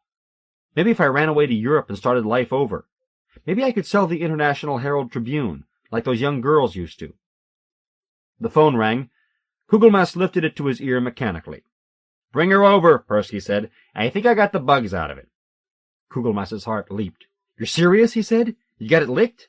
"It was something in the transmission. Go figure." "Persky, you're a genius. We'll be there in a minute. Less than a minute." Again the lovers hurried to the magician's apartment, and again Emma Bovary climbed into the cabinet with her boxes. This time there was no kiss. Persky shut the doors, took a deep breath, and tapped the box 3 times. There was the reassuring popping noise, and when Persky peered inside, the box was empty. Madame Bovary was back in her novel. Kugelmass heaved a great sigh of relief and pumped the magician's hand. "It's over," he said. "I learned my lesson. I'll never cheat again, I swear it." He pumped Persky's hand again and made a mental note to send him a necktie. 3 weeks later, at the end of a beautiful spring afternoon, Persky answered his doorbell. It was Kugelmass, with a sheepish expression on his face. "Okay, Kugelmass," the magician said. "Where to this time?" "It's just this once," Kugelmass said. "The weather is so lovely, and I'm not getting any younger. Listen, you've read Portnoy's complaint. Remember the monkey? The price is now $25 because the cost of living is up, but I'll start you off with one freebie due to all the trouble I caused you." "You're good people," Kugelmass said, combing his few remaining hairs as he climbed into the cabinet again. "This'll work all right?" "I hope, but I haven't tried it much since all that unpleasantness." "Sex and romance," Kugelmass said from inside the box. "What we go through for a pretty face." Persky tossed in a copy of Portnoy's complaint and rapped 3 times on the box. This time, instead of a popping noise, there was a dull explosion, followed by a series of crackling noises and a shower of sparks. Persky leaped back, was seized by a heart attack, and dropped dead. The cabinet burst into flames, and eventually the entire house burned down. Kugelmass, unaware of this catastrophe, had his own problems. He had not been thrust into Portnoy's complaint, or into any other novel for that matter. He had been projected into an old textbook, remedial Spanish, and was running for his life over a barren, rocky terrain as the word tener, to have, a large and hairy irregular verb, raced after him on its spindly legs. The Schreuderspitze, by Mark Helprin. Mark Helprin is the author of A Dove of the East and Other Stories, Refiner's Fire, and Ellis Island and Other Stories. He is a frequent contributor to The New Yorker. He has served in the British Merchant Navy, the Israeli Infantry, and the Israeli Air Force. Since writing the Schreuderspitze, he has become proficient in alpine mountaineering. In Munich are many men who look like weasels. Whether by genetic accident, meticulous cross-breeding, an early and puzzling migration, coincidence, or a reason that we do not know, they exist in great numbers. Remarkably, they accentuate this unfortunate tendency by wearing mustaches, alpine hats, and tweed. A man who resembles a rodent should never wear tweed. One of these men, a commercial photographer named Franzen, had cause to be exceedingly happy. "Herr Wallach has disappeared," he said to Hübner, his supplier of paper and chemicals. "You needn't bother to send him bills. Just send them to the police. The police, you realize, were here on 2 separate occasions." "If the 2 occasions on which the police have been here had not been separate, Herr Franzen, they would have been here only once." "What do you mean? Don't toy with me. I have no time for semantics.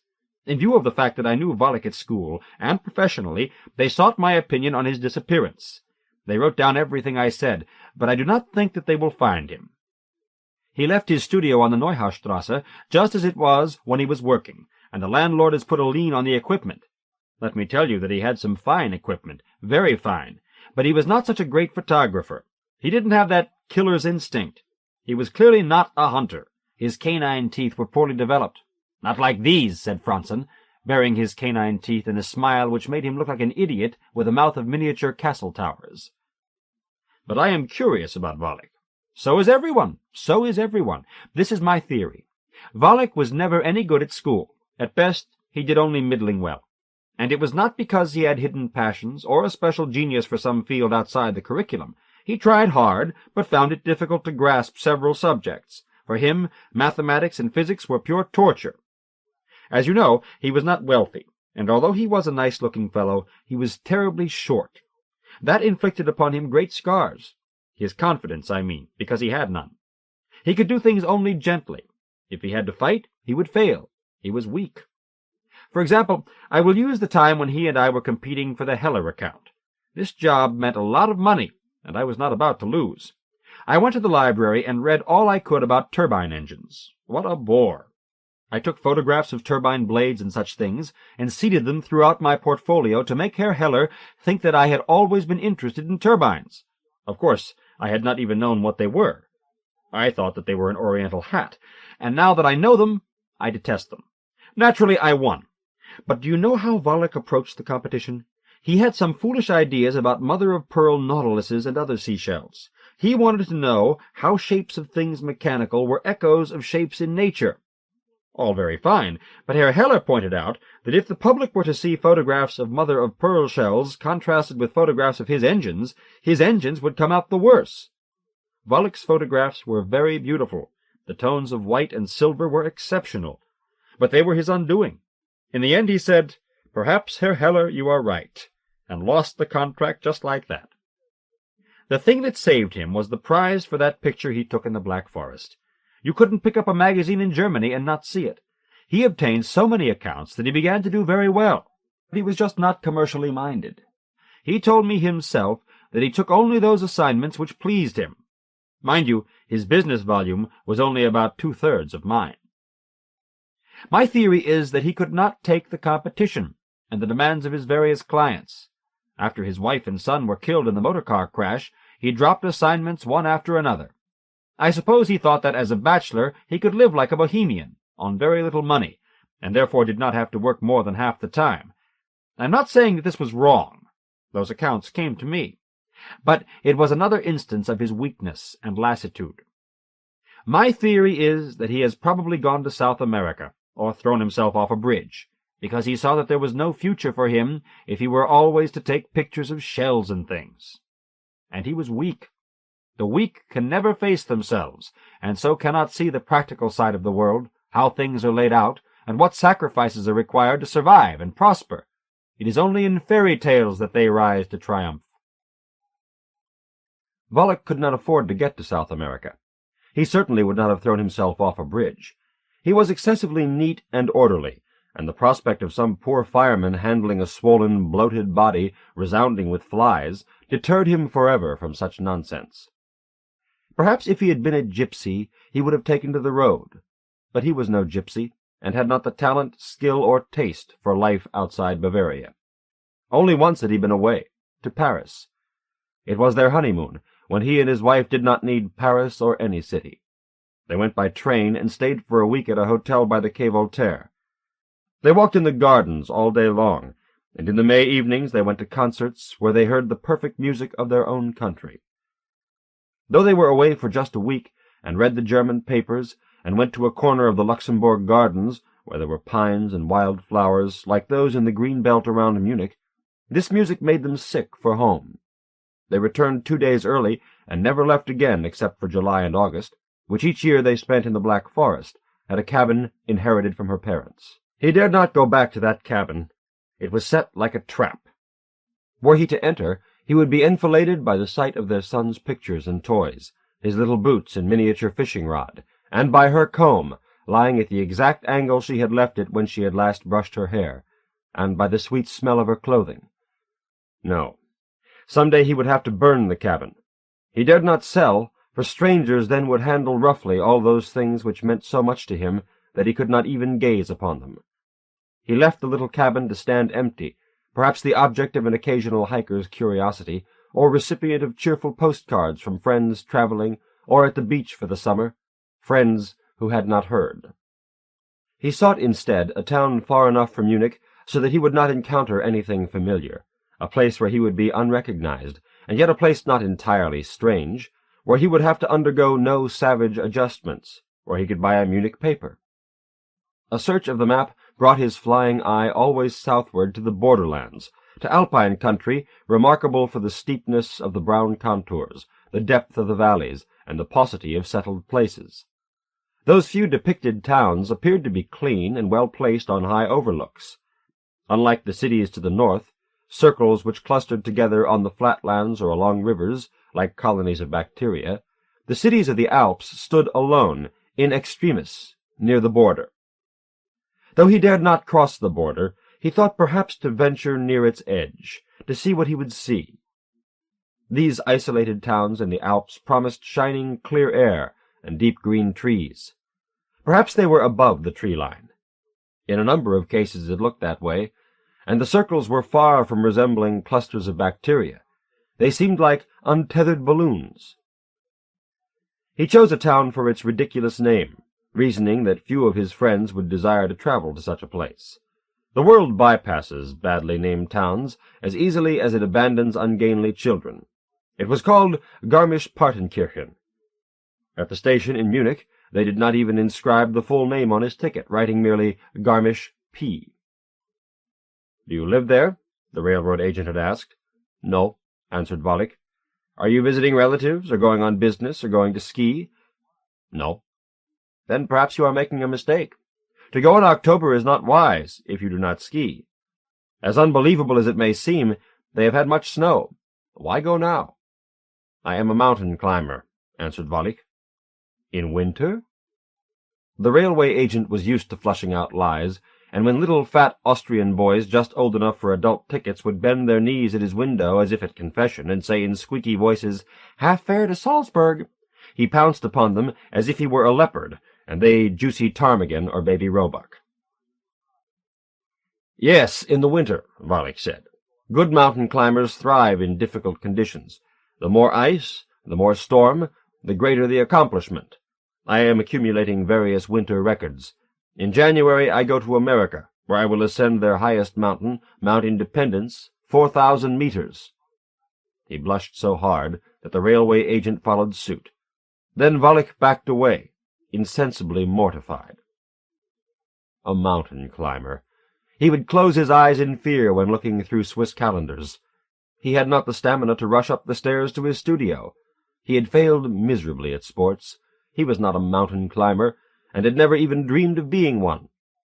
Yet when his train pulled out of the vault of lacy ironwork and late afternoon shadow, its steam exhalations were like those of a man puffing up a high meadow, speeding to reach the rock and ice, and Volek felt as if he were embarking upon an ordeal of the type men experience on the precipitous rock walls of great cloud-swirled peaks. Why was he going to Garmisch-Partenkirchen anyway, if not for an ordeal through which to right himself? He was pulled so far over on one side by the death of his family, he was so bent and crippled by the pain of it, that he was going to Garmisch-Partenkirchen to suffer a parallel ordeal through which he would balance what had befallen him. How wrong his parents and friends had been when they had offered help as his business faltered. A sensible, graceful man will have symmetry. He remembered the time at youth camp, when a stream had changed course away from a once gushing sluice, and the younger boys had to carry buckets of water up a small hill to fill a cistern. The skinny little boys had struggled up the hill. Their counselor, sitting comfortably in the shade, would not let them go two to a bucket. At first they had tried to carry the pails in front of them, but this was nearly impossible. Then they surreptitiously spilled half the water on the way up, until the counselor took up position at the cistern and inspected each cargo. It had been torture to carry the heavy bucket in one aching hand. Volek finally decided to take 2 buckets. Though it was agony, it was a better agony than the one he had had, because he had retrieved his balance, could look ahead, and by carrying a double burden had strengthened himself and made the job that much shorter. Soon all the boys carried 2 buckets. The cistern was filled in no time, and they had a victory over their surprised counselor. So, he thought, as the train shuttled through chill, half-harvested fields, I will be a hermit in Garmisch-Partenkirchen. I will know no one. I will be alone. I may even begin to climb mountains. Perhaps I will lose fingers and toes, and on the way gather a set of wounds which will allow me some peace. He sensed the change of landscape before he actually came upon it. Then they began to climb, and the engine sweated steam from steel to carry the lumbering cars up terrifying grades on either side of which blue pines stood angled against the mountainside.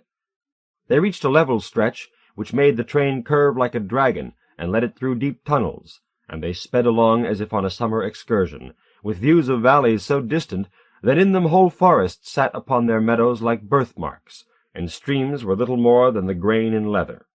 Volek opened his window and leaned out, watching ahead for tunnels.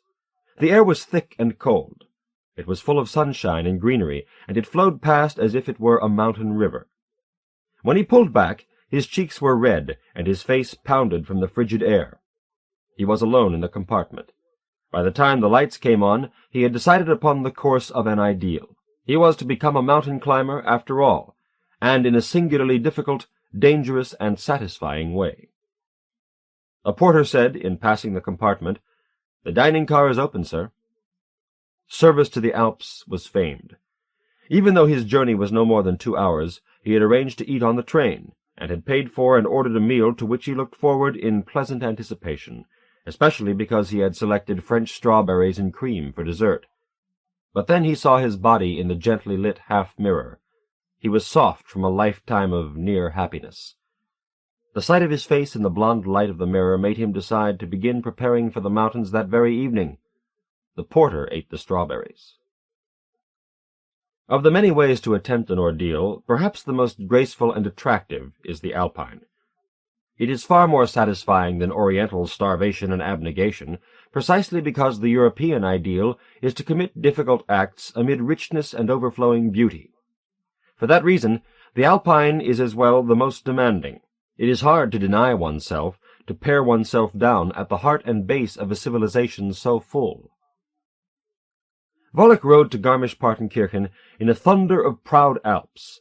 The trees were tall and lively, the air crystalline, and radiating beams spoke through the train window from one glowing range to another. A world of high ice laughed, and yet ranks of competing images assaulted him. He had gasped at the sight of Bremen, a port stuffed with iron ships gushing wheat steam from their whistles as they prepared to sail. In the mountain dryness, he remembered humid ports from which these massive ships crossed a colorful world, bringing back on laden decks a catalogue of stuffs and curiosities. Golden images of the North Plains struck from the left. The salt-white plains nearly floated above the sea. All this was in Germany, though Germany was just a small part of the world, removed almost entirely from the deep source of things, from the high lakes where explorers touched the silvers which caught the world's images, from the Sahara, where they found the fine glass which bent the light. Arriving at Garmisch-Partenkirchen in the dark, he could hear bells chiming and water rushing. Cool currents of air flowed from the direction of this white, tumbling sound. It was winter. He hailed a horse-drawn sledge and piled his baggage in the back. "Hotel Aufburg," he said authoritatively. "Hotel Aufburg?" asked the driver. "Yes, Hotel Aufburg. There is such a place, isn't there? It hasn't closed, has it?" "No, sir, it hasn't closed." The driver touched his horse with the whip. The horse walked 20 feet and was reined to a stop. "Here we are," the driver said. "I trust you've had a pleasant journey. Time passes quickly up here in the mountains." The sign for the hotel was so large and well lit that the street in front of it shone as in daylight. The driver was guffawing to himself. The little guffaws rumbled about in him like subterranean thunder. He could not wait to tell the other drivers. Volek did nothing properly in Garmisch-Partenkirchen, but it was a piece of luck that he felt too awkward and ill at ease to sit alone in restaurants, while nearby families and lovers had self-centered, raucous meals, sometimes even bursting into song. Winter took over the town and covered it in stiff white ice. The unresilient cold, the troikas jingling through the streets, the frequent snowfalls encouraged winter fat. But because Volek ate cold food in his room, or stopped occasionally at a counter for a steaming bowl of soup, he became a shadow. The starvation was pleasant. It made him sleepy, and its constant physical presence gave him companionship. He sat for hours watching the snow, feeling as if he were part of it, as if the diminution of his body were great progress, as if such lightening would lessen his sorrow and bring him to the high rim of things he had not seen before, things which would help him and show him what to do and make him proud just for coming upon them. He began to exercise. Several times a day the hotel manager knocked like a woodpecker at Walik's door. The angrier the manager, the faster the knocks. If he were really angry, he spoke so rapidly that he sounded like a speeded-up record. "Herr Walik, I must ask you on behalf of the other guests to stop immediately all the thumping and vibration. This is a quiet hotel, in a quiet town, in a quiet tourist region. Please." Then the manager would bow and quickly withdraw. Eventually they threw Walik out, but not before he had spent October and November in concentrated, maniacal pursuit of physical strength. He had started with 5 each, every waking hour, of push-ups, pull-ups, sit-ups, toe-touches, and leg raises. The pull-ups were deadly. He did one every 12 minutes. The thumping and bumping came from 5 minutes of running in place. At the end of the first day, the pain in his chest was so intense that he was certain he was not long for the world. The second day was worse, and so it went until after 10 days there was no pain at all. The weight he abandoned helped a great deal to expand his physical prowess. He was, after all, in his middle 20s, and had never eaten to excess, nor did he smoke or drink, except for champagne at weddings and municipal celebrations. In fact, he had always had rather ascetic tendencies, and had thought it fitting to have spent his life in Munich, home of monks. By his 15th day in Garmisch-Partenkirchen, he had increased his schedule to 15 apiece of the exercises each hour, which meant, for example, that he did a pull-up every 4 minutes whenever he was awake. Late at night he ran aimlessly about the deserted streets for an hour or more, even though it sometimes snowed. 2 policemen who huddled over a brazier in their tiny booth simply looked at one another and pointed to their heads, twirling their fingers and rolling their eyes every time he passed by. On the last day of November, he moved up the valley to a little village called Altenburg-St. Peter. There it was worse in some ways, and better in others. Altenburg-St. Peter was so tiny that no stranger could enter unobserved, and so still that no one could do anything without the knowledge of the entire community. Children stared at Walik on the street. This made him walk on the little lanes and approach his few destinations from the rear, which led housewives to speculate that he was a burglar. There were few merchants, and, because they were cousins, they could with little effort determine exactly what Walik ate. When one week they were positive that he had consumed only 4 bowls of soup, a pound of cheese, a pound of smoked meat, a quart of yogurt, and 2 loaves of bread, they were incredulous. They themselves ate this much in a day. They wondered how Walik survived on so little. Finally, they came up with an answer. He received packages from Munich several times a week, and in these packages was food, they thought, and probably very great delicacies. Then, as the winter got harder and the snows covered everything, they stopped wondering about him. They did not see him as he ran out of his lodgings at midnight, and the snow muffled his tread. He ran up the road toward the Schreuderspitze, first for a kilometer, then 2, then 5, then 10, then 20, when finally he had to stop because he had begun slipping in just before the farmers arose and would have seen him. By the end of February, the packages had ceased arriving, and he was a changed man. No one would have mistaken him for what he had been. In 5 months, he had become lean and strong. He did 250 sequential push-ups at least 4 times a day. For the sheer pleasure of it, he would do 150 push-ups on his fingertips. Every day he did 100 pull-ups in a row. His midnight run, sometimes in snow which had accumulated up to his knees, was 4 hours long. The packages had contained only books on climbing and equipment. At first the books had been terribly discouraging. Every elementary text had bold warnings in red or green ink. It is extremely dangerous to attempt genuine ascents without proper training. This volume should be used in conjunction with a certified course on climbing, or with the advice of a registered guide. A book itself will not do. One manual had, in bright red ink, on the very last page, "Go back, you fool, certain death awaits you."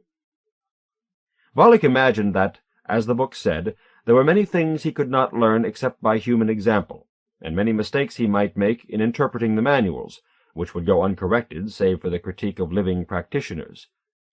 But it didn't matter. He was determined to learn for himself and accomplish his task alone. Besides, since the accident he had become a recluse, and could hardly speak. The thought of enrolling in a climbing school full of young people from all parts of the country paralyzed him. How could he reconcile his task with their enthusiasm? For them it was recreation, perhaps something aesthetic or spiritual, a way to meet new friends. For him it was one tight channel through which he would either burst on to a new life or in which he would die. Studying carefully, he soon worked his way to advanced treatises for those who had spent years in the Alps. He understood these well enough, having quickly learned the terminologies and the humor and the faults of those who write about the mountains. He was even convinced that he knew the spirit in which the treatises had been written, for though he had never climbed, he had only to look out his window to see high white mountains about which blue sky swirled like a banner. He felt that in seeing them he was one of them, and was greatly encouraged when he read in a French mountaineer's memoirs, "After years in the mountains, I learned to look upon a given range, and feel as if I were the last peak in the line.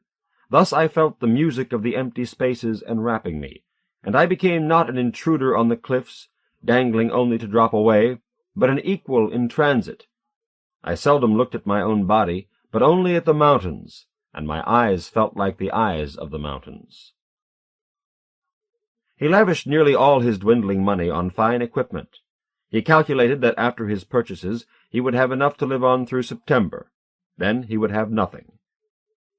He had expended large sums on the best tools, and he spent the intervals between his hours of reading and exercise holding and studying the shiny carabiners, pitons, slings, chocks, hammers, ice pitons, axes, étriers, crampons, ropes, and specialized hardware that he had either ordered or constructed himself from plans in the advanced books.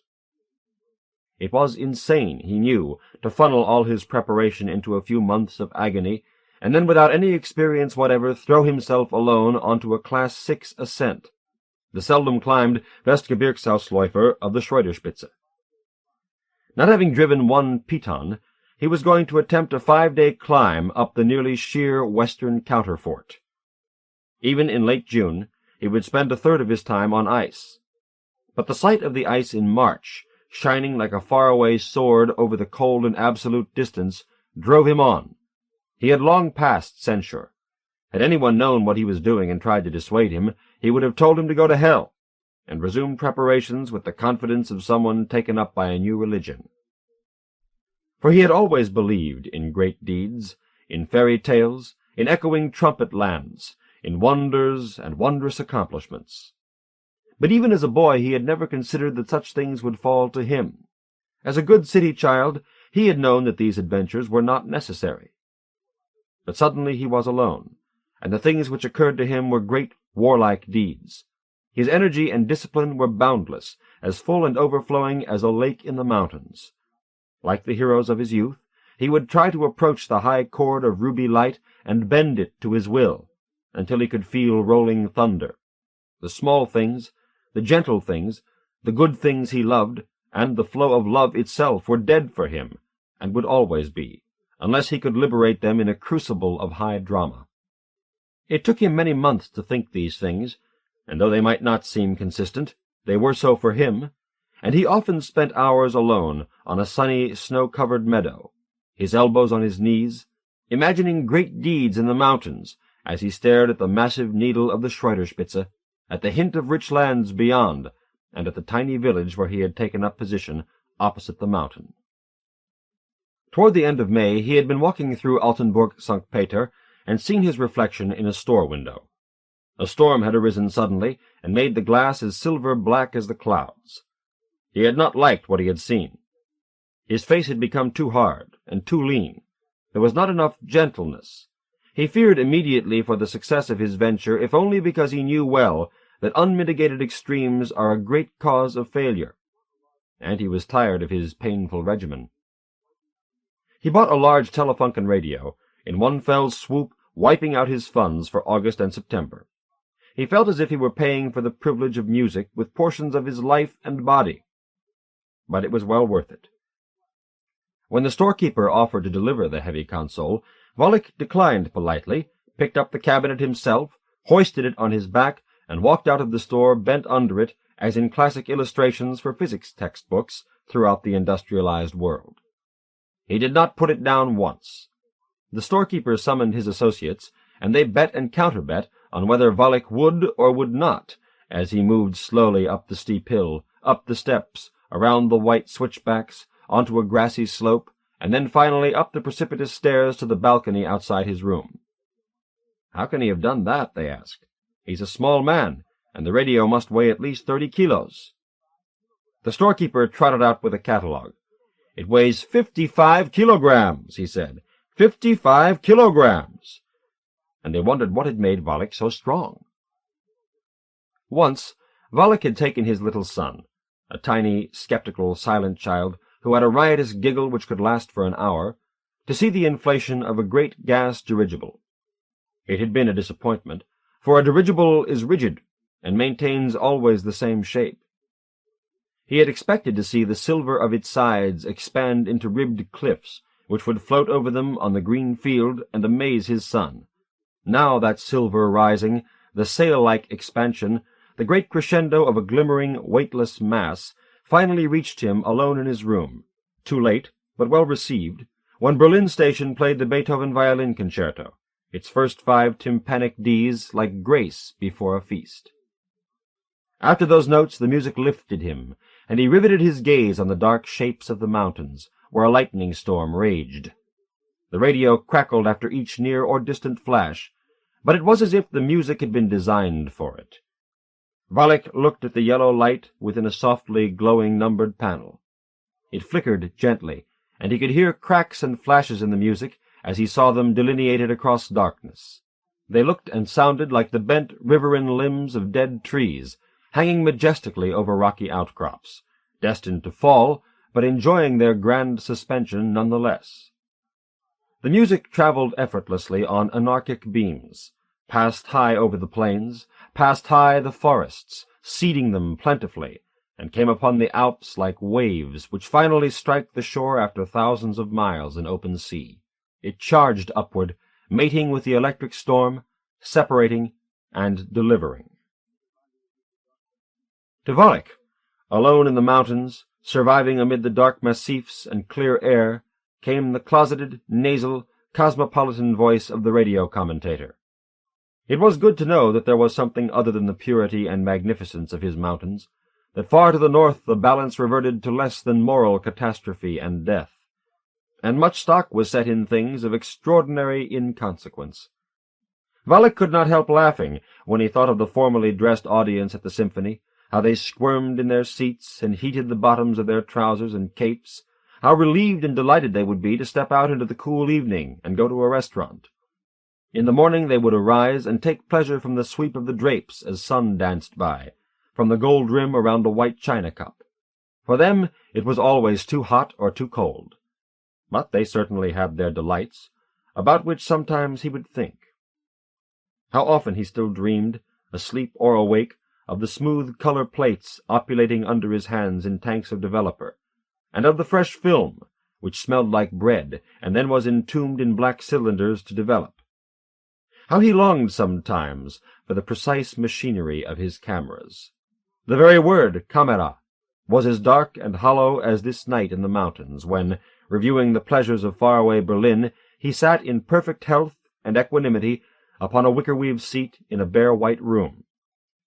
The only light was from the yellow dial, the sudden lightning flashes, and the faint blue of the sky beyond the hills. And all was quiet, but for the music and the thunder and the static curling about the music like weak and lost memories which arise to harry even indomitable perfections. A month before the ascent, he awaited arrival of a good climbing rope. He needed from a rope not strength to hold a fall, but lightness and length for opsiling. His strategy was to climb with a short self-belay. No one would follow to retrieve his hardware, and because it would not always be practical for him to do so himself, in what one of his books called rhythmic recapitulation, he planned to carry a great deal of metal. If the metal and he reached the summit relatively intact, he could make short work of the descent, abandoning pitons as he opsiled downward. He would descend in half a day that which had taken 5 days to climb. He pictured the opsiling, literally a flight down the mountain on the doubled cord of his long rope, and he thought that those hours speeding down the cliffs would be the finest of his life. If the weather were good, he would come away from the Schreuderspitze having flown like an eagle. On the day the rope was due, he went to the railroad station to meet the mail. It was a clear, perfect day. The light was so fine and rich that in its bath everyone felt wise, strong, and content. Volek sat on the wooden boards of the wide platform, scanning the green meadows and fields for smoke and a coal engine, but the countryside was silent, and the valley unmarred by the black, woolly chain he sought. In the distance, toward France and Switzerland, a few cream and rose-colored clouds rode the horizon, immobile and high. On far mountain sides, innumerable flowers showed in this long view as a slash, or as a patch of color not unlike one flower alone. He had arrived early, for he had no watch. After some minutes a car drove up, and from it emerged a young family. They rushed as if the train were waiting to depart, when down the long trough-like valley it was not even visible. There were two little girls, as beautiful as he had ever seen. The mother, too, was extraordinarily fine. The father was in his early 30s, and he wore gold-rimmed glasses. They seemed like a university family, people who knew how to live sensibly, taking pleasure from proper and beautiful things. The littler girl was no more than 3. Sunburned and rosy, she wore a dress that was shaped like a bell.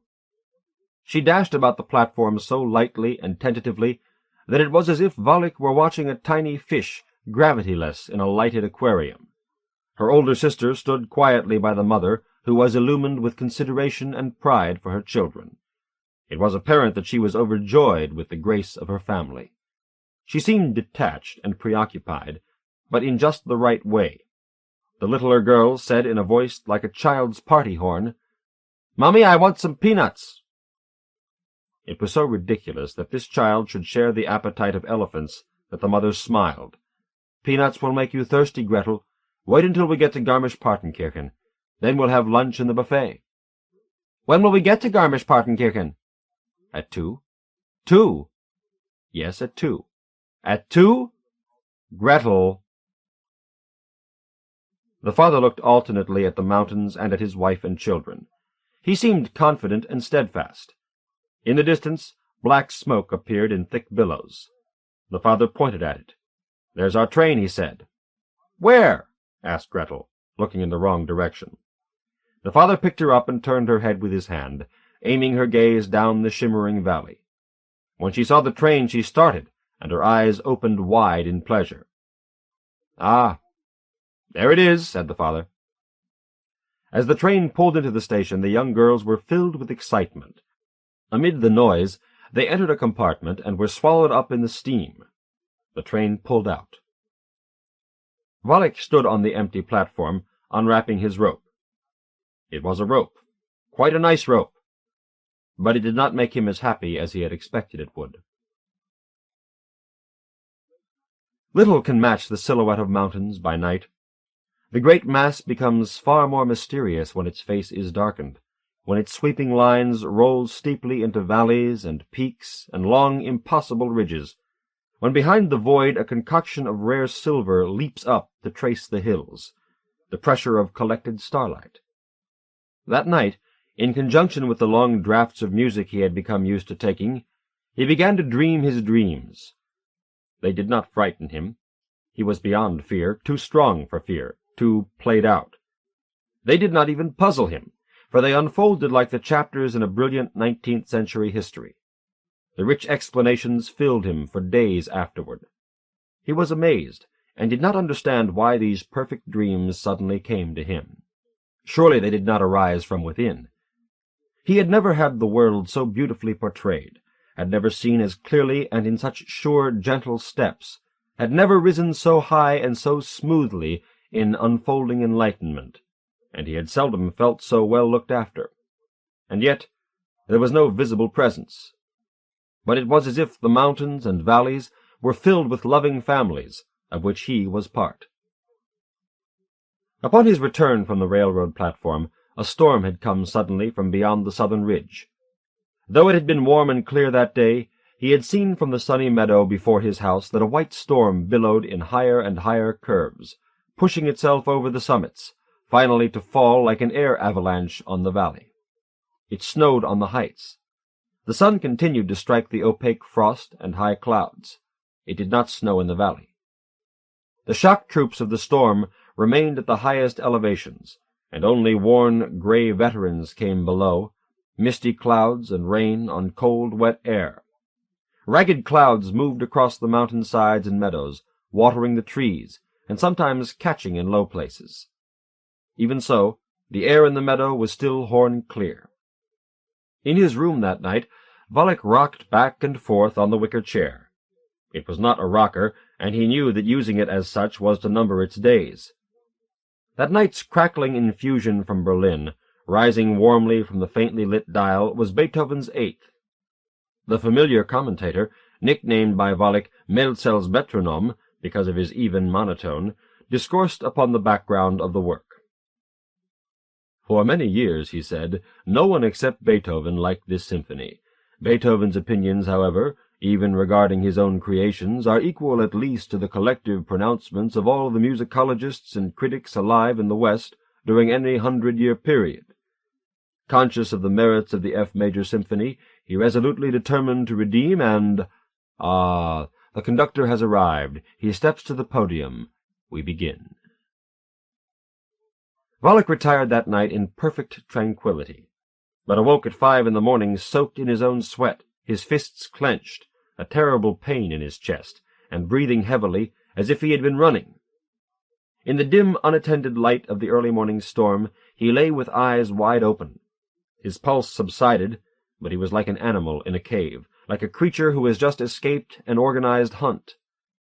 It was as if the whole village had come armed and in search of him, had by some miracle decided that he was not in, and had left to comb the wet woods.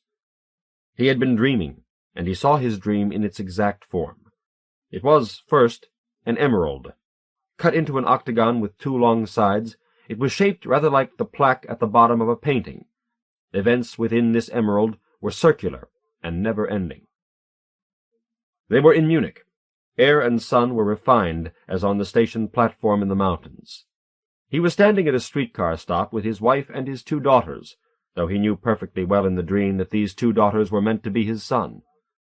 A streetcar arrived in complete silence. Clouds of people began to embark. They were dressed and muffled in heavy clothing of dull blue and gray. To his surprise, his wife moved toward the door of the streetcar and started to board, the daughters trailing after her. He could not see her feet, and she moved in a glide. Though at first paralyzed, as in the instant before a crash, he did manage to bound after her. As she stepped onto the first step, and was about to grasp a chrome pole within the doorway, he made for her arm and caught it. He pulled her back and spun her around, all very gently.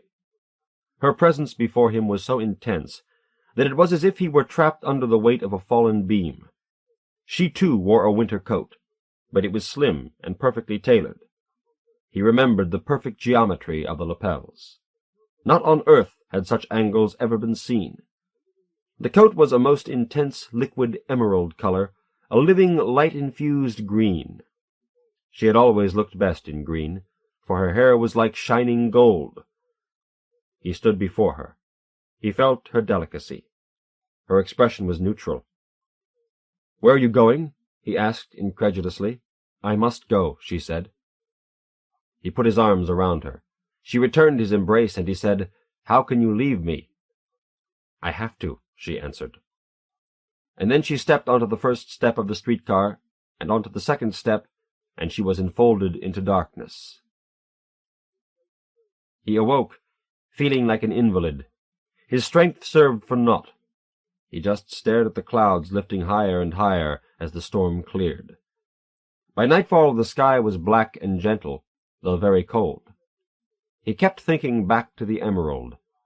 It meant everything to him, for it was the first time he realized that they were really dead. Silence followed. Time passed thickly. He could not have imagined the sequence of dreams to follow, and what they would do to him. He began to fear sleep, thinking that he would again be subjected to the lucidity of the emerald. But he had run that course and would never do so again except by perfect conscious recollection. The night after he had the dream of the emerald, he fell asleep like someone letting go of a cliff edge after many minutes alone without help or hope. He slid into sleep, heart beating wildly. To his surprise, he found himself far indeed from the trolley tracks in Munich. Instead, he was alone in the center of a sunlit snowfield, walking on the glacier in late June, bound for the summit of the Schreuderspitze. The mass of his equipment sat lightly upon him. He was well drilled in its use and positioning, in the subtleties of placement and rigging. The things he carried seemed part of him, as if he had quickly evolved into a new kind of animal suited for breathtaking travel in the steep heights. His stride was light and long, like that of a man on the moon. He nearly floated, ever so slightly airborne, over the dazzling glacier. He leaped crevasses, sailing in slow motion against intense white and blue. He passed apple-fresh streams and opalescent melt pools of blue-green water as he progressed toward the Schreuderspitze. Its rocky horn was covered by nearly blue ice, from which the wind blew a white corona in signs and cusps, twirling about the sky. Passing the Bergschrund, he arrived at the first mass of rock. He turned to look back. There he saw the snowfield and the sun turning above it like a pinwheel, casting out a fog of golden light. He stood alone. The world had been reduced to the beauty of physics and the mystery of light. It had been rendered into a frozen state, a liquid state, a solid state, a gaseous state, mixtures, temperatures, and more varieties of light than fell on the speckled floor of a great cathedral. It was simple, and yet infinitely complex. The sun was warm. There was silence. For several hours he climbed over great boulders and up a range of rocky escarpments. It grew more and more difficult, and he often had to lay in protection, driving a piton into a crack of the firm granite. His first piton was a surprise. It slowed halfway, and the ringing sound as he hammered grew higher in pitch. Finally, it would go in no farther. He had spent so much time in driving it that he thought it would be as steady as the Bank of England. But when he gave a gentle tug to test its hold, it came right out. This he thought extremely funny. He then remembered that he had either to drive it in all the way to the eye or to attach a sling along its shaft as near as possible to the rock. It was a question of avoiding leverage. He bent carefully to his equipment sling, replaced the used piton, and took up a shorter one. The shorter piton went to its eye in 5 hammer strokes, and he could do nothing to dislodge it. He clipped in and descended a steep pitch, at the top of which he drove in 2 pitons, tied into them, opsiled down to retrieve the first, and ascended quite easily to where he had left off. He made rapid progress over frightening pitches, places no one would dare go without assurance of a bolt in the rock and a line to the bolt, even if the bolt was just a small piece of metal driven in by dint of precariously balanced strength, arm, and alpine hammer. Within the sphere of utter concentration easily achieved during difficult ascents, his simple climbing evolved naturally into graceful technique, by which he went up completely vertical rock faces, suspended only by pitons and étriers. The different placements of which he had read and thought repeatedly were employed skilfully and with a proper sense of variety, though it was tempting to stay with one familiar pattern. Pounding metal into rock and hanging from his taut and colorful wires, he breathed hard, he concentrated, and he went up sheer walls. At one point he came to the end of a subtle hairline crack in an otherwise smooth wall. The rock above was completely solid for 100 feet. If he went down to the base of the crack, he would be nowhere. The only thing to do was to make a swing traverse to a wall more amenable to climbing. Anchoring 2 pitons into the rock as solidly as he could, he clipped an oval carabiner on the bottom piton, put a safety line on the top one, and lowered himself about 60 feet down the 2 ropes. Hanging perpendicular to the wall, he began to walk back and forth across the rock. He moved to and fro, faster and faster, until he was running. Finally, he touched only in places, and was swinging wildly, like a pendulum. He feared that the piton to which he was anchored would not take the strain, and would pull out. But he kept swinging faster, until he gave one final push, and, with a pathetic cry, went sailing over a drop which would have made a mountain goat swallow its heart. He caught an outcropping of rock on the other side, and pulled himself to it desperately. He hammered in, retrieved the ropes, glanced at the impassable wall, and began again to ascend. As he approached great barricades of ice, he looked back. It gave him great pride and satisfaction to see the thousands of feet over which he had struggled. Much of the west counterfort was purely vertical. He could see now just how the glacier was riverine. He could see deep within the Tyrol and over the border to the Swiss lakes. Garmisch-Partenkirchen looked from here like a town on the board of a toy railroad, or, if considered only two-dimensionally, like the cross-section of a kidney. Altenburg-St. Peter looked like a ladybug. The sun sent streamers of tan light through the valley, already three-quarters conquered by shadow, and the ice above took fire. Where the ice began, he came to a wide ledge, and he stared upward at a sparkling ridge which looked like a great crystal spine. Inside, it was blue and cold. He awoke, convinced that he had in fact climbed the counterfort. It was a strong feeling, as strong as the reality of the emerald. Sometimes dreams could be so real that they competed with the world, riding at even balance and calling for a decision. Sometimes, he imagined, when they are so real and so important, they easily tip the scale, and the world buckles and dreams become real. Crossing the fragile barricades, one enters his dreams, thinking of his life as imagined.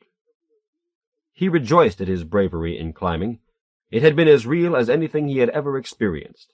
He felt the pain, the exhaustion, and the reward, as well as the danger, but he could not wait to return to the mountain and the ice.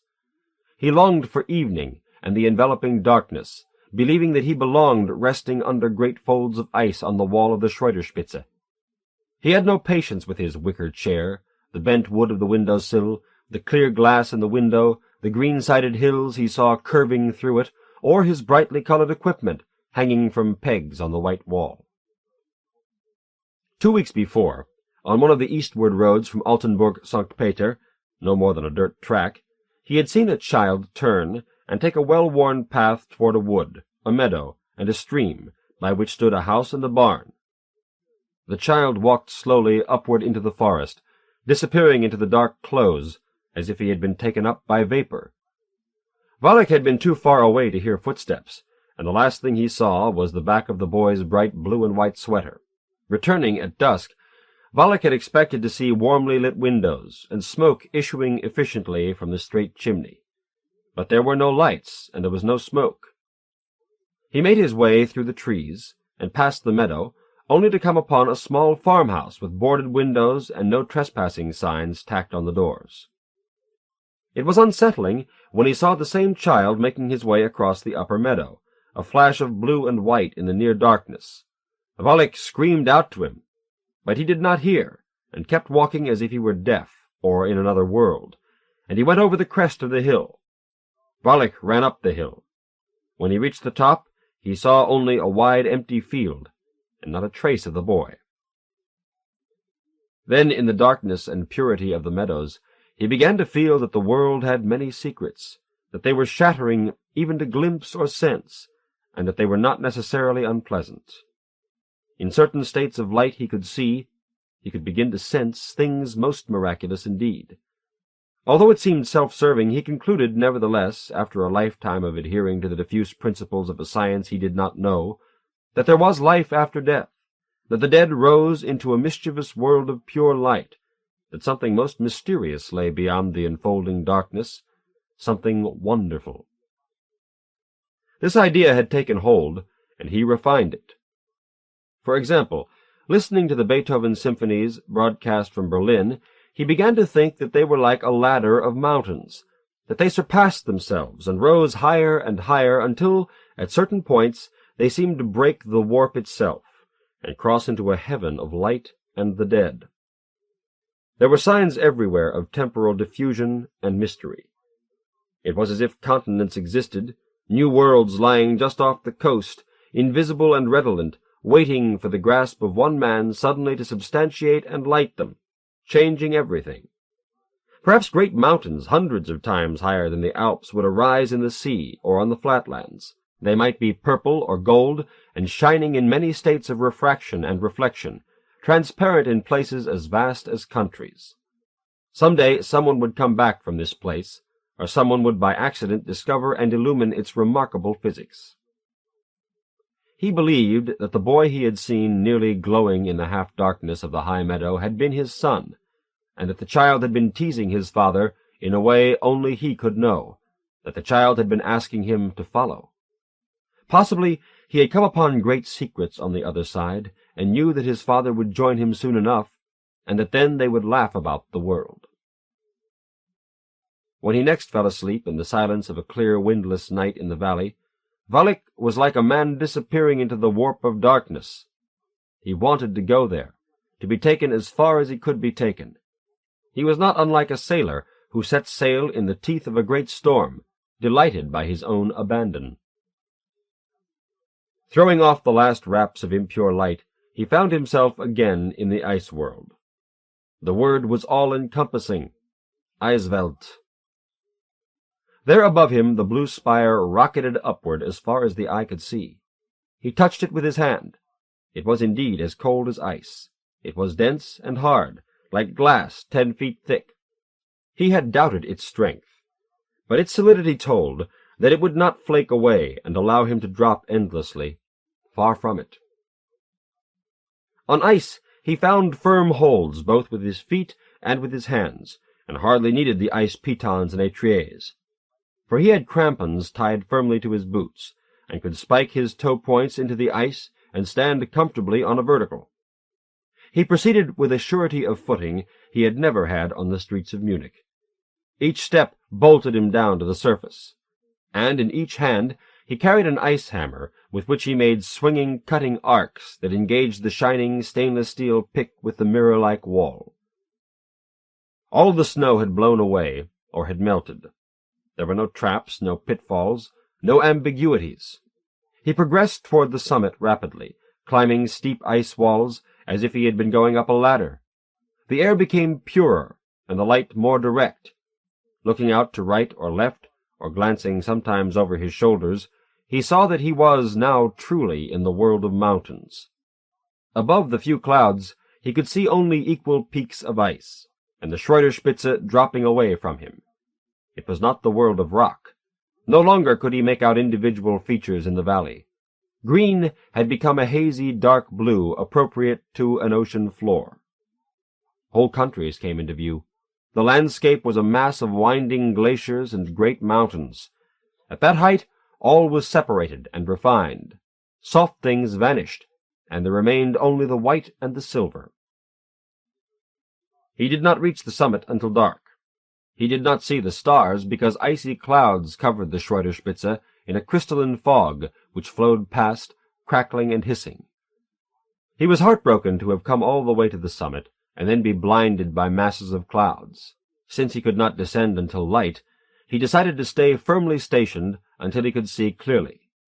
Meanwhile he lost patience and began to address a presence in the air, casually, not thinking it strange to do so, not thinking twice about talking to the void. He awoke in his room in early morning, saying, "All these blinding clouds! Why all these blinding clouds?" Though the air of the valley was as fresh as a flower, he detested it. He pulled the covers over his head and strove for unconsciousness, but he grew too hot and finally gave up, staring at the remnants of dawn light soaking about his room. The day brightened in the way that stage lights come up, suddenly brilliant upon a beam-washed platform. It was early June. He had lost track of the exact date, but he knew that some time before he had crossed into June. He had lost them in early June. 2 years had passed. He packed his things. Though he had lived like a monk, much had accumulated, and this he put into suitcases, boxes, and bags. He packed his pens, paper, books, a chess set on which he sometimes played against an imaginary opponent named Hrkach, the beautiful Swiss calendars upon which he had at one time been almost afraid to gaze, cooking equipment no more complex than a soldier's mess kit, his clothing, even the beautifully wrought climbing equipment, for after all he had another set, up there in the Eiswelt. Only his bedding remained unpacked. It was on the floor in the center of the room where he slept. He put some banknotes in an envelope, the June rent, and tacked it to the doorpost. The room was empty, white, and it would have echoed had it been slightly larger. He would say something and then listen intently, his eyes flaring like those of a lunatic. He had not eaten in days, and was not disappointed that even the waking world began to seem like a dream. He went to the pump. He had accustomed himself to bathing in streams so cold that they were too frightened to freeze. Clean and cleanly shaven, he returned to his room. He smelled the sweet pine scent he had brought back on his clothing after hundreds of trips through the woods and forests girdling the greater mountains. Even the bedding was snowy white. He opened the closet and caught a glimpse of himself in the mirror. He was dark from sun and wind. His hair shone. His face had thinned. His eyebrows were now gold and white. For several days he had had only cold, pure water. Like soldiers who come from training, toughened and healthy, he had about him the air of a small child. He noticed a certain wildness in the eye, and he lay on the hard floor, as was his habit, in perfect comfort. He thought nothing. He felt nothing. He wished nothing. Time passed as if he could compress and cancel it. Early evening darkness began to make the white walls blue. He heard a crackling fire in the kitchen of the rooms next door, and imagined the shadows dancing there. Then he slept, departing. On the mountain it was dreadfully cold. He huddled into himself against the wet silver clouds, and yet he smiled, happy to be once again on the summit. He thought of making an igloo, but remembered that he hadn't an ice saw. The wind began to build. If the storm continued, he would die.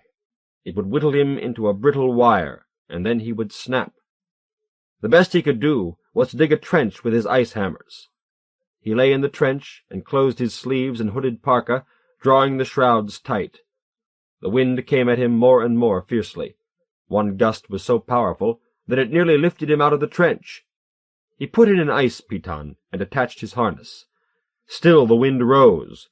It was difficult to breathe and nearly impossible to see. Any irregular surface whistled. The eye of the ice piton became a great siren.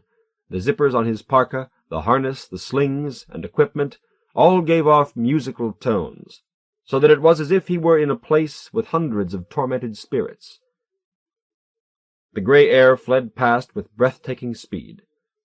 Looking away from the wind, he had the impression of being propelled upward at unimaginable speed. Walls of gray sped by so fast that they glowed. He knew that if he were to look at the wind, he would have the sense of hurtling forward in gravity-less space. And so he stared at the wind and its slowly pulsing gray glow. He did not know for how many hours he held that position. The rape of vision caused a host of delusions. He felt great momentum. He traveled until, eardrums throbbing with the sharpness of cold and wind, he was nearly dead, white as a candle, hardly able to breathe. Then the acceleration ceased and the wind slowed. When, released from the great pressure, he fell back off the edge of the trench, he realized for the first time that he had been stretched tight on his line. He had never been so cold. But the wind was dying, and the clouds were no longer a great corridor through which he was propelled. They were rather a gentle mist, which did not know quite what to do with itself. How would it dissipate? Would it rise to the stars, or would it fall in compression down into the valley below? It fell. It fell all around him, downward like a lowering curtain. It fell in lines and stripes, always downward as if on signal, by command, in league with a directive force. At first he saw just a star or two straight on high. But as the mist departed, a flood of stars burst through. Roads of them led into infinity. Starry wheels sat in fiery white coronas. Near the horizon were the few separate gentle stars, shining out and turning clearly, as wide and round as planets. The air grew mild and warm.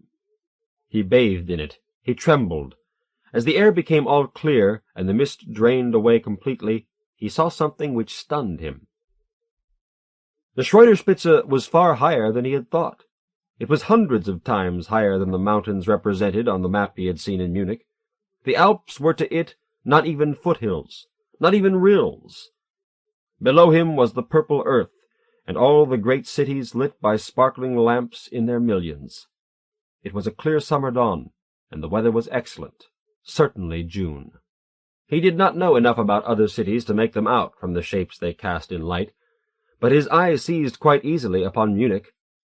He arose from his trench and unbuckled the harness, stepping a few paces higher on the rounded summit.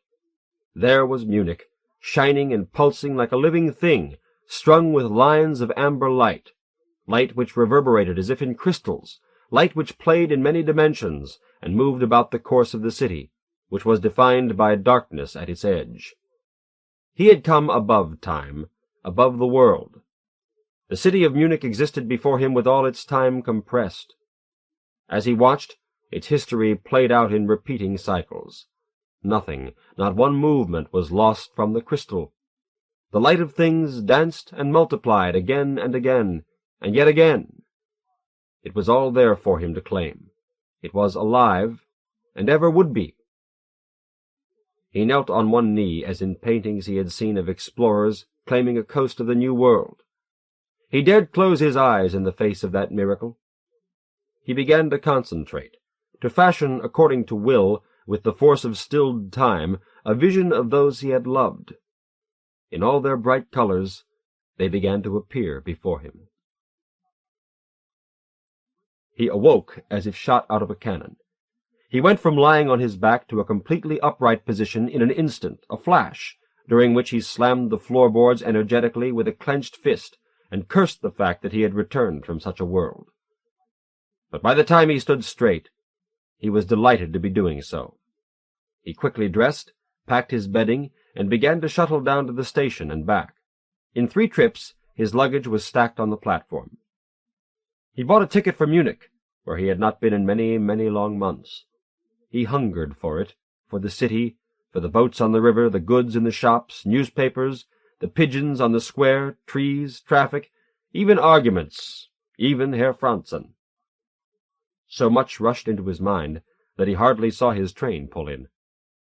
He helped the conductor load his baggage into the baggage car, and he asked, "Will we change at Garmisch-Partenkirchen?" "No, we go right through, direct to Munich," said the conductor. "Do me a great favor.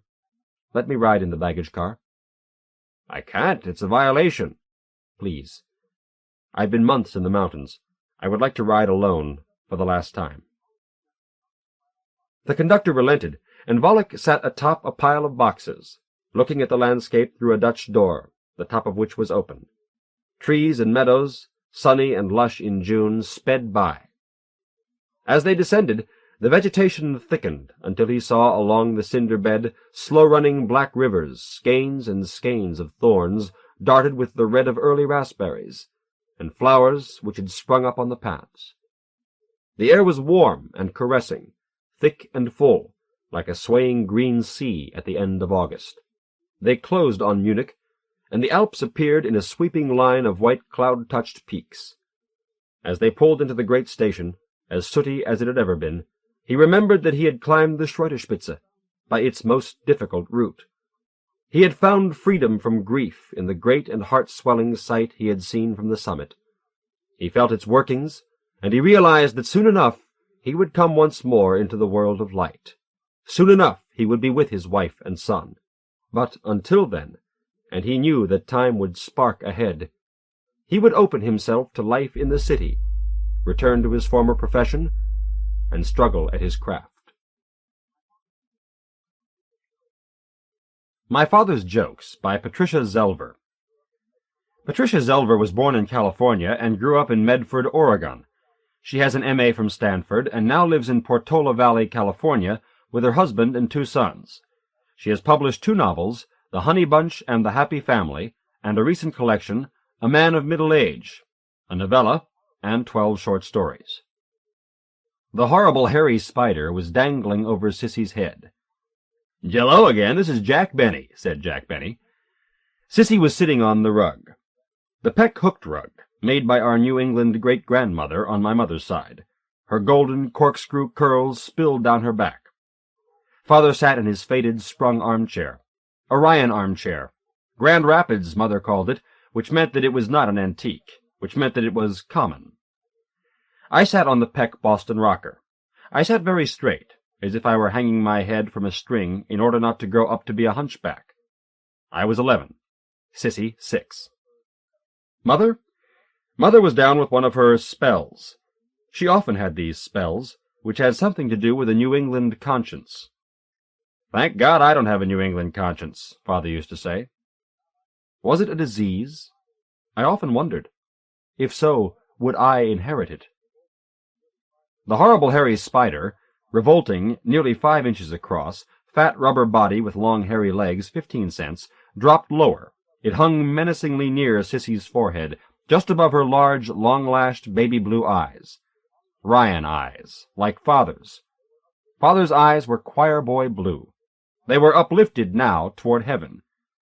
Father was one once, a choir-boy. There was a photograph of him in a lacy robe, holding a candle snuffer, that same sweet, sly expression in his choir-boy eyes. That was before he stopped being Catholic. "It's the only church if you go to church," he sometimes said. "They know how to do things up right," he said, with a touch of vanity in his voice which aggravated Mother.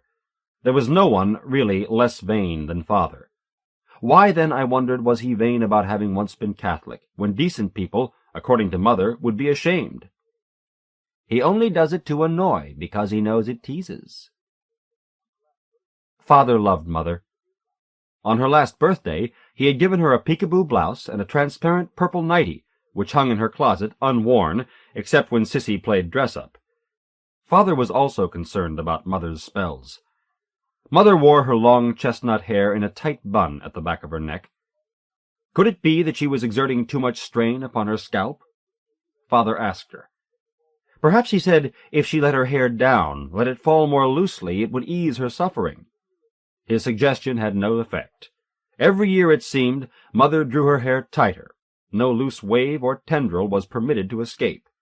Still, he continued to urge her. Such lovely hair, he said. Hair like yours should be displayed for people to admire. Beauty, said Mother, is as beauty does. Father loved Mother. Whatever love was, I was not sure. But the absolute token of his affection was that he liked to tease her. Father always teased the people he loved.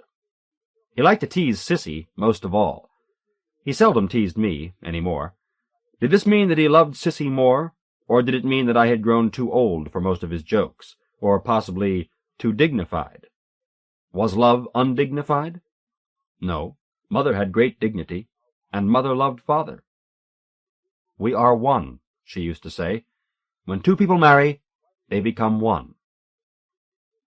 Why then did she suffer so? Why did she grieve? Why did she feel that our home at 43 North Elm in Norton was not truly her home, that her marriage had forced her into some sort of awful exile? Why did she never laugh at Father's jokes? It was her pride, her terrible Peck pride. Those were my thoughts as I watched with an ill-disguised adolescent scorn the descent of the horrible hairy spider.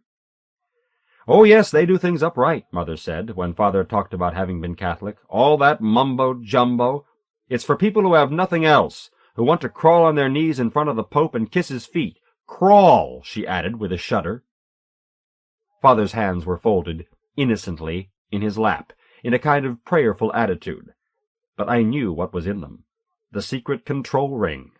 I tensed my body for what was about to occur. Another jerk. The spider dropped, swayed to and fro in front of Sissy's eyes.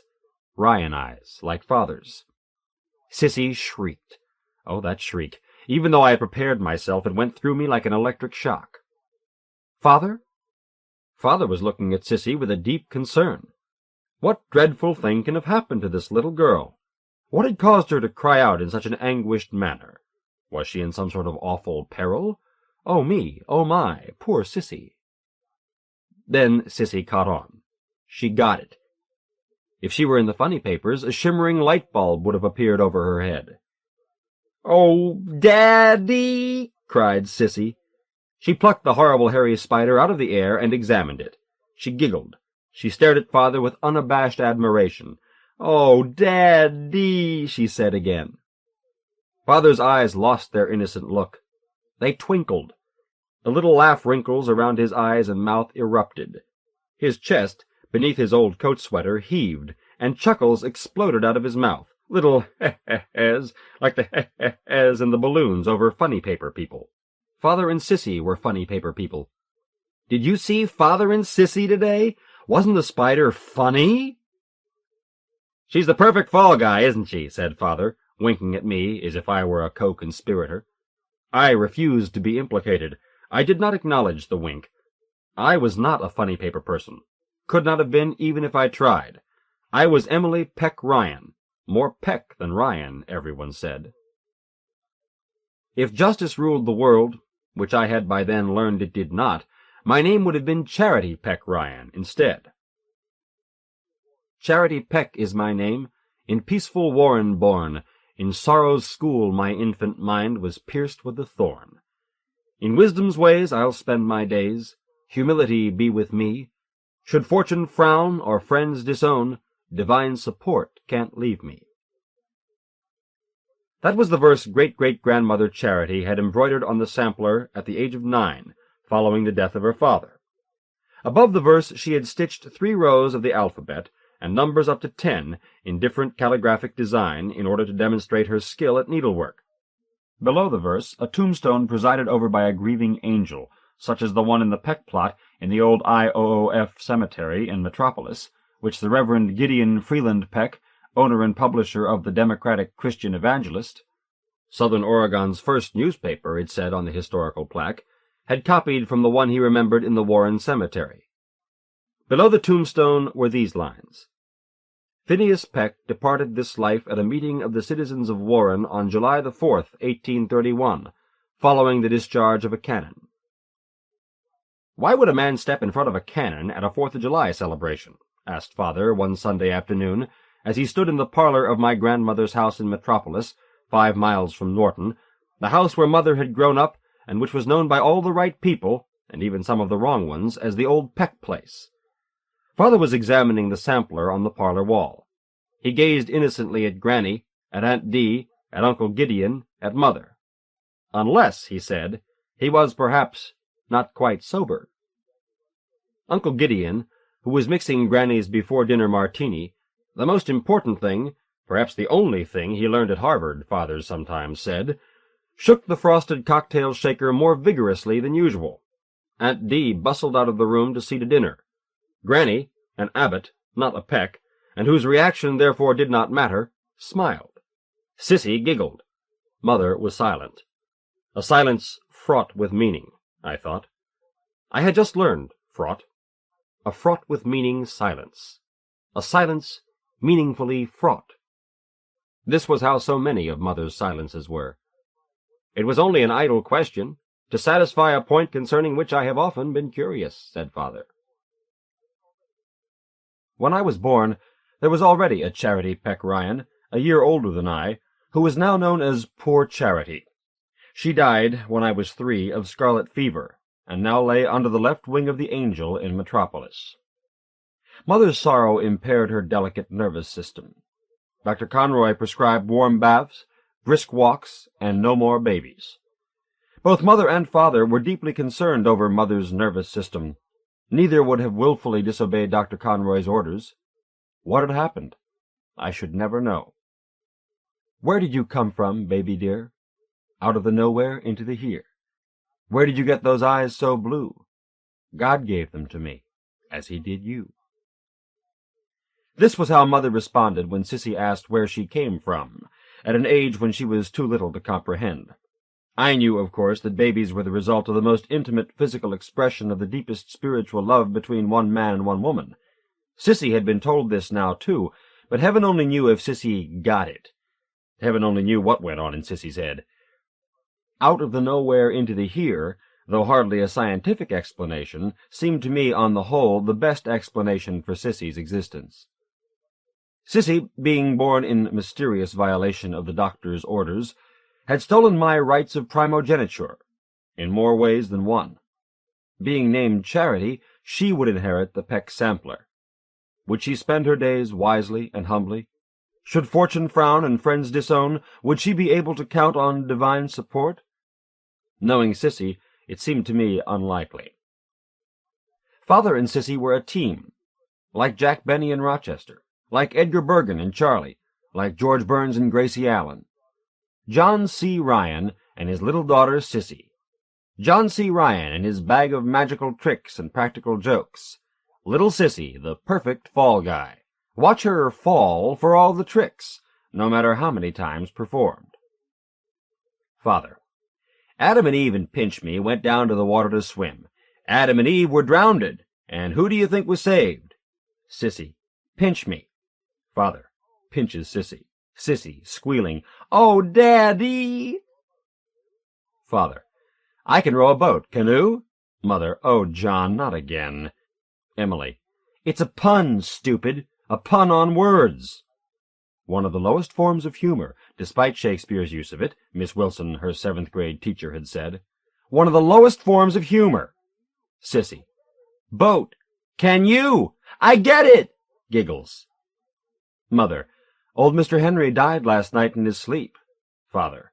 Mr. Henry is with Barnum and Bailey. Sissy. What's Barnum and Bailey? Emily, who knows her history. It was a famous circus with Buffalo Bill.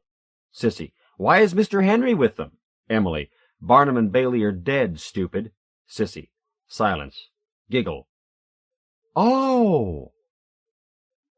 Watch Sissy perform, too. A chip off the old block. Enjoy her impersonation of Shirley Temple singing The Good Ship Lollipop. A mimic, a great little trooper. Can really strut her stuff. Mother. Not now, Sissy. Judge and Mrs. Blair want to talk. Judge Blair. It isn't every day that an old man is entertained by a pretty little girl. Let's hear your song, sweetheart. Jack Benny was over. They were playing the theme song. Father turned off the zenith.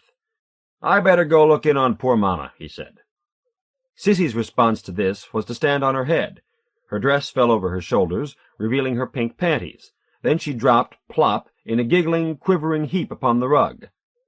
When I was a little girl, I always went to bed the moment Jack Benny was over, said Father. Sissy looked up at Father, blue eyes big. Silence. Then, Oh, Daddy, you were never a little girl.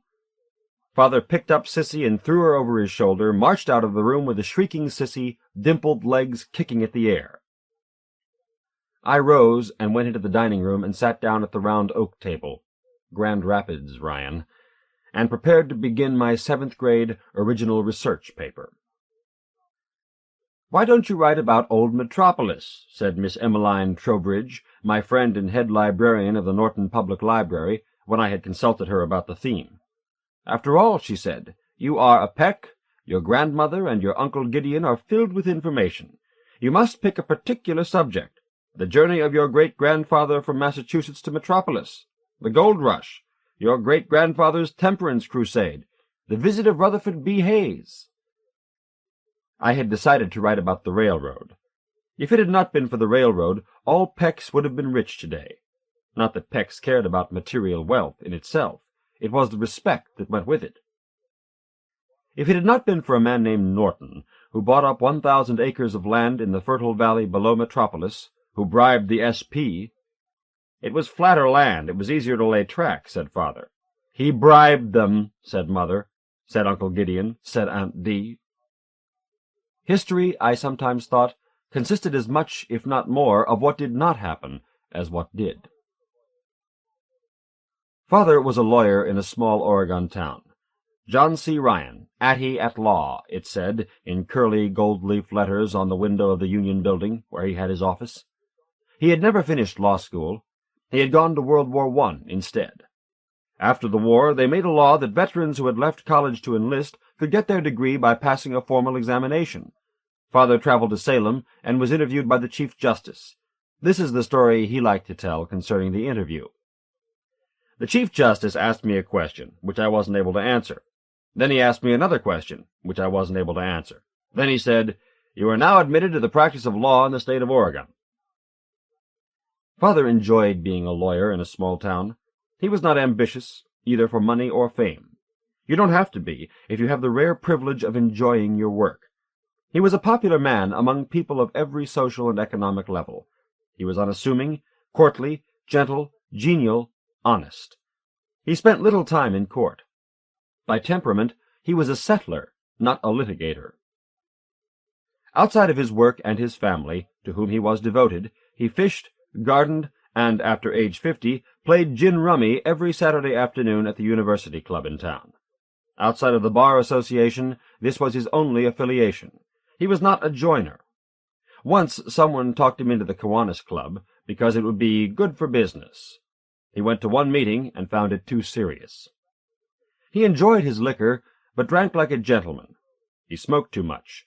His rumpled clothes were covered with cigarette ash. His other vice, if you can call it that, was his addiction to practical jokes. He kept the catalogue of magical tricks and practical jokes on top of the toilet tank. The jokes, which he sent away for, were the only things he ever bought for himself, outside of necessities. This story is about my father's jokes. The rubber-pointed pencil looks like lead, fools and annoys them. Mother: This pencil doesn't work, John. This pencil... Is this one of your jokes, John? Will you be so kind as to find me a proper pencil, please? The fake fly sticks to almost any surface. Put it on your lapel, on the butter dish, on Mrs. Social Register's lace tablecloth. Watch 'em try to brush it off. Confound your hostess. Miss Singer, county recorder at the courthouse, to Sissy and Emily, who are waiting for father in her office. Well, if there's anything I can't tolerate, it's a nasty, filthy fly. I tried to brush it off, and it wouldn't move. It just stuck. I should have guessed. He was going all over the courthouse last week with his squirting flour in his buttonhole. Well, we all know your dad. He makes life just a bit brighter for everyone. No, things are never dull when your dad's around. The jumping spoon. Greatest laugh producer ever invented. A startling after-dinner trick. The performer places one of the teaspoons to be found on the dinner table into an ordinary drinking glass. In a few seconds, the spoon jumps out of the glass. This is really surprising and funny. Mrs. Blair, wife of Judge Blair. It was really surprising and funny. I couldn't believe my eyes. It just jumped out of the glass. The live mystery mouse. Miss Yost, elevator operator in Union Building, to Sissy and Emily. Going to see your dad? The elevator is like an iron cage. Through the bars of the cage, one sees the cables move past as the elevator rises. Miss Yost has fixed up the interior of the cage like a miniature living room. She sits in an old chintz slipper chair. Her knees are covered with a multicolored afghan. Her knitting is on her lap. Taped to one of the bars is a photograph of her nephew, Carl, who lost an arm in the service of his country. Taped to another bar is a postcard, a pretty rural scene of Denmark, where Miss Yost's parents grew up. Above this, a calendar with a photograph of the Norton Valley, with the pear blossoms in bloom, courtesy of the Norton Groceteria. 5th floor, Miss Yost, he says, creaking and grinding of chains as she pulls the wheel. Every morning, every noon. 5th floor, please. The Union Building only has 2 floors. He fooled me with that mouse of his last week.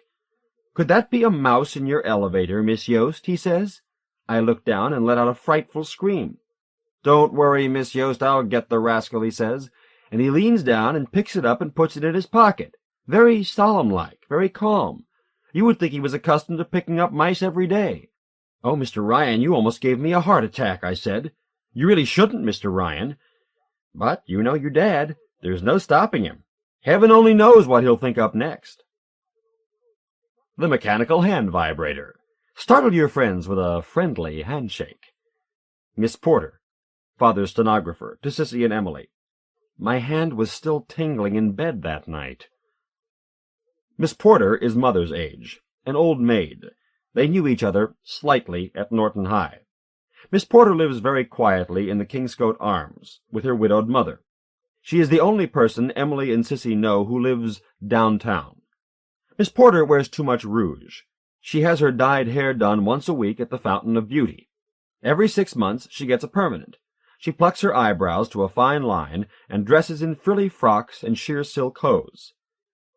It's a pity someone can't tell her how to dress suitable for an office, says Mother. I'm sure it must give a bad impression when she meets the public. Miss Porter is short and plump. Her freckled flesh is so soft it looks as if it would dent if you touched her. She has a soft voice and a slight stammer, and is extremely meticulous. Since Mother doesn't drive, I don't care to run around like other women, Mother says. She often asks Emily to phone the office and give Miss Porter a shopping list for Father. If Emily says 1 dozen oranges, Miss Porter will say, "What sort of oranges, dear? Does your mother prefer juice oranges or eating oranges?" This is part of her meticulousness, which, though appropriate for legal stenography, irritates Mother. Emily is not sure why. "Miss Porter wants to know if you want juice or eating oranges," Emily says. "Oh, isn't that just like her? Tell her either kind will do." Mother's cavalier attitude toward oranges, or perhaps her cavalier attitude toward Miss Porter, imposes a burden on Emily. "You better say which," she tells Mother. "Juice, then. Tell her juice. Or eating. Tell her eating. Tell her anything you like." "Juice, please," Emily says. Then Miss Porter inquires after Mother's health. "How is your mother feeling today?" she says. Or, "Is your mother feeling better today?" "Yes, better, thank you," says Emily, no matter how Mother is feeling. She senses that it is not proper to go into more personal details, that neither Miss Porter nor Mother would care for that. Mother, in fact, would prefer that Miss Porter not inquire after her health at all. Mother never phones herself, if she can avoid it. Having known Miss Porter slightly in high school, where they called each other by their first names, it is awkward to phone and say, "This is Mrs. Ryan." On the other hand, it will not do to say, "This is Jean." When it is necessary, for one reason or another, to call herself, Mother says, "Is this Vera?" Then she waits for Miss Porter to recognize her voice, which Miss Porter always does. Miss Porter, recognizing Mother's voice, says, "Oh, how are you?" "Very well, thank you. And you?" says Mother. "I can't complain," says Miss Porter. Or, "Chipper, I'm always chipper," she says. Then she says, "I bet you'd like to talk to the boss." "Yes, please, if he's not occupied," says Mother. "I think I can arrange for you to speak to him," says Miss Porter. "I'll just put a little flea in his ear." Mother does not care for Miss Porter calling Father the boss, nor does she care for the expression "a little flea in his ear." But it does solve the awkward social problem for both of them. In all the 10 years in which Miss Porter has worked for Father, she has somehow managed never to call Mother either Mrs. Ryan or Jean. Miss Porter. That dreadful vibrator. It sent funny little shivers all through me. She gives Sissy a box of paper clips to make into a chain.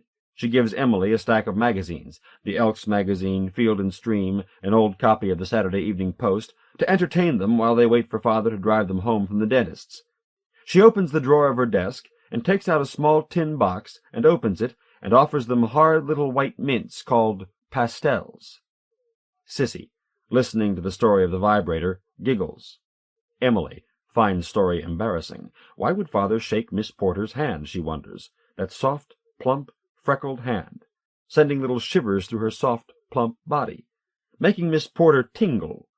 She does not want to think of Miss Porter in bed. Tingling. She does not want to think of Miss Porter as having any existence at all outside of her duties as Father's stenographer. She looks up from the post and scowls at Sissy for giggling. Sissy, she thinks, lacks the Peck's innate good taste and proud reserve. "Isn't Miss Porter beautiful?" Sissy said one night, when we were in our beds in the upstairs bedroom we shared at 43 North Elm. "Beautiful," I said scornfully. "What could possibly make you think she is beautiful?" But Sissy was already asleep. Father, driving our Buick on the way to the Peck house in Metropolis. "As I was driving to Salt Lake, I met a little rattlesnake. I fed it some jelly cake. It got a little bellyache." Mother, in front seat, holding Father's jacket and tie on her lap, flowers in a mason jar for the Peck plot at her feet. Tummy, not belly. Sissy, sitting between Mother and Father because she claims to get car-sick, giggles. Father, "It got a little tummy ache, not a bellyache after all." Emily, alone in back seat. "It says belly in the Bible." She agrees with Mother, but possesses a fund of knowledge she feels obliged to demonstrate. Mother, the language of the Bible and the language of everyday life are two different things altogether. Father, your mother is correct, as always. The language of the Bible is not appropriate language for everyday speech. Mother, ignoring Father, drive slowly when we go through Metropolis so Emily can take notes for her theme. Sissy, My belly feels funny. Consternation. Should they stop, let Sissy out, roll down the window, buy her some chewing gum? It is decided to drive fast through Metropolis and go straight to the Peck plot, where she can run about among the tombstones in the fresh air. This, of course, takes precedence over Emily's original research. I got an A anyhow. Emily has literary tendencies, Mrs. Wilson wrote across my theme, which I brought home to show Mother and Father. They were both proud of me. The phrase literary tendencies was taken up by them, and then by others. Emily has literary tendencies, people would say. They didn't mean it, I suppose, but they always made literary tendencies sound as if it were not so much a disease, maybe, as a kind of morbidity, a lack of normal health. They may have been right, I don't know. Perhaps it was like the New England conscience, which, as it turned out, I did inherit from Mother. Certainly Sissy didn't inherit it. The way she climbed upon gentlemen's laps, for example, climbed up and burrowed in and snuggled down, as if she were some sort of little animal, made a nest and curled up, peacefully, as long as she was being cuddled, patted, stroked. But should the gentleman reach for a drink or a cigarette, or simply pause for a moment, the burrowing and squirming began again to remind him of his neglect, and did not stop until the neglect was rectified. "Sissy, don't pester Judge Blair," or, "Sissy, I think Mr. Hefflinger would be happier if you were to get down at once," Mother would say. "Oh, Sissy's my girl, aren't you, Sissy? It isn't every day an old codger like myself can hold a pretty blonde on his lap." The pet names she was called: Sissy, Missy Sissy, Sissy Pie. Later, scrawled upon the angel, a famous necking spot for the students at Norton High, Hot Pants Sissy. This was, fortunately, after Mother's breakdown. Aunt Dee took rubbing alcohol and scrubbed it off. It was Father's fault. He spoiled her. Mother often said so. The Doggy Doo-Doo. Latex. Fantastically realistic imitation. Nauseating. Put on your hostess's best rug. Watch her chide poor Fido. Mrs. Hefflinger, mother of Jimmy Hefflinger, with whom Emily is secretly in love, who has invited the Ryan family to visit them at their cabin at the lake. Oh, no! Father, innocent expression in choir blue eyes. Is something the matter, Mill? Mrs. Hefflinger, to Mr. Hefflinger. Carl! Father, perhaps I can be of assistance. Mrs. Hefflinger. No, it's all right. I'm sorry. Bingo's made a mess. Where is Bingo? Carl! I'll get paper towels. Sissy looks at Doggy Doo-Doo, looks at Father, giggles. Emily, silent, dying of shame. Mother. John. John, you didn't... Mr. Hefflinger. Well, I guess we better clean it up. Mrs. Hefflinger. I'll do it. You men take the girls down to the lake. They want to go out in the boat. I'm afraid Bingo's been a very naughty dog. Mother, pale-faced, weakly. John. Father. I, for one, intend to stay and help Millie. Picks up Doggy Doo-Doo, puts it casually in pocket. Jimmy Hefflinger. Hey, that's neat. Let's see it. Emily, let's go out in the boat. Sissy. Show it to Jimmy, Daddy. Mother. John. Mrs. Hefflinger, laughing. Oh, John, it's one of your jokes. Father. You know I never joke, Mill. Takes out Doggy Doo-Doo from pocket and hands it proudly to Jimmy. Jimmy and Sissy examine Doggy Doo-Doo. Mrs. Hefflinger. You certainly fooled me this time. Jimmy, turning Doggy Doo-Doo over in his hand. Hey, this is great. To Sissy. Where'd your father get it? Sissy, giggling, looking up at Jimmy with big blue eyes. He has this catalog. Coquettishly. I'll show it to you sometime. It's got lots of neat stuff. Come on, you promised to take us for a boat ride. Emily, forever shamed, forever unable to forget her shame when she sees Jimmy Hefflinger at school. I don't think I'll go. I brought a book to read. Jimmy and Sissy run off, down to the dock. Mrs. Hefflinger fixes gin fizzes for the adults. Mother declines hers. She has a sudden headache. Perhaps it is the run. Perhaps she had better lie down for a time with a cool, wet washcloth on her forehead. Father fetches a cool, wet washcloth, returns from the bedroom. Emily sits down with her book. Father. I've been told my, joke was not in the best of taste. Mrs. Hefflinger. Nonsense. You wouldn't be John Ryan without your jokes. I'm going to tell her to come back out here. Father, better wait a bit, Mill. Mrs. Hefflinger, well, you know best. Looks at Emily. Emily is quite a little bookworm, isn't she? Father, proudly. Her teacher says she has literary tendencies. Snow. 7 a.m. February morning. Emily is 16, Sissy 11. Mother that winter has taken to her bed, a phrase of Aunt Dee's, taken up by others. Father sleeps on a cot in the hallway in order to be near her in the night. Sissy and Emily are still asleep. Father enters their bedroom. Father, girls, wake up! We're going to give Mother a nice surprise. Emily, always an early riser, already awake, sits up, gets out of bed. Sissy burrows under covers. To Father, go away. Father pulls covers off Sissy's bed. Sissy shrieks. Both girls follow Father, reluctantly, arms across chests, shivering, in their flannel nighties. Father leads them into Mother's room. Mother is lying on her back, eyes open. She seems to be looking at something beyond, or perhaps through her visitors. Father, to Mother, surprise, surprise! We have a little surprise for you this morning. Goes to window, peeps behind drawn curtain. Faces Mother again. Ready? Clears throat, assumes theatrical stance. Presto changeo! Pulls curtain. Snow! Father twinkles, beams. Mother looks at Snow, expression does not change. She seems to be looking at something beyond, or perhaps through this sudden winter wonderland. Sissy, marveling at the magical metamorphosis produced by Father, "Oh, Daddy!" Father, to Mother, trying again. Now we see it, draws curtain. Now we don't. Pulls curtain. Presto changeo! Snow! Mother, it's very nice, but the light hurts my eyes. Would you mind closing the curtain again, please, John? In 1949 I returned from Reed College to attend my mother's funeral. She had taken, it seemed, too many pills at once. The funeral was private, but Miss Porter showed up anyhow. Her sobs spoiled the lovely simplicity of the words from the Book of Common Prayer, the service Uncle Gideon had arranged. I considered her presence in the worst of taste. After the funeral, Father, Sissy, and I sat in the living room at 43 North Elm. Father was pale, solemn, still. The laugh lines in his face were etched more deeply. Perhaps they were no longer laugh lines any more. He chain-smoked, dropping ashes on the peck-hooked rug. I fetched an ashtray. Father said, "Well, I guess Mama is with Barnum and Bailey."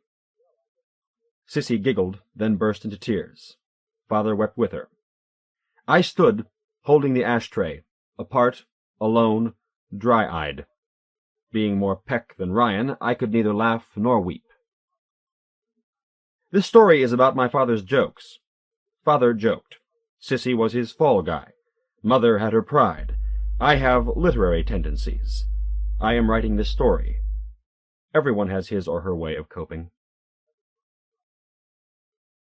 Rough Strife by Lynne Sharon Schwartz.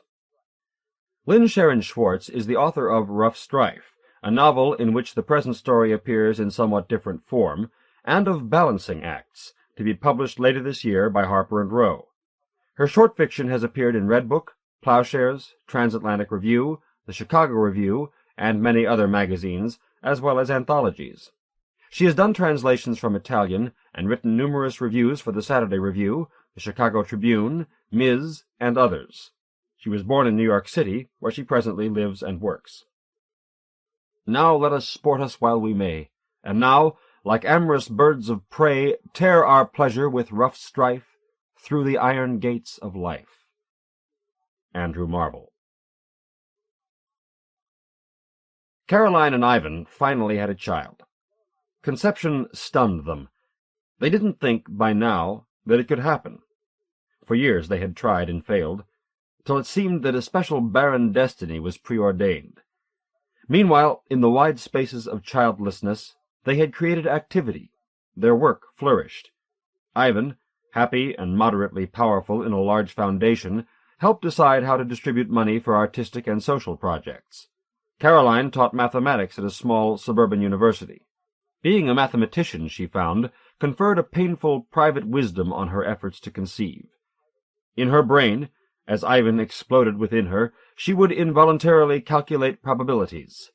Millions of blind sperm and one reluctant egg clustered before her eyes in swiftly transmuting geometric patterns. She lost her grasp of pleasure, forgot what it could feel like without a goal. She had no idea what Ivan might be thinking about. Scattered seed money, maybe. Their passion became courteous and automatic until, by attrition, for months they didn't make love. It was too awkward. One September Sunday morning she was in the shower, watching through a crack in the curtain Ivan naked at the washstand. He was shaving, his jaw tilted at an innocently self-satisfied angle. He wasn't aware of being watched, so that a secret quality, an essence of Ivan, exuded in great waves.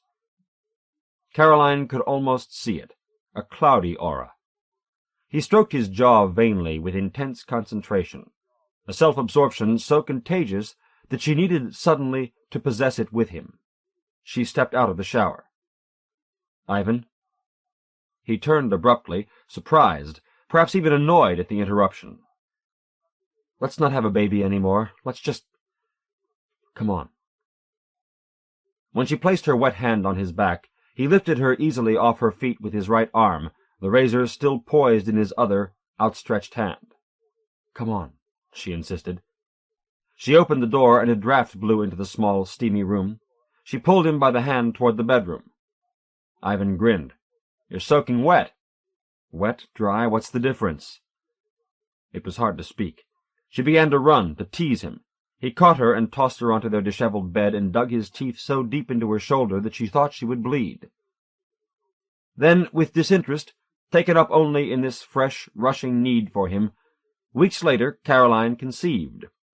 Afterwards she liked to say that she had known the moment it happened. It felt different, she told him, like a pin pricking a balloon, but without the shattering noise, without the quick collapse. "Oh, come on," said Ivan. "That's impossible." But she was a mathematician, after all, and dealt with infinitesimal, precise abstractions, and she did know how it had happened. The baby was conceived in Strife, one early October night, Indian summer. All day the sun glowed hot and low in the sky, setting an amber torpor on people and things, and the night was the same, only now a dark, hot heaviness sunk slowly down. The scent of the still-blooming honeysuckle rose to their bedroom window. Just as she was bending over to kiss him, heavy and quivering with heat like the night, he teased her about something, about a mole on her leg, and in reply she punched him lightly on the shoulder. He grabbed her wrists, and when she began kicking, pinned her feet down with his own. In an instant Ivan lay stretched out on her back like a blanket, smothering her, while she struggled beneath, writhing to escape. It was a silent, sweaty struggle, interrupted with outbursts of wild laughter, shrieks, and gasping breaths. She tried biting, but, laughing loudly, he evaded her, and she tried scratching the fists that held her down, but she couldn't reach. All her desire was transformed into physical effort, but he was too strong for her. He wanted her to say she gave up, but she refused, and since he wouldn't loosen his grip, they lay locked and panting in their static embrace for some time. "You win," she said at last, but as he rolled off, she sneakily jabbed him in the ribs with her elbow. "Aha!" Ivan shouted, and was ready to begin again, but she quickly distracted him. Once the wrestling was at an end, though, Caroline found her passion dissipated, and her pleasure tinged with resentment. After they made love forcefully, when they were covered with sweat, dripping on each other, she said, "Still, you don't play fair." "I don't play fair? Look who's talking. Do you want me to give you a handicap?" "No." "So?" "It's not fair, that's all." Ivan laughed gloatingly and curled up in her arms. She smiled in the dark. That was the night the baby was conceived, not in high passion, but rough strife. She lay on the table in the doctor's office weeks later. The doctor, whom she had known for a long time, habitually kept up a running conversation while he probed. Today, fretting over his weight problem, he outlined his plans for a new diet. Tensely she watched him, framed and centered by her raised knees, which were still bronzed from summer sun. His other hand was pressing on her stomach. Caroline was nauseated with fear and trembling, afraid of the verdict. It was taking so long, perhaps it was a tumor. "I'm cutting out all starches," he said. "I've really let myself go lately." "Good idea." Then she gasped in pain. A final, sickening thrust, and he was out. Relief, and a sore gap where he had been. In a moment she knew she would be retching violently. "Well?" "Well, Caroline, you hit the jackpot this time." She felt a smile, a stupid puppet smile, spread over her face. In the tiny bathroom where she threw up, she saw in the mirror the silly smile looming over her ashen face like a dancer's glowing grimace of labored joy. She smiled through the rest of the visit, through his advice about milk, weight, travel, and rest, smiled at herself in the window of the bus, and at her moving image in the fenders of parked cars as she walked home. Ivan, incredulous over the telephone, came home beaming stupidly just like Caroline, and brought a bottle of champagne. After dinner they drank it and made love. "You think it's all right to do this?" he asked. "Oh, Ivan, honestly, it's microscopic." He was in one of his whimsical moods and made terrible jokes that she laughed at with easy indulgence. He said he was going to pay the baby a visit, and asked if she had any messages she wanted delivered. He unlocked from her embrace, moved down her body, and said he was going to have a look for himself. Clowning, he put his ear between her legs to listen. Whatever amusement she felt soon ebbed away into irritation. She had never thought Ivan would be a doting parent. He was so preoccupied with himself. Finally he stopped his antics as she clasped her arms around him and whispered, "Ivan, you are really too much." He became unusually gentle, tamed, and she didn't like it, hoped he wouldn't continue that way for months.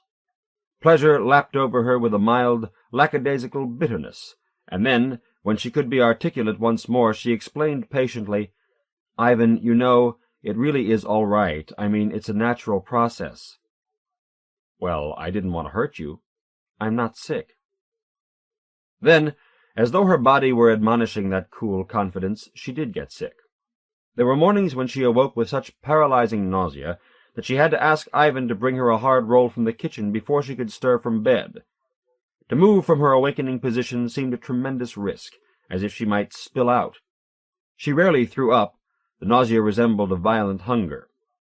Something wanted to be filled, not expelled, a perilous vacuum occupying her insides. The crucial act was getting the first few mouthfuls down. Then the solidity and denseness of the hard, unbuttered roll stabilized her, like a heavy weight thrown down to anchor a tottering ship. Her head ached. On the mornings when she had no classes, she would wander around the house till almost noon, clutching the partly eaten roll in her hand like a talisman. Finishing one roll, she quickly went to the bread box for another. She bought them regularly at the bakery, a half-dozen at a time. With enough roll inside her, she could sometimes manage a half-cup of tea, but liquids were risky. They sloshed around inside, and made her envision the baby sloshing around too, in its cloudy fluid. By early afternoon she would feel fine. The baby, she imagined, claimed her for the night, and was reluctant to give up its hold in the morning. They vied till she conquered. She was willing to yield her sleeping hours to the baby, her dreams even, if necessary, but she wanted the daylight for herself. The mornings that she taught were agony. Ivan would wake her up early, bring her a roll, and gently prod her out of bed. "I simply cannot do it," she would say, placing her legs cautiously over the side of the bed. "Sure you can. Now get up." "I'll die if I get up." "You have no choice. You have a job." He was freshly showered and dressed, and his neatness irritated her. He had nothing more to do. The discomfort was all hers. She rose to her feet and swayed. Ivan looked alarmed. "Do you want me to call and tell them you can't make it?" "No, no." That frightened her. She needed to hold on to the job, to defend herself against the growing baby. Once she walked into the classroom, she would be fine. A Mondrian print hung on the back wall. She could look at that, and it would steady her. With waves of nausea roiling in her chest, she stumbled into the bathroom. She liked him to wait until she was out of the shower before he left for work, because she anticipated fainting under the impact of the water. Often, at the end, she forced herself to stand under an ice-cold flow, leaning her head way back and letting her short, fair hair drip down behind her. Though it was torture, When she emerged, she felt more alive. After the shower had been off a while, Ivan would come and open the bathroom door. "You okay now, Caroline? I've got to go." It made her feel like a child. She would be wrapped in a towel with her hair dripping on the mat, brushing her teeth, the rubbing cream into her face. "Yes, thanks for waiting.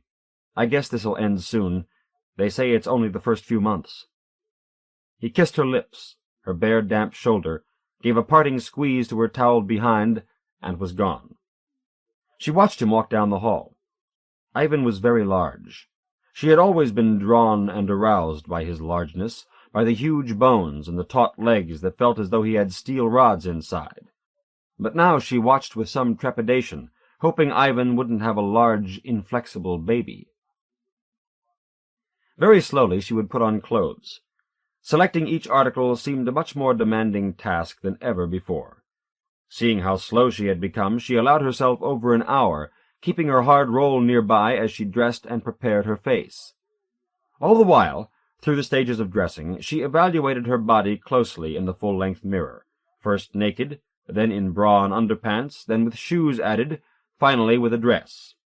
She was looking for signs, but the baby was invisible. Nothing had changed yet.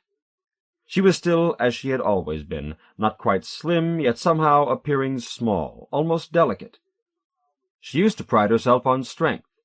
When they moved in, she had worked as hard as Ivan, lugging furniture and lifting heavy cartons. He was impressed. Now, of course, she could no longer do that. It took all her strength to move her own weight. With the profound, sensuous narcissism of women past first youth, she admired her still narrow waist and full breasts. She was especially fond of her shoulders and prominent collarbone, which had a fragile, inviting look. That would all be gone soon, of course, gone soft. Curious about how she would alter, she scanned her face for the pregnant look she knew well from the faces of friends.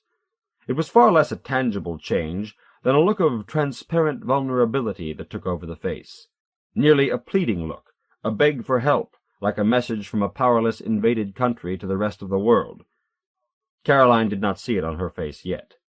From the 10th to the 14th week of her pregnancy she slept, with brief intervals of lucidity when she taught her classes. It was a strange, dreamy time. The passionate nausea faded, but the lure of the bed was irresistible. In the middle of the day even, she could pass by the bedroom, glimpse the waiting bed, and be overcome by the soft, heavy desire to lie down. She fell into a stupor immediately, and did not dream.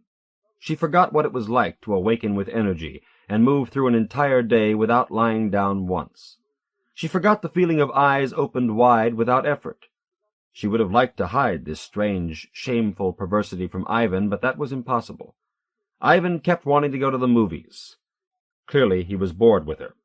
Maybe, she imagined, staring up at the bedroom ceiling through slitted eyes, he would become so bored he would abandon her and the baby, and she would not be able to support the house alone, and she and the baby would end up on the streets in rags, begging. She smiled. That was highly unlikely. Ivan would not be the same Ivan without her. "You go on, Ivan, I just can't." Once he said, "I thought I might ask Ruth Forbes to go with me to see the Charlie Chaplin in town. I know she likes him. Would that bother you?" She was half asleep, slowly eating a large apple in bed and watching Medical Center on television, but she roused herself to answer. "No, of course not." Ruth Forbes was a divorced woman who lived down the block, a casual friend and not Ivan's type at all, too large, loud, and depressed. Caroline didn't care if he wanted her company. She didn't care if he held her hand on his knee in the movies, as he liked to do, or even if, improbably, he made love to her afterwards in her sloppy house crawling with children. She didn't care about anything except staying nestled in bed. She made love with him sometimes, in a slow way. She felt no specific desire, but didn't want to deny him. She loved him so. Or had, she thought vaguely, when she was alive and strong. Besides, she knew she could sleep right after. Usually there would be a moment when she came alive despite herself, when the reality of his body would strike her all at once with a wistful throb of lust. But mostly she was too tired to see it through, to leap towards it, so she let it subside, merely nodding at it gratefully as a sign of dormant life. She felt sorry for Ivan, but helpless. Once, to her great shame, She fell asleep while he was inside her. He woke her with a pat on her cheek. Actually, she realized from the faint sting, a gesture more like a slap than a pat. "Caroline, for Christ's sake, you're sleeping." No, I'm sorry. I wasn't really sleeping. Oh, Ivan, it's nothing. This will end." She wondered, though. Moments later, she felt his hands on her thighs. His lips were brooding on her stomach, edging with expertise lower and lower down. He was murmuring something she couldn't catch. She felt an ache, an irritation. Of course he meant well. Ivan always did. Wryly, she appreciated his intentions, but she couldn't bear that excitement now. "Please," she said, "please don't do that." He was terribly hurt. He said nothing, but leaped away violently and pulled all the blankets around him. She was contrite, shed a few private tears, and fell instantly into a dreamless dark. He wanted to go to a New Year's Eve party some close friends were giving, and naturally he wanted her to come with him. Caroline vowed to herself she would do this for him because she had been giving so little for so long. She planned to get dressed and look very beautiful, as she could still look when she took plenty of time and tried hard enough. She would not drink very much. It was sleep-inducing, and she would not be the one to suggest going home. After sleeping through the day in preparation, she washed her hair, using something she found in the drugstore to heighten the blonde flecks. Then she put on a long green velvet dress with gold embroidery and inserted the gold hoop earrings Ivan bought her some years ago for her 25th birthday. Before they set out, she drank a cup of black coffee. She would have taken no dose, but she was afraid of drugs, afraid of giving birth to an armless or legless baby who would be a burden and a heartache to them for the rest of their days. At the party of mostly university people, she chatted with everyone equally, those she knew well and those she had never met. Sociably, she held a filled glass in her hand, taking tiny sips. She and Ivan were not together very much. It was crowded, smoky, and loud. People kept moving, and encounters were brief. But she knew he was aware of her, could feel his awareness through the milling bodies. He was aware, and he was pleased. He deserved more than the somnambulist she had become, and she was pleased to please him. But after a while her legs would not support her for another instant. The skin tingled. Soft warning bells rang from every pore. She allowed herself a moment to sit down alone in a small alcove off the living room, where she smoked a cigarette and stared down at her lap, holding her eyes open very wide. Examining the gold and rose-colored embroidery on her dress, Caroline traced the coiled pattern, mathematical and hypnotic, with her index finger. Just as she was happily merging into its intricacies, a man, a stranger, came in, breaking her trance. He was a very young man, 23 maybe, of no apparent interest.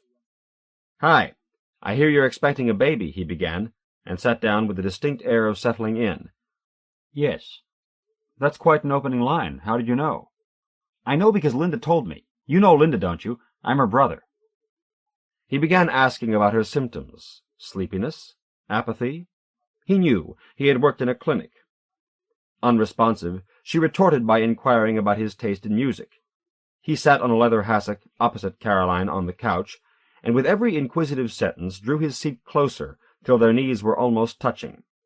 She shifted her weight to avoid him, tucked her feet under her, and lit another cigarette, feeling she could lie down and fall into a stupor quite easily. Still, words were coming out of her mouth. She heard them. She hoped they were not encouraging words, but she seemed to have very little control over what they were. He said, "You see," he reached out and put his hand over hers.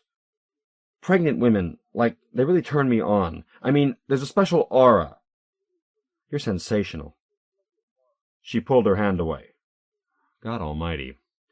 "What's the matter? Honestly, I didn't mean to offend you. I really must go." She stood up and stepped around him. "Could I see you sometime?" "You're seeing me now. Enjoy it." He ran his eyes over her from head to toe, appraising. "It doesn't show yet." Gazing down at her body, Caroline stretched the loose velvet dress taut over her stomach. "No, you're right, it doesn't." Then, over her shoulder, as she left their little corner, she tossed, "Fuck you, you pig." With a surge of energy, she downed a quick scotch, found Ivan, and tugged at his arm. "Let's dance." Ivan's blue eyes lightened with shock. At home she could barely walk. "Yes, let's." He took her in his arms, and she buried her face against his shoulder. But she held her tears back. She would not let him know. Later she told him about it.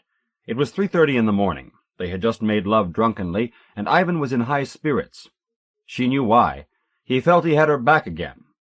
She had held him close and uttered her old sounds, familiar moans and cries like a poignant, nearly forgotten tune. And Ivan was miraculously restored, his impact once again sensible to eye and ear. He was making her laugh hysterically now, imitating the eccentric professor of art history at the party, an owlish émigré from Bavaria, who expounded on the dilemmas of today's youth, all the while pronouncing youth as if it rhymed with mouth. Ivan had also discovered that he pronounced unique as if it were eunuch. Then, sitting up in bed cross-legged, they competed in making up pretentious scholarly sentences that included both unique and youth mispronounced. "Speaking of youth," Caroline said, "I met a weird one tonight, Linda's brother. A very eunuch youth, I must say." And giggling, she recounted their conversation. Suddenly, at the end, she unexpectedly found herself in tears. Shuddering, she flopped over and sobbed into her pillow. "Caroline," he said tenderly, "please, for heaven's sake, it was just some nut. It was nothing. Don't get all upset over it." He stroked her bare back.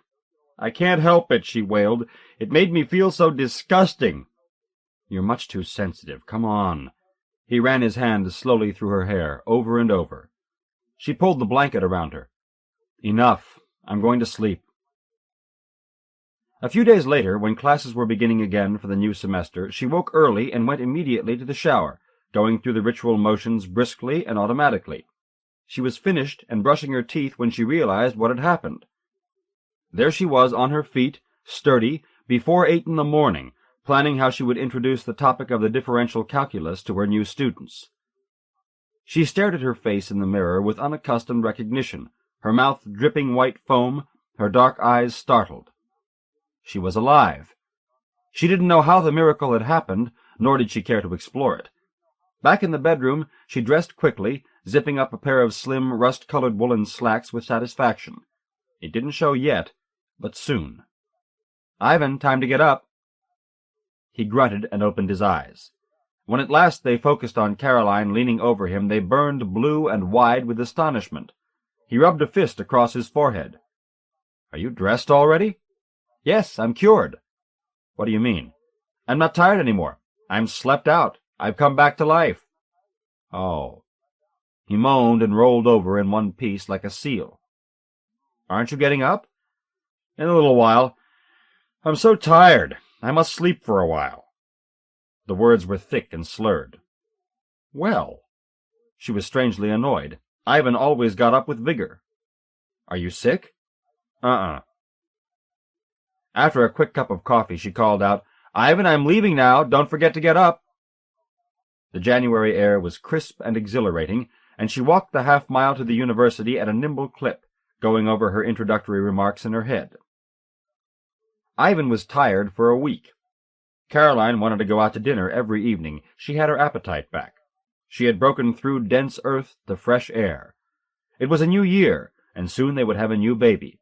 But all Ivan wanted to do was stay home and lie on the bed and watch television. It was repellent. Sloth, she pointed out to him more than once, was one of the 7 deadly sins. The 5th night she said in exasperation, "What the hell is the matter with you? If you're sick, go to a doctor." "I'm not sick. I'm tired." "Can't I be tired too? Leave me alone." "I left you alone, didn't I?" "That was different." "How?" "I'm pregnant and you're not, in case you've forgotten." "How could I forget?" She said nothing, only cast him an evil look. One evening, soon after Ivan's symptoms disappeared, they sat together on the living-room sofa sharing sections of the newspaper. Ivan had his feet up on the coffee table, and Caroline sat diagonally, resting her legs on his. She paused in her reading and touched her stomach. "Ivan?" "What?" "It's no use. I'm going to have to buy some maternity clothes." He put down the paper and stared. "Really?" He seemed distressed. "Yes." "Well, don't buy any of those ugly things they wear. Can't you get some of those, sort of Indian things?" "Yes, that's a good idea. I will." He picked up the paper again. "It moves." "What?" "I said it moves. The baby." "It moves." She laughed. "Remember Galileo? Eppure si muove." They had spent years together in Italy in their first youth, in mad love, and visited the birthplace of Galileo. He was a hero to both of them, because his mind remained free and strong, though his body succumbed to tyranny. Ivan laughed too. "Eppure si muove. Let me see." He bent his head down to feel it, then looked up at her, his face full of longing, marvel, and envy. In a moment he was scrambling at her clothes in a young, eager rush. He wanted to be there, he said. Caroline, taken by surprise, was suspended between laughter and tears. He had her on the floor in silence, and for each it was swift and consuming. Ivan lay spent in her arms. Caroline, still gasping and clutching him, said, "I could never love it as much as I love you." She wondered then, hearing her words fall in the still air, whether this would always be true. Shortly after she began wearing the Indian shirts and dresses, she noticed that Ivan was acting oddly. He stayed late at the office more than ever before, and often brought work home with him. He appeared to have lost interest in the baby, rarely asking how she felt, and when she moaned in bed sometimes, "Oh, I can't get to sleep, it keeps moving around," he responded with a grunt, or not at all. He asked her one warm Sunday in March if she wanted to go bicycle riding. "Ivan, I can't go bicycle riding. I mean, look at me." "Oh, right, of course." He seemed to avoid looking at her, and she did look terrible, she had to admit. Even she looked at herself in the mirror as infrequently as possible. She dreaded what she had heard about hair falling out and teeth rotting, but she drank her milk diligently, and so far neither of those things had happened. But besides the grotesque belly, her ankles swelled up, so that the shape of her own legs was alien. She took diuretics and woke every hour at night to go to the bathroom. Sometimes it was impossible to get back to sleep, so she sat up in bed reading. Ivan said, "Can't you turn the light out? You know I can't sleep with the light on." "But what should I do? I can't sleep at all." "Read in the living room. It's so cold in there at night." He would turn away irritably. Once he took the blanket and went to sleep in the living room himself. They liked to go for drives in the country on warm weekends. It seemed to Caroline that he chose the bumpiest, most untended roads and drove them as rashly as possible. Then, when they stopped to picnic, and he lay back to bask in the sharp April sunlight, she would always need to go and look for a bathroom, or even a clump of trees. At first this amused him, but soon his amusement became sardonic. He pulled in wearily at gas stations where he didn't need gas, and waited in the car with folded arms and a sullen expression that made her apologetic about her ludicrous needs. They were growing apart. She could feel the distance between them like a patch of fog, dimming and distorting the relations of objects in space. The baby that lay between them in the dark was pushing them apart. Sometimes as she lay awake in bed at night, not wanting to read in the cold living room, but reluctant to turn on the light, and it was only a small light, she thought bitterly, a small bedside light, Caroline brooded over the horrible deformities the baby might be born with. She was 31 years old, not the best age to bear a first child. It could have cerebral palsy, cleft palate, 2 heads, club foot. She wondered if she could love a baby with a gross defect. She wondered if Ivan would want to put it in an institution, and if there were any decent institutions in their area, and if they would be spending every Sunday afternoon for the rest of their lives visiting the baby and driving home heartbroken in silence. She lived through these visits to the institution in vivid detail till she knew the doctors' and nurses' faces well. And there would come a point when Ivan would refuse to go any more. She knew what he was like, selfish with his time and impatient with futility, and she would have to go alone. She wondered if Ivan ever thought about these things, but with that cold mood of his, she was afraid to ask. One night she was desolate. She couldn't bear the loneliness and the heaviness any more, so she woke him. "Ivan, please, talk to me. I'm so lonely." He sat up abruptly. "What?" He was still asleep. With the dark, straight hair hanging down over his lean face, he looked boyish and vulnerable. Without knowing why, she felt sorry for him. "I'm sorry. I know you were sleeping, but Here she began to weep. I just lie here forever in the dark and think awful things, and you're so far away, and I just... Oh, Caroline. Oh, God. Now he was wide awake, and took her in his arms. You're so far away, she wept. I don't know what's the matter with you. I'm sorry. I know it's hard for you. You're so... Everything's so different, that's all. But it's still me. I know it's stupid of me. I can't... She knew what it was. It would never be the same. They sat up all night holding each other, and they talked. Ivan talked more than he had in weeks. He said of course the baby would be perfectly all right, and it would be born at just the right time, too, late June, so she could finish up the term, and they would start their natural childbirth group in 2 weeks so he could be with her and help her, though of course she would do it easily because she was so competent at everything. And then they would have the summer for the early difficult months, and she would be feeling fine and be ready to go back to work in the fall, and they would find a good person, someone like a grandmother, to come in, and he would try to stagger his schedule so she would not feel overburdened and trapped, and in short everything would be just fine, and they would make love again like they used to, and be close again. He said exactly what she needed to hear, while she huddled against him, wrenched with pain, to realize that he had known all along the right words to say, but hadn't thought to say them until she woke him in desperation. Still, in the dawn she slept contented. She loved him. Every now and then she perceived this like a fact of life, an ancient tropism. 2 weeks later they had one of their horrible quarrels. It happened at a gallery, at the opening of a show by a group of young local artists Ivan had discovered. He had encouraged them to apply to his foundation for money, and smoothed the way to their success. Now, at their triumphant hour, he was to be publicly thanked at a formal dinner. There were too many paintings to look at, too many people to greet, and too many glasses of champagne thrust at Caroline, who was near the end of her 8th month now. She walked around for an hour, then whispered to Ivan, "Listen, I'm sorry, but I've got to go. Give me the car keys, will you? I don't feel well." "What's the matter?" "I can't stop having to go to the bathroom, and my feet are killing me, and my head aches, and the kid is rolling around like a basketball. You stay and enjoy it. You can get a ride with someone. I'll see you later." "I'll drive you home," he said grimly. "We'll leave." An awful knot gripped her stomach. The knot was the image of his perverse resistance, the immense trouble coming, all the trouble congealed and solidified and tied up in one moment.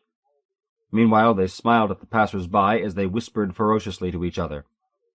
"Ivan, I do not want you to take me home. This is your event. Stay. I am leaving. We are separate people." "If you're as sick as you say, you can't drive home alone. You're my wife, and I'll take you home." "Suit yourself," she said sweetly, because the director of the gallery was approaching. "We all know you're much bigger and stronger than I am." And she smiled maliciously. Ivan waved vaguely at the director, turned and ushered her to the door. Outside he exploded. "Shit, Caroline! We can't do a fucking thing anymore, can we?" "You can do anything you like. Just give me the keys. I left mine home." "I will not give you the keys. Get in the car. You're supposed to be sick." "You big, resentful, selfish idiot! Jealous of an embryo!" She was screaming now. He started the car with a rush that jolted her forward against the dashboard. "I'd be better off driving myself. You'll kill me this way." "Shut up!" he shouted. "I don't want to hear any more. I don't care what you want to hear or not hear. Shut the hell up, or I swear I'll go into a tree. I don't give a shit any more." It was starting to rain, a soft, silent rain that glittered in the drab dusk outside. At exactly the same moment they rolled up their windows. They were sealed in together, Caroline thought, like restless beasts in a cage. The air in the car was dank and stuffy. When they got home he slammed the door so hard the house shook. Caroline had calmed herself. She sank down in a chair, kicked off her shoes, and rubbed her ankles. "Ivan, why don't you go back? It's not too late. These dinners are always late anyway. I'll be okay." "I don't want to go any more," he yelled. "The whole thing is spoiled. Our whole lives are spoiled from now on. We were better off before. I thought you had gotten over wanting it. I thought it was a dead issue." He stared at her bulging stomach with such loathing that she was shocked into horrid, lucid perception. "You disgust me," she said quietly. "Frankly, you always have, and probably always will." She didn't know why she said that. It was quite untrue. It was only true that he disgusted her at this moment, yet the rest had rolled out like string from a hidden ball of twine. "So why did we ever start this in the first place?" he screamed. She didn't know whether he meant the marriage or the baby, and for an instant she was afraid he might hit her. There was such compressed force in his huge shoulders. "Get the hell out of here. I don't want to have to look at you." "I will. I'll go back. I'll take your advice. Call your fucking obstetrician if you need anything. I'm sure he's always glad of an extra feel." "You ignorant pig. Go on. And don't hurry back. Find yourself a skinny little art student and give her a big treat." "I just might." He slammed the door and the house shook again. He would be back. This was not the first time. Only now she felt no secret excitement, no tremor, no passion that could reshape into lust. She was too heavy and burdened. It would not be easy to make it up. She was in no condition. It would lie between them silently like a dead weight till weeks after the baby was born, till Ivan felt he could reclaim his rightful territory. She knew him too well. Caroline took 2 aspirins. When she woke at 3, he was in bed beside her, gripping the blanket in his sleep and breathing heavily. For days afterwards they spoke with strained, subdued courtesy. They worked diligently in the natural childbirth classes once a week. While at home they giggled over how silly the exercises were, yet Ivan insisted she pant her 5 minutes each day as instructed. As relaxation training, Ivan was supposed to lift each of her legs and arms 3 times and drop them, while she remained perfectly limp and passive. From the very start, Caroline was excellent at this routine, which they did in bed before going to sleep. A substitute, she thought, yawning. She could make her body so limp and passive, her arms and legs bounced on the mattress when they fell. One night, for diversion, she tried doing it to Ivan, but he couldn't master the technique of passivity. "Don't do anything, Ivan. I lift the leg and I drop the leg. You do nothing. Do you see? Nothing at all," she smiled. But that was not possible for him. He tried to be limp, but kept working along with her. She could see his muscles, precisely those leg muscles she found so desirable, exerting to lift and drop, lift and drop. "You can't give yourself up. Don't you feel what you're doing? You have to let me do it to you. Let me try just your hand, from the wrist. That might be easier." "No, forget it. Give me back my hand." He smiled and stroked her stomach gently. "What's the difference? I don't have to do it well. You do it very well." She did it very well indeed when the time came. It was a short labor, less than an hour, very unusual for a first baby, the nurses kept muttering. She breathed intently, beginning with the long, slow breaths she had been taught, feeling quite remote from the bustle around her. Then, in a flurry, they raced her down the hall on a wheeled table, with a train of white-coated people trotting after, and she thought, panting, "No matter what I suffer, soon I will be thin again, I will be more beautiful than ever." The room was crowded with people, far more people than she would have thought necessary, but the only faces she singled out were Ivan's and the doctor's. The doctor, with a new russet beard and his face a good deal thinner now, was once again framed by her knees, paler than before. Wildly enthusiastic about the proceedings, he yelled, "Terrific, Caroline, terrific!" as though they were in a noisy public place. "Okay, start pushing." They placed her hands on chrome rails along the table. On the left, groping, she found Ivan's hand, and held it instead of the rail. She pushed. In surprise, she became aware of a great cleavage, like a mountain of granite splitting apart. Only it was in her, she realized, and if it kept on going, it would go right up to her neck. She gripped Ivan's warm hand, and just as she opened her mouth to roar, someone clapped an oxygen mask on her face so the roar reverberated inward on her own ears. She wasn't supposed to roar. The natural childbirth teacher hadn't mentioned anything about that. She was supposed to breathe and push. But as long as no one seemed to take any notice, she might as well keep on roaring. It felt so satisfying and necessary. The teacher would never know. She trusted that if she split all the way up to her neck, they would sew her up somehow. She was too far gone to worry about that now. Maybe that was why there were so many of them. Yes, of course, to put her back together. And maybe they had simply forgotten to tell her about being bisected. Or maybe it was a closely guarded secret, like an initiation rite. She gripped Ivan's hand tighter. She was not having too bad a time. She would surely survive, she told herself, captivated by the hellish, bestial sounds going from her mouth to her ear. It certainly was what her students would call a peak experience, and how gratifying to hear the doctor exclaim, "Oh, this is one terrific girl! Once more, Caroline, give me one more push and send it out. Sock it to me!" She always tried to be obliging, if possible. Now she raised herself on her elbows, and staring straight at him, he too, after all, had been most obliging these long months, gave him with tremendous force the final push he asked for. She had Ivan's hand tightly around the rail, could feel his knuckles bursting, and then all of a sudden the room and the faces were obliterated. A dark, thick curtain swiftly wrapped around her, and she was left all alone, gasping, sucked violently into a windy black hole of pain so explosive she knew it must be death. She was dying fast, like a bomb detonating. It was all right. It was almost over, only she would have liked to see his blue eyes one last time. From somewhere in the void, Ivan's voice shouted in exultation, "It's coming out!" And the roaring stopped, and at last there was peace and quiet in her ears. The curtain fell away. The world returned. But her eyes kept on burning, as if they had seen something not meant for living eyes to see and return from alive. "Give it to me," Caroline said, and held it.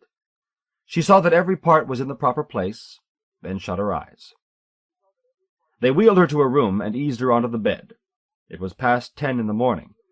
She could dimly remember they had been up all night watching a James Cagney movie about prize-fighting while they timed her irregular, mild contractions. James Cagney went blind from blows given by poisoned gloves in a rigged match, and she wept for him as she held her hands on her stomach and breathed. Neither she nor Ivan had slept or eaten for hours. "Ivan, there is something I am really dying to have right now." "Your wish is my command." She asked for a roast beef on rye with ketchup and iced tea. "Would you mind? It'll be hours before they serve lunch." He bought it and stood at the window while she ate ravenously. "Didn't you get anything for yourself?" "No, I'm too exhausted to eat." He did, in fact, look terrible. He was sallow. His eyes, usually so radiant, were nearly drained of color, and small downward curving lines around his mouth recalled his laborious vigil. "You had a rough night, Ivan. You ought to get some sleep. What's it like outside?" "What?" Ivan's movements seemed to her extremely purposeless. He was pacing the room with his hands deep in his pockets, going slowly from the foot of the bed to the window and back. Her eyes followed him from the pillow. Every now and then he would stop to peer at Caroline in an unfamiliar way, as if she were a puzzling stranger. "Ivan, are you okay? I meant the weather. What's it doing outside?" It struck her, as she asked, that it was weeks since she had cared to know anything about the outside. That there was an outside, now that she was emptied out, came rushing at her with the most urgent importance, wafting her on a tide of grateful joy. "Oh," he said vaguely, and came to sit on the edge of her bed. "Well, it's doing something very peculiar outside, as a matter of fact. It's raining, but the sun is shining." She laughed at him. "But haven't you ever seen it do that before?" "I don't know. I guess so." He opened his mouth and closed it several times. She ate, waiting patiently. Finally he spoke. "You know, Caroline, you really have quite a grip. When you were holding my hand in there, you squeezed it so tight I thought you would break it." "Oh, come on, that can't be." "I'm not joking." He massaged his hand absently. Ivan never complained of pain. If anything, he understated. But now he held out his right hand and showed her the raw red knuckles and palm, with raised flaming welts forming. She took his hand. "You're serious? Did I do that?" "Well, how do you like that?" "I really thought you'd break my hand. It was killing me." He kept repeating it, not resentfully, but dully, as though there were something secreted in the words that he couldn't fathom. "But why didn't you take it away if it hurt that badly?" She put down her half-eaten sandwich as she saw the pale amazement ripple over his face. "Oh, no, I couldn't do that. I mean, if that was what you needed just then." He looked away, embarrassed. "Listen," he shrugged, not facing her.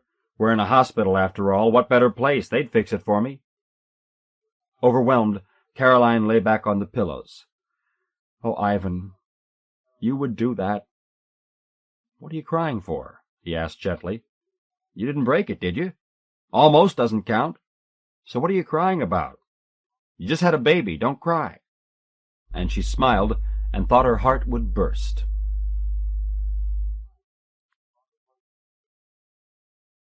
A Silver Dish by Saul Bellow. Saul Bellow was born in Lachine, Quebec, Canada, of Russian immigrant parents, grew up in Chicago, and has lived there for most of his life. He is the author of Henderson the Rain King, Herzog, Seize the Day, Humboldt's Gift, and other books. He received the Nobel Prize in 1976. What do you do about death? In this case, the death of an old father. If you're a modern person, 60 years of age, and a man who's been around, like Woody Selps, what do? Take this matter of mourning, and take it against a contemporary background. How, against a contemporary background, do you mourn an octogenarian father, nearly blind, his heart enlarged, his lungs filling with fluid, who creeps, stumbles, gives off the odors, the moldiness or gassiness of old men? I mean, as Woody put it, be realistic. Think what times these are. The papers daily give it to you. The Lufthansa pilot in Aden is described by the hostages on his knees, begging the Palestinian terrorists not to execute him, but they shoot him through the head. Later, they themselves are killed, and still others shoot others, or shoot themselves. That's what you read in the press, see on the tube, mention at dinner. We know now what goes daily through the whole of the human community, like a global death peristalsis. Woody, a businessman in South Chicago, was not an ignorant person. He knew more such phrases than you would expect a tile contractor, offices, lobbies, lavatories, to know. The kind of knowledge he had was not the kind for which you get academic degrees, although Woody had studied for 2 years in a seminary, preparing to be a minister. 2 years of college during the Depression was more than most high school graduates could afford.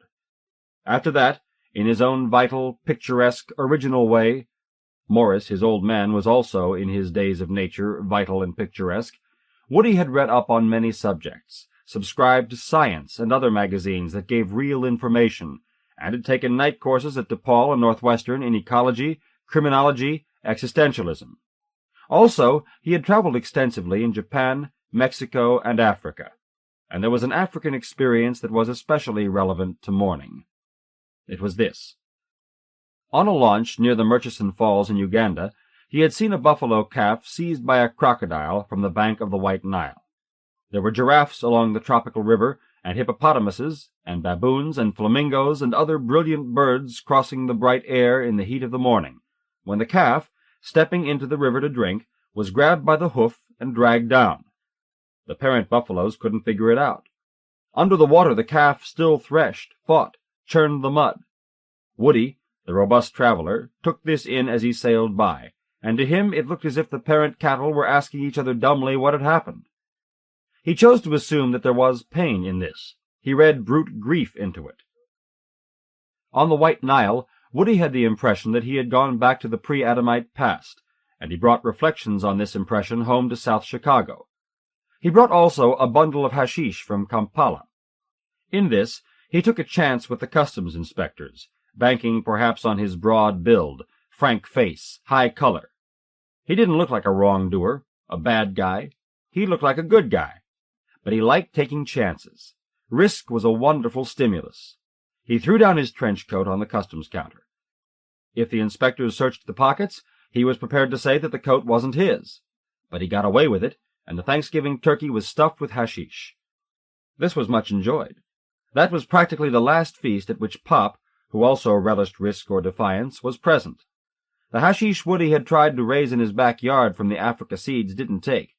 But behind his warehouse, where the Lincoln Continental was parked, he kept a patch of marijuana. There was no harm at all in Woody, but he didn't like being entirely within the law. It was simply a question of self-respect.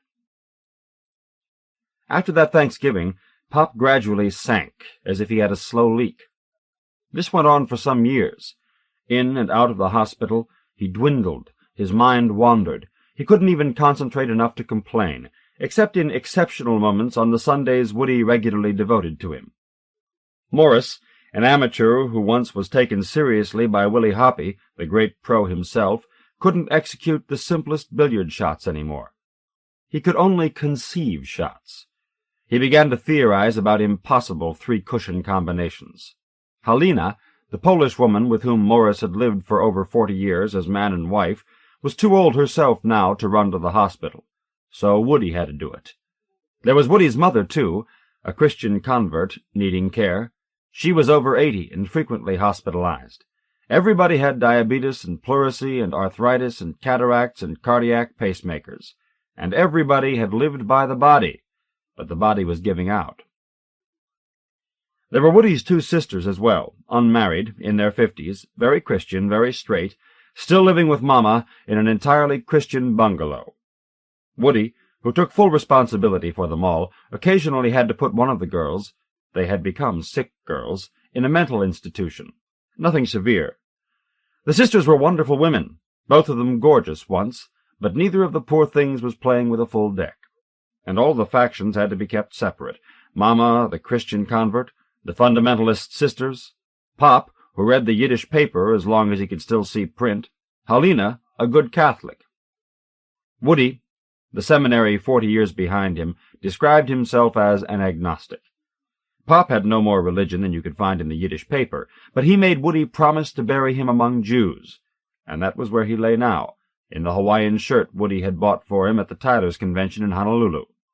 Woody would allow no undertaker's assistant to dress him, but came to the parlor and buttoned the stiff into the shirt himself, and the old man went down looking like Ben-Gurion in a simple wooden coffin, sure to rot fast. That was how Woody wanted it all. At the graveside he had taken off and folded his jacket, rolled up his sleeves on thick, freckled biceps, waved back the little tractor standing by, and shoveled the dirt himself. His big face, broad at the bottom, narrowed upward like a Dutch house, and, his small, good lower teeth taking hold of the upper lip in his exertion, he performed the final duty of a son. He was very fit, so it must have been emotion, not the shoveling, that made him redden so. After the funeral, he went home with Helena and her son, a decent Polak like his mother, and talented, too. Mitosh played the organ at hockey and basketball games in the stadium, which took a smart man because it was a rabble-rousing kind of occupation, and they had some drinks and comforted the old girl. Helena was true blue, always 100% for Morris. Then, for the rest of the week, Woody was busy, had jobs to run, office responsibilities, family responsibilities. He lived alone, as did his wife, as did his mistress, everybody in a separate establishment. Since his wife, after 15 years of separation, had not learned to take care of herself, Woody did her shopping on Fridays, filled her freezer. He had to take her this week to buy shoes. Also, Friday night he always spent with Helen. Helen was his wife de facto. Saturday he did his big weekly shopping. Saturday night he devoted to Mom and his sisters. So he was too busy to attend to his own feelings, except intermittently to note to himself, first Thursday in the grave, first Friday, and fine weather. First Saturday. He's got to be getting used to it. Under his breath, he occasionally said, "Oh, Pop." But it was Sunday that hit him, when the bells rang all over South Chicago, the Ukrainian, Roman Catholic, Greek, Russian, African Methodist churches, sounding off one after another. Woody had his offices in his warehouse, and there had built an apartment for himself, very spacious and convenient, in the top story. Because he left every Sunday morning at 7 to spend the day with Pop, he had forgotten by how many churches Selp's Tile Company was surrounded. He was still in bed when he heard the bells, and all at once he knew how heartbroken he was. This sudden big heartache in a man of 60, a practical, physical, healthy-minded, and experienced man, was deeply unpleasant. When he had an unpleasant condition, he believed in taking something for it. So he thought, what shall I take? There were plenty of remedies available. His cellar was stocked with cases of Scotch whiskey, Polish vodka, Armagnac, Moselle, Burgundy. There were also freezers with steaks and with game, and with Alaskan king crab. He bought with a broad hand, by the crate and by the dozen. But in the end, when he got out of bed, he took nothing but a cup of coffee. While the kettle was heating, he put on his Japanese judo-style suit and sat down to reflect. Woody was moved when things were honest. Bearing beams were honest. Undisguised concrete pillars inside high-rise apartments were honest. It was bad to cover up anything. He hated faking. Stone was honest. Metal was honest. The Sunday bells were very straight. They broke loose, they wagged and rocked, and the vibrations and the banging did something for him, cleansed his insides, purified his blood. A bell was a one-way throat, had only one thing to tell you, and simply told it. He listened. He had had some connections with bells and churches. He was, after all, something of a Christian. Born a Jew, he was a Jew facially, with a hint of Iroquois or Cherokee, but his mother had been converted more than 50 years ago by her brother-in-law, the Reverend Dr. Kovner. Kovner, a rabbinical student who had left the Hebrew Union College in Cincinnati to become a minister and establish a mission, had given Woody a partly Christian upbringing. Now Pop was on the outs with these fundamentalists. He said that the Jews came to the mission to get coffee, bacon, canned pineapple, day-old bread, and dairy products, and if they had to listen to sermons, that was okay. This was the Depression, and you couldn't be too particular. But he knew they sold the bacon. The Gospels said it plainly. Salvation is from the Jews. Backing the Reverend Doctor were wealthy fundamentalists, mainly Swedes, eager to speed up the Second Coming by converting all Jews. The foremost of Kovner's backers was Mrs. Skoglund, who had inherited a large dairy business from her late husband. Woody was under her special protection. Woody was 14 years of age when Pop took off with Helena, who worked in his shop, leaving his difficult Christian wife and his converted son and his small daughters. He came to Woody in the backyard one spring day and said, "From now on you're the man of the house." Woody was practicing with a golf club, knocking off the heads of dandelions. Pop came into the yard in his good suit, which was too hot for the weather, and when he took off his fedora, the skin of his head was marked with a deep ring, and the sweat was sprinkled over his scalp, more drops than hairs. He said, "I'm going to move out." Pop was anxious, but he was set to go, determined. "It's no use, I can't live a life like this." Envisioning the life Pop simply had to live, his free life, Woody was able to picture him in the billiard parlor, under the L tracks at a crap game, or playing poker at Brown and Couples upstairs. "You're going to be the man of the house," said Pop. "It's okay. I put you all on welfare. I just got back from Wabansia Avenue, from the relief station." Hence the suit and the hat. "They're sending out a caseworker." Then he said, "You got to lend me money to buy gasoline, the caddy money you saved." Understanding that Pop couldn't get away without his help, Woody turned over to him all he had earned at the Sunset Ridge Country Club in Winnetka. Pop felt that the valuable life lesson he was transmitting was worth far more than these dollars, and whenever he was conning his boy, a sort of high priest expression came down over his bent nose, his ruddy face. The children, who got their finest ideas at the movies, called him Richard Dix. Later, when the comic strip came out, they said he was Dick Tracy. As Woody now saw it, under the tumbling bells, he had bankrolled his own desertion. Ha ha! He found this delightful, and especially Pop's attitude of, "That'll teach you to trust your father," for this was a demonstration on behalf of real life and free instincts, against religion and hypocrisy. But mainly it was aimed against being a fool, the disgrace of foolishness.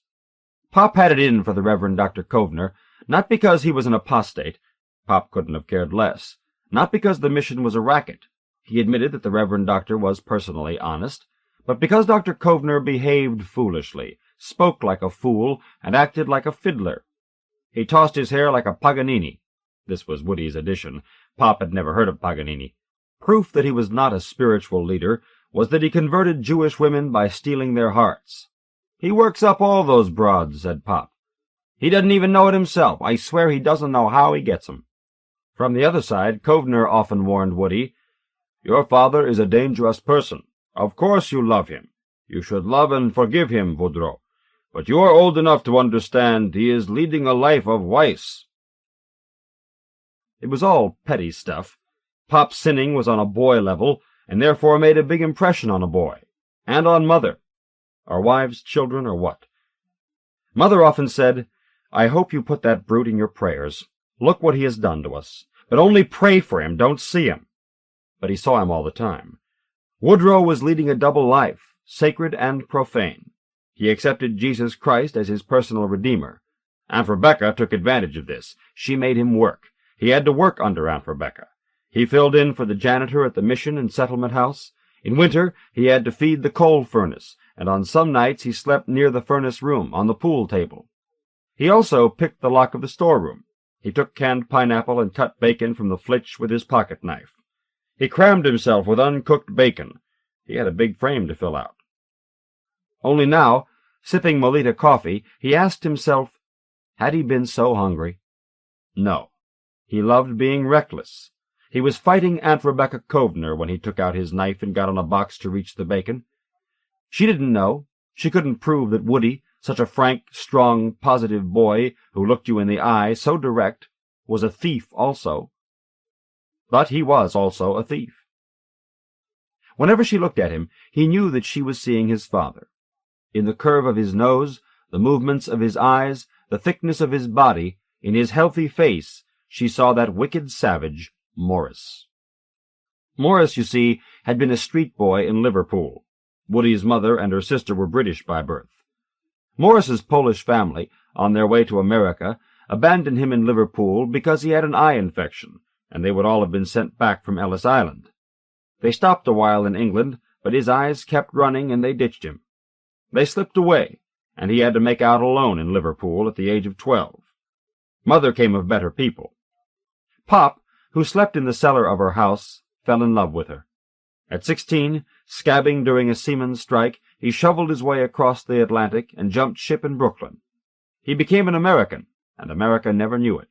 He voted without papers, he drove without a license, he paid no taxes, he cut every corner. Horses, cards, billiards, and women were his lifelong interests, in ascending order. Did he love anyone? He was so busy. Yes, he loved Helena. He loved his son. To this day, Mother believed that he had loved her most, and always wanted to come back. This gave her a chance to act the queen, with her plump wrists and faded Queen Victoria face. The girls are instructed never to admit him, she said. The Empress of India speaking. Bell-battered Woodrow's soul was whirling this Sunday morning, indoors and out, to the past, back to his upper corner of the warehouse, laid out with such originality.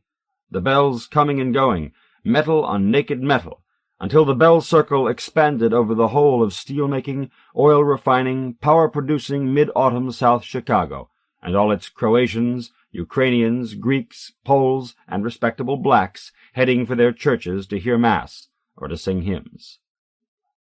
Woody himself had been a good hymn-singer. He still knew the hymns. He had testified, too.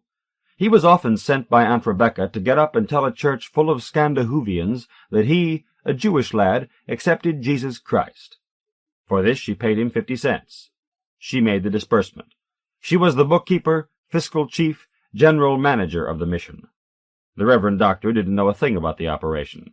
What the doctor supplied was the fervor. He was genuine, a wonderful preacher. And what about Woody himself? He also had fervor. He was drawn to the Reverend Doctor.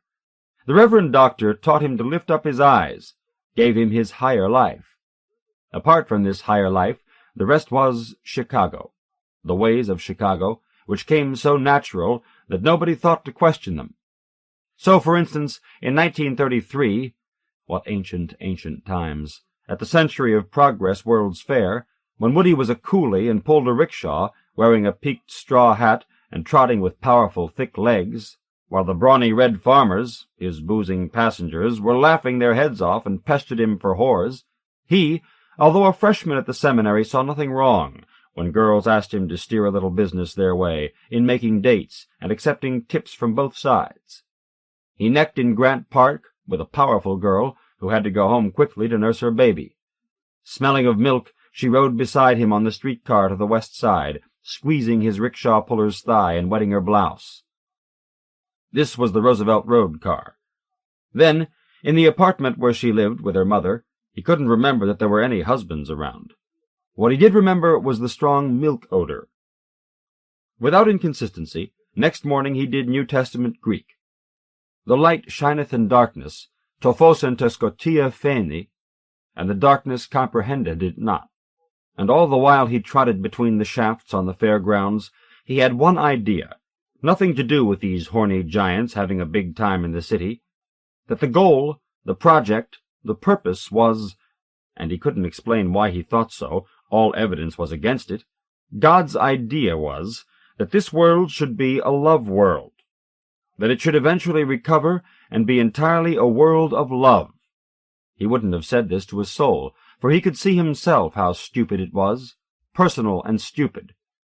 Nevertheless, there it was at the center of his feelings, and at the same time Aunt Rebecca was right when she said to him, strictly private, close to his ear even, "You're a little crook, like your father." There was some evidence for this, or what stood for evidence to an impatient person like Rebecca. Woody matured quickly. He had to. But how could you expect a boy of 17, he wondered, to interpret the viewpoint, the feelings of a middle-aged woman, and one whose breast had been removed? Morris told him that this happened only to neglected women, and was a sign.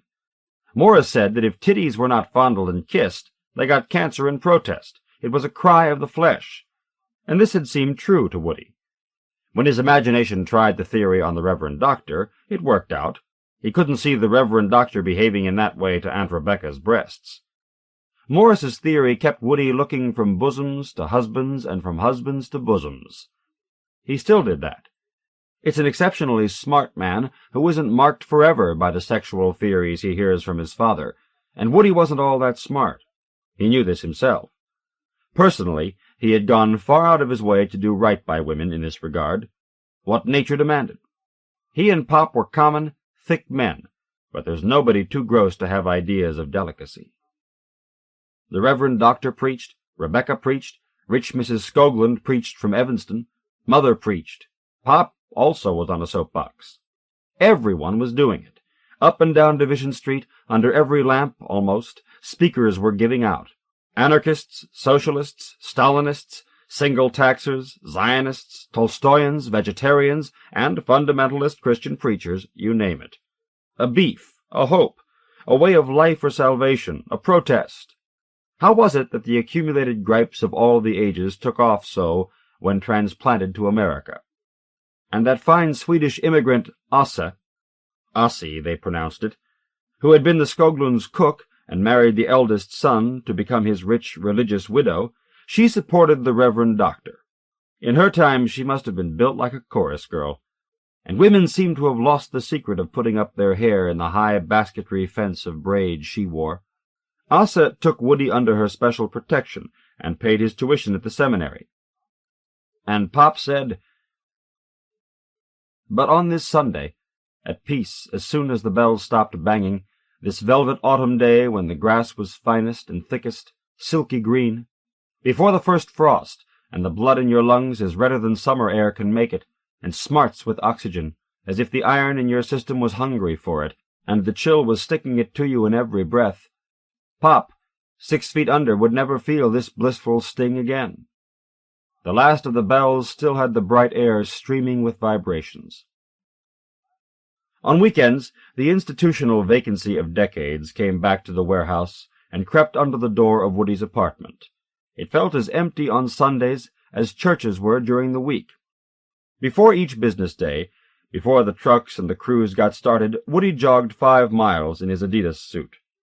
Not on this day, still reserved for Pop, however, although it was tempting to go out and run off the grief. Being alone hit Woody hard this morning. He thought, me and the world and me, meaning that there always was some activity to interpose, an errand or a visit, a picture to paint. He was a creative amateur, a massage, a meal, a shield between himself and that troublesome solitude which used the world as its reservoir. But Pop. Last Tuesday, Woody had gotten into the hospital bed with Pop because he kept pulling out the intravenous needles. Nurses stuck them back, and then Woody astonished them all by climbing into bed to hold the struggling old guy in his arms. Easy, Morris. Morris, go easy.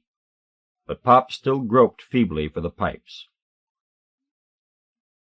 When the tolling stopped, Woody didn't notice that a great lake of quiet had come over his kingdom, the Selps tile warehouse.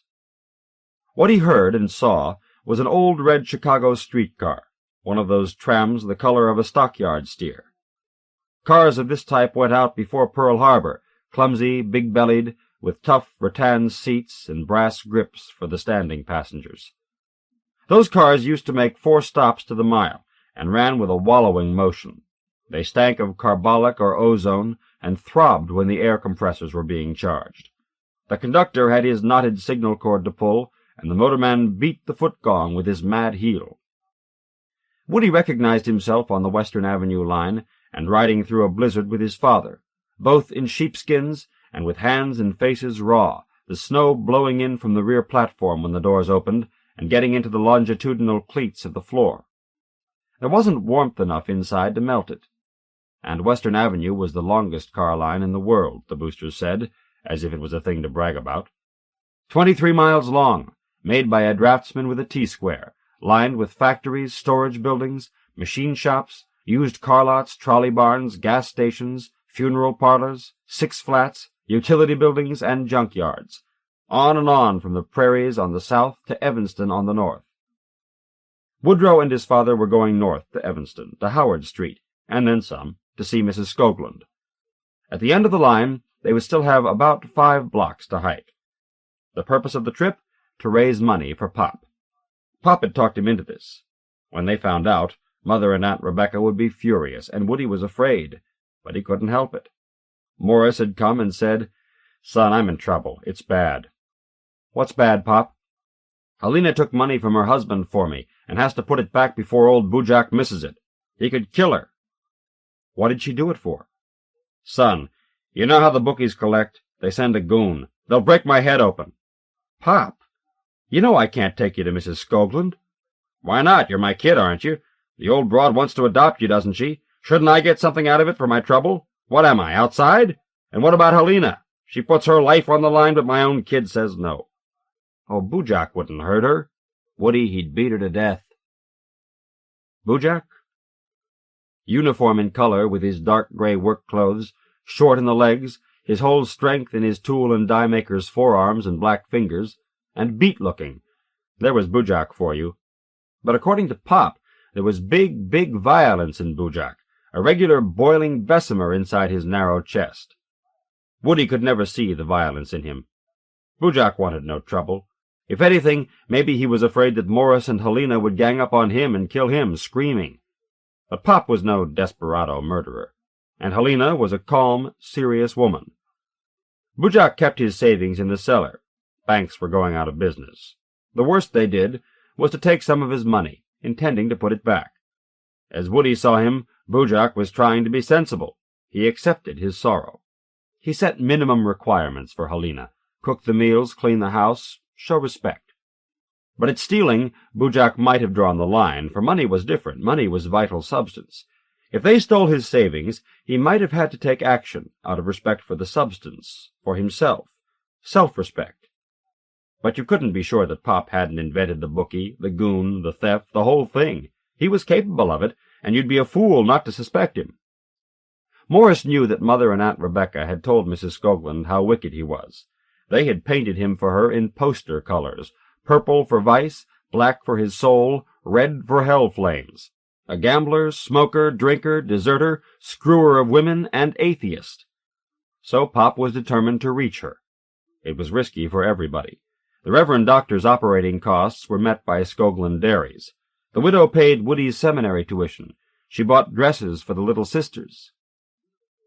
Woody, now 60, fleshy and big, like a figure for the victory of American materialism, sunk in his lounge chair, the leather of its armrests softer to his fingertips than a woman's skin, was puzzled and, in his depths, disturbed by certain blots within him, blots of light in his brain, a blot combining pain and amusement in his breast. How did that get there? Intense thought puckered the skin between his eyes with a strain bordering on headache. Why had he let Pop have his way? Why did he agree to meet him that day, in the dim rear of the pool room? "But what will you tell Mrs. Skoglund?" "The old broad? Don't worry, there's plenty to tell her, and it's all true. Ain't I trying to save my little laundry and cleaning shop? Isn't the bailiff coming for the fixtures next week?" And Pop rehearsed his pitch on the Western Avenue car. He counted on Woody's health and his freshness. Such a straightforward-looking boy was perfect for a con. Did they still have such winter storms in Chicago as they used to have? Now they somehow seemed less fierce. Blizzards used to come straight down from Ontario, from the Arctic, and drop 5 feet of snow in an afternoon. Then the rusty green platform cars, with revolving brushes at both ends, came out of the barns to sweep the tracks. 10 or 12 streetcars followed in slow processions, or waited, block after block. There was a long delay at the gates of Riverview Park. all the amusements covered for the winter, boarded up. The Dragon's Back high-rides, the bobs, the chute, the tilt-a-whirl, all the fun machinery put together by mechanics and electricians, men like Bujak the tool and die-maker, good with engines. The blizzard was having it all its own way behind the gates, and you couldn't see far inside. Only a few bulbs burned behind the palings. When Woody wiped the vapor from the glass, the wire mesh of the window guards was stuffed solid at eye level with snow. Looking higher, you saw mostly the streaked wind horizontally driving from the north. In the seat ahead, two black coal-heavers, both in leather Lindbergh flying helmets, sat with shovels between their legs, returning from a job. They smelled of sweat, burlap sacking, and coal. Mostly dull with black dust, they also sparkled here and there. There weren't many riders. People weren't leaving the house. This was a day to sit legs stuck out beside the stove, mummified by both the outdoor and the indoor forces. Only a fellow with an angle like Pop would go and buck such weather. A storm like this was out of the compass, and you kept the human scale by having a scheme to raise $50. 50 soldiers. Real money in 1933. "That woman is crazy for you," said Pop. "She's just a good woman, sweet to all of us. Who knows what she's got in mind? You're a husky kid. Not such a kid, either." "She's a religious woman. She really has religion." "Well, your mother isn't your only parent. She and Rebecca and Kovner aren't going to fill you up with their ideas. I know your mother wants to wipe me out of your life. Unless I take a hand, you won't even understand what life is. Because they don't know, those silly Christers." "Yes, Pop." "The girls I can't help. They're too young. I'm sorry about them, but I can't do anything. With you, it's different." He wanted me like himself, an American. They were stalled in the storm, while the cattle-colored car waited to have the trolley reset in the crazy wind, which boomed, tingled, blasted. At Howard Street they would have to walk straight into it, due north. "You'll do the talking at first," said Pop. Woody had the makings of a salesman, a pitchman. He was aware of this when he got to his feet in church to testify before 50 or 60 people. Even though Aunt Rebecca made it worth his while, he moved his own heart when he spoke up about his faith. But occasionally, without notice, his heart went away as he spoke religion, and he couldn't find it anywhere. In its absence, sincere behavior got him through. He had to rely for delivery on his face, his voice, on behavior. Then his eyes came closer and closer together, and in this approach of eye to eye, he felt the strain of hypocrisy. The twisting of his face threatened to betray him. It took everything he had to keep looking honest. So, since he couldn't bear the cynicism of it, he fell back on mischievousness. Mischief was where Pop came in. Pop passed straight through all those divided fields, gap after gap, and arrived at his side, bent-nosed and broad-faced.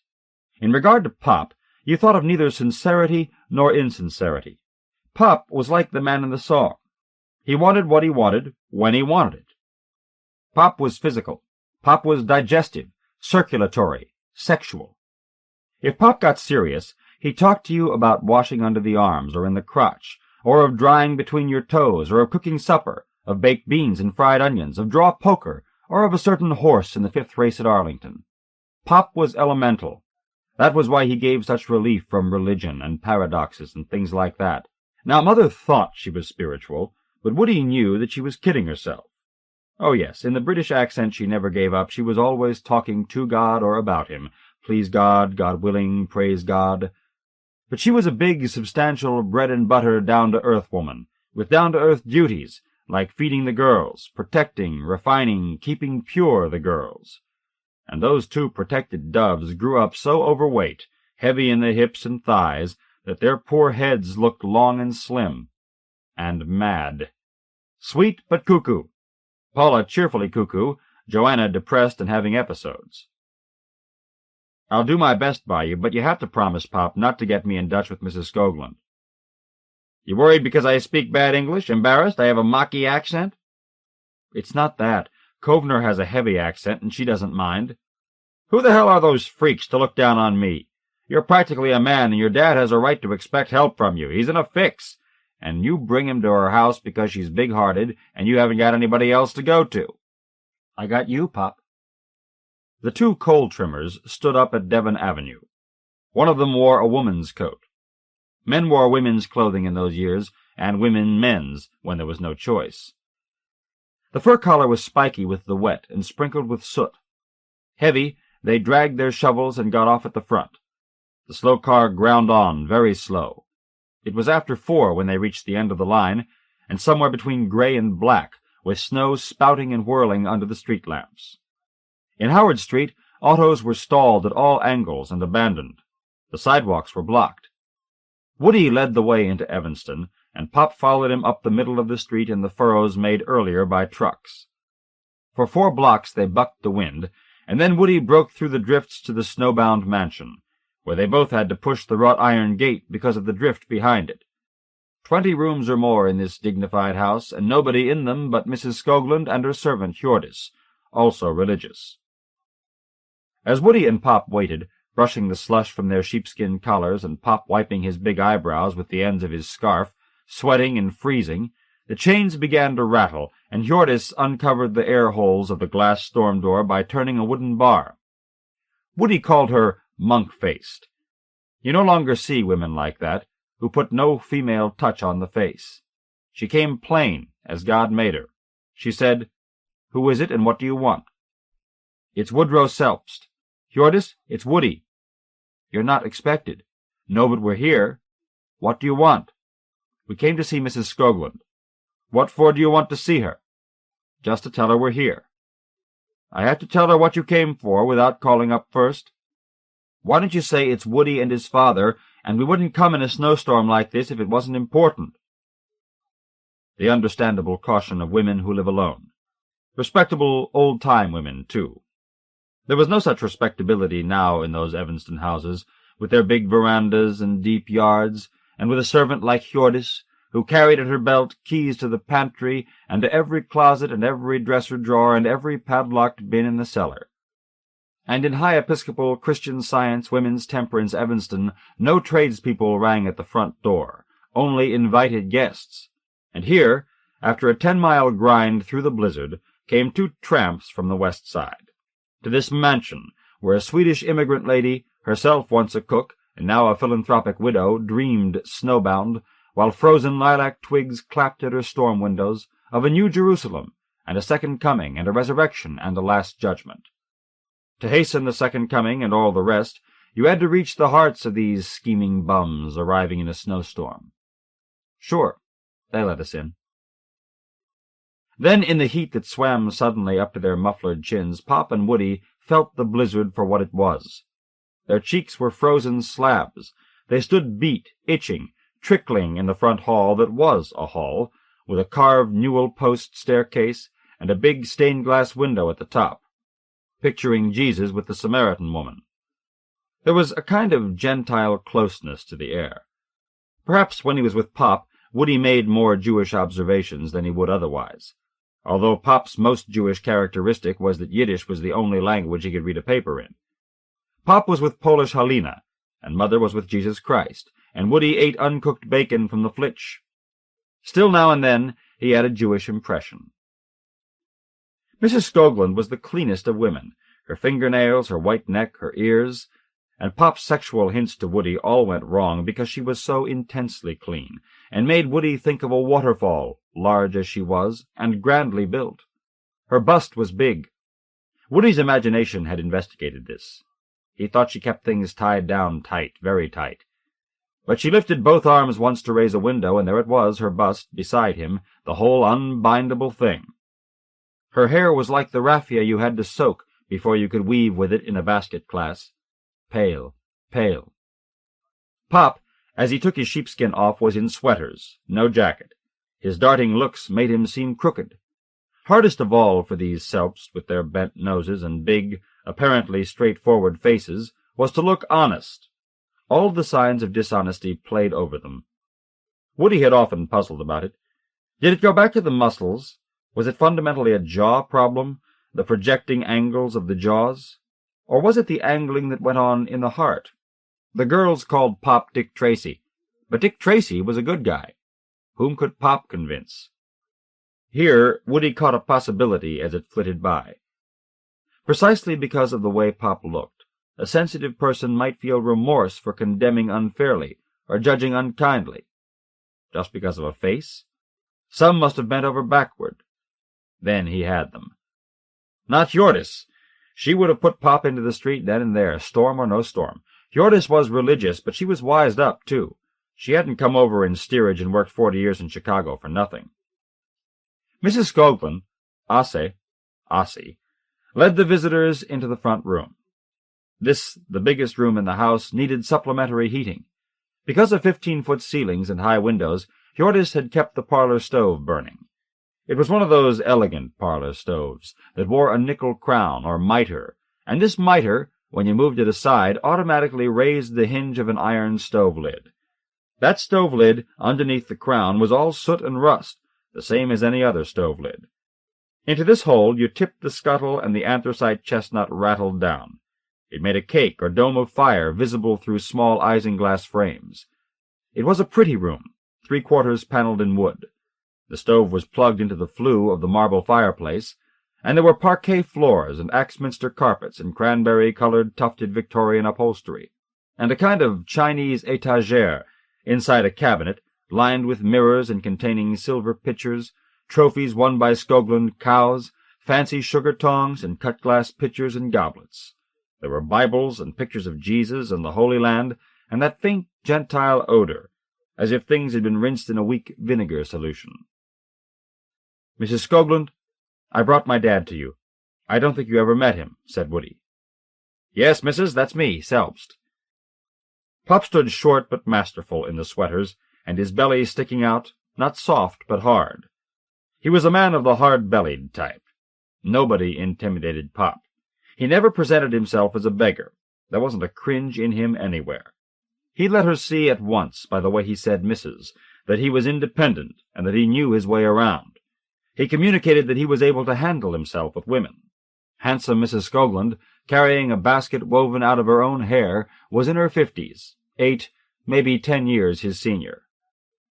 "I asked my son to bring me because I know you do the kid a lot of good. It's natural you should know both of his parents." "Mrs. Skoglund, my dad is in a tight corner, and I don't know anybody else to ask for help." This was all the preliminary Pop wanted. He took over and told the widow his story about the laundry and cleaning business and payments overdue, and explained about the fixtures and the attachment notice and the bailiff's office and what they were going to do to him, and he said, "I'm a small man trying to make a living." "You don't support your children," said Mrs. Skoglund. "That's right," said Hjordis. "I haven't got it. If I had it, wouldn't I give it? There's bread lines and soup lines all over town. Is it just me? What I have, I divvy with. I give the kids. A bad father. You think my son would bring me if I was a bad father into your house? He loves his dad. He trusts his dad. He knows his dad is a good dad. Every time I start a little business going, I get wiped out. This one is a good little business, if I can hold on to that little business. 3 people work for me, I meet a payroll, and 3 people will be on the street, too, if I close down. Missus, I can sign a note and pay you in 2 months. I'm a common man, but I'm a hard worker, and a fellow you can trust." Woody was startled when Pop used the word trust. It was as if from all 4 corners a Sousa band blew a blast to warn the entire world, "Crook, this is a crook." But Mrs. Skoglund, on account of her religious preoccupations, was remote. She heard nothing. Although everybody in this part of the world, unless he was crazy, led a practical life, and you'd have nothing to say to anyone, your neighbors would have nothing to say to you if communications were not of a practical sort, Mrs. Skoglund, with all her money, was unworldly, 2/3 out of this world. "Give me a chance to show what's in me," said Pop, "and you'll see what I do for my kids." So Mrs. Skoglund hesitated, and then she said she'd have to go upstairs. She'd have to go to her room and pray on it, and ask for guidance. Would they sit down and wait? There were 2 rocking chairs by the stove. Hjordis gave Pop a grim look, a dangerous person, and Woody a blaming one. He brought a dangerous stranger and disruptor to injure 2 kind Christian ladies. Then she went out with Mrs. Skoglund. As soon as they left, Pop jumped up from the rocker and said in anger, "What's this with the praying? She has to ask God to lend me $50? Woody said, "It's not you, Pop. It's the way these religious people do." "No," said Pop. "She'll come back and say that God wouldn't let her." Woody didn't like that. He thought Pop was being gross, and he said, "No, she's sincere. Pop, try to understand. She's emotional, nervous, and sincere, and tries to do right by everybody." And Pop said, "That servant will talk her out of it. She's a toughie. It's all over her face that we're a couple of chiselers." "What's the use of us arguing?" said Woody. He drew the rocker closer to the stove. His shoes were wet through and would never dry. The blue flames fluttered like a school of fishes in the coal fire. But Pop went over to the Chinese-style cabinet, or étagère, and tried the handle, and then opened the blade of his penknife, and in a second had forced the lock of the curved glass door. He took out a silver dish. "Pop, what is this?" said Woody. Pop, cool and level, knew exactly what this was. He relocked the étagère, crossed the carpet, listened. He stuffed the dish under his belt and pushed it down into his trousers. He put the side of his short, thick finger to his mouth. So Woody kept his voice down, but he was all shook up. He went to Pop and took him by the edge of his hand. As he looked into Pop's face, he felt his eyes growing smaller and smaller, as if something were contracting all the skin on his head. They call it hyperventilation when everything feels tight and light and close and dizzy. Hardly breathing, he said, "Put it back, Pop." Pop said, "It's solid silver. It's worth dough." "Pop, you said you wouldn't get me in Dutch." "It's only insurance in case she comes back from praying and tells me no. If she says yes, I'll put it back." "How?" "It'll get back. If I don't put it back, you will." "You picked the lock. I couldn't. I don't know how." "There's nothing to it." "We're going to put it back now. Give it here." "Woody, it's under my fly inside my underpants. Don't make such a noise about nothing." "Pop, I can't believe this." "For cry-99, shut your mouth. If I didn't trust you, I wouldn't have let you watch me do it. You don't understand a thing. What's with you?" "Before they come down, Pop, will you dig that dish out of your long johns?" Pop turned stiff on him. He became absolutely military. He said, "Look, I order you." Before he knew it, Woody had jumped his father and begun to wrestle with him. It was outrageous to clutch your own father, to put a heel behind him, to force him to the wall. Pop was taken by surprise and said loudly, "You want Helena killed? Kill her! Go on, you be responsible." He began to resist, angry, and they turned about several times when Woody, with a trick he had learned in a Western movie and used once on the playground, tripped him and they fell to the ground. Woody, who already outweighed the old man by 20 pounds, was on the top. They landed on the floor beside the stove, which stood on a tray of decorated tin to protect the carpet. In this position, pressing Pop's hard belly, Woody recognized that to have wrestled him to the floor counted for nothing. It was impossible to thrust his hand under Pop's belt to recover the dish. And now Pop had turned furious, as a father has every right to be when his son is violent with him, and he freed his hand and hit Woody in the face. He hit him 3 or 4 times in mid-face. Then Woody dug his head into Pop's shoulder and held tight, only to keep from being struck, and began to say in his ear, "Jesus, Pop, for Christ's sake, remember where you are. Those women will be back." But Pop brought up his short knee and fought and butted him with his chin and rattled Woody's teeth. Woody thought the old man was about to bite him, and because he was a seminarian, he thought, like an unclean spirit, and held tight. Gradually, Pop stopped threshing and struggling. His eyes stuck out, and his mouth was open, sullen, like a stout fish. Woody released him and gave him a hand up. He was then overcome with many, many bad feelings, of a sort he knew the old man never suffered. Never. Never. Pop never had these groveling emotions. There was his whole superiority.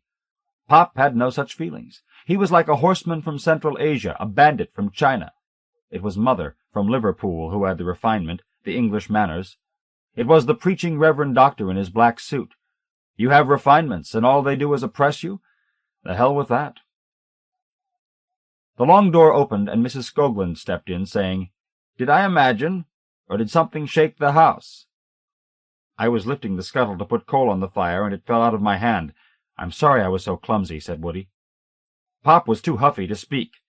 With his eyes big and sore and the thin hair down over his forehead, you could see by the tightness of his belly how angrily he was fetching his breath, though his mouth was shut.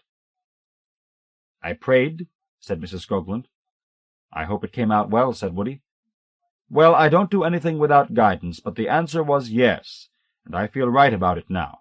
So if you'll wait, I'll go to my office and write a check. I asked Hjordis to bring you a cup of coffee, coming in such a storm." And Pop, consistently a terrible little man, as soon as she shut the door, said, "A check? Hell with a check. Get me the greenbacks." "They don't keep money in the house. You can cash it in her bank tomorrow. But if they miss that dish, Pop, they'll stop the check. And then where are you?" As Pop was reaching below the belt, Hjordis brought in the tray. She was very sharp with him.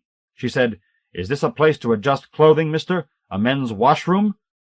"Well, which way is the toilet, then?" said Pop.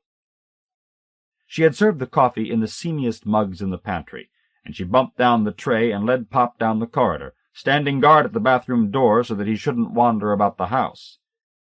Mrs. Skoglund called Woody to her office, and after she had given him the folded check, said that they should pray together for Morris. So once more he was on his knees, under rows and rows of musty, marbled cardboard files, by the glass lamp by the edge of the desk, the shade with flounced edges like the candy dish. Mrs. Skoglund, in her Scandinavian accent, in emotional contralto, raising her voice to Jesus a Christ, as the wind lashed the trees, kicked the side of the house, and drove the snow seething on the window panes, to send light, give guidance, put a new heart in Pop's bosom. Woody asked God only to make Pop put the dish back. He kept Mrs. Skoglund on her knees as long as possible. Then he thanked her, shining with candor, as much as he knew how, for her Christian generosity, and he said, "I know that Hjordis has a cousin who works at the Evanston YMCA. Could she please phone him and try to get us a room tonight, so that we don't have to fight the blizzard all the way back? We're almost as close to the Y as to the car line. Maybe the cars have even stopped running." Suspicious Hjordis, coming when Mrs. Skoglund called to her, was burning now. First they barged in, made themselves at home, asked for money, had to have coffee, probably left gonorrhea on the toilet seat. Hjordis, Woody remembered, was a woman who wiped the doorknobs with rubbing alcohol after guests had left. Nevertheless, she telephoned the Y and got them a room with 2 cots for 6 bits. Pop had plenty of time, therefore, to reopen the étagère, lined with reflecting glass or German silver, something exquisitely delicate and tricky. And as soon as the 2 Selps had said thank you and goodbye and were in mid-street again up to the knees in snow, Woody said, "Well, I covered for you. Is that thing back?" "Of course it is," said Pop. They fought their way to the small Y building, shut up in wire grill and resembling a police station, about the same dimensions. It was locked, but they made a racket on the grill, and a small black man let them in and shuffled them upstairs to a cement corridor with low doors. It was like the small Mammal House in Lincoln Park. He said there was nothing to eat, so they took off their wet pants, wrapped themselves tightly in the khaki army blankets, and passed out on their cots. First thing in the morning they went to the Evanston National Bank and got the $50. Not without difficulties. The teller went to call Mrs. Skoglund, and was absent a long time from the wicket. "Where the hell has he gone?" said Pop. But when the fellow came back, he said, "How do you want it?" Pop said, "Singles." He told Woody, "Boojak stashes it in $1 bills." But by now Woody no longer believed Helena had stolen the old man's money. Then they went into the street, where the snow removal crews were at work. The sun shone broad out of the morning blue, and all Chicago would be releasing itself from the temporary beauty of those vast drifts. "You shouldn't have jumped me last night, Sonny." "I know, Pop, but you promised you wouldn't get me in Dutch." "Well, it's okay, we can forget it, seeing you stood by me." Only, Pop had taken the silver dish. Of course he had, and in a few days Mrs. Skoglund and Hjordis knew it, and later in the week they were all waiting for Woody in Kovner's office at the settlement house. The group included the Reverend Dr. Krabby, head of the seminary, and Woody, who had been flying along level and smooth, was shot down in flames. He told them he was innocent. Even as he was falling, he warned that they were wronging him. He denied that he or Pop had touched Mrs. Skoglund's property. The missing object, he didn't even know what it was, had probably been misplaced, and they would be very sorry on the day it turned up. After the others were done with him, Dr. Krabby said until he was able to tell the truth, he would be suspended from the seminary, where his work had been unsatisfactory anyway. Aunt Rebecca took him aside and said to him, "You are a little crook, like your father. The door is closed to you here." To this, Pop's comment was, "So what, kid?" "Pop, you shouldn't have done it." "No? Well, I don't give a care if you want to know. You can have the dish if you want to go back and square yourself with all those hypocrites. I didn't like doing Mrs. Skoglund in the eye. She was so kind to us." "Kind?" "Kind. Kind has a price tag. Well, there was no winning such arguments with Pop. But they debated it in various moods and from various elevations and perspectives for 40 years and more, as their intimacy changed, developed, matured. Why did you do it, Pop? For the money? What did you do with the $50? Woody, decades later, asked him that. I settled with the bookie, and the rest I put in the business. You tried a few more horses. I maybe did, but it was a double, Woody. I didn't hurt myself, and at the same time did you a favor. It was for me? It was too strange of a life. That life wasn't you, Woody. All those women. Kovner was no man, he was an in-between. Suppose they made you a minister, some Christian minister. First of all, you wouldn't have been able to stand it, and second, they would throw you out sooner or later. Maybe so. And you wouldn't have converted the Jews, which was the main thing they wanted. And what a time to bother the Jews, Woody said. At least I didn't bug them. Pop had carried him back to his side of the line, blood of his blood, the same thick body walls, the same coarse grain, not cut out for a spiritual life, simply not up to it. Pop was no worse than Woody, and Woody was no better than Pop. Pop wanted no relation to theory, and yet he was always pointing Woody toward a position, a jolly, hearty, natural, likable, unprincipled position. If Woody had a weakness, it was to be unselfish. This worked to Pop's advantage, but he criticized Woody for it nevertheless. You take too much on yourself, Pop was always saying. And it's true that Woody gave Pop his heart because Pop was so selfish. It's usually the selfish people who are loved the most. They do what you deny yourself, and you love them for it. You give them your heart. Remembering the pawn ticket for the silver dish, Woody startled himself with a laugh so sudden that it made him cough. Pop said to him after his expulsion from the seminary and banishment from the settlement house, "You want in again? Here's the ticket. I hocked that thing. It wasn't so valuable as I thought." "What did they give?" $12.50 was all I could get. But if you want it, you'll have to raise the dough yourself, because I haven't got it any more." "You must have been sweating in the bank when the teller went to call Mrs. Skoglund about the check." "I was a little nervous," said Pop, "but I didn't think they could miss the thing so soon." That theft was part of Pop's war with Mother and Aunt Rebecca and the Reverend Doctor. Pop took his stand on realism. Mother represented the forces of religion and hypochondria. In 4 decades, the fighting never stopped. In the course of time, Mother and the girls turned into welfare personalities and lost their individual outlines. Ah, the poor things. They became dependents and cranks. In the meantime, Woody, the sinful man, was their dutiful and loving son and brother. He maintained the bungalow. This took in roofing, pointing, wiring, insulation, air conditioning, and he paid for heat and light and food, and dressed them all out of Sears Roebuck and Weebolts, and bought them a TV, which they watched as devoutly as they prayed. Paula took courses to learn skills like macrame making and needlepoint, and sometimes got a little job as recreational worker in a nursing home. But she wasn't steady enough to keep it. Wicked Pop spent most of his life removing stains from people's clothing. He and Helena, in the last years, ran a cleanomat in West Rogers Park, a so-so business resembling a laundromat, which gave him leisure for billiards, the horses, rummy, and pinochle. Every morning he went behind the partition to check out the filters of the cleaning equipment. He found amusing things that had been thrown into the vats with the clothing, sometimes when he got lucky, a locket chain or a brooch. And when he had fortified the cleaning fluid, pouring all that blue and pink stuff in from plastic jugs, he read the foreword over a second cup of coffee, and went out, leaving Helena in charge. When they needed help with the rent, Woody gave it. After the new Disney World was opened in Florida, Woody treated all his dependents to a holiday. He sent them down in separate batches, of course. Helena enjoyed this more than anybody else. She couldn't stop talking about the address given by an Abraham Lincoln automaton. Wonderful how he stood up and moved his hands and his mouth, so real, and how beautiful he talked.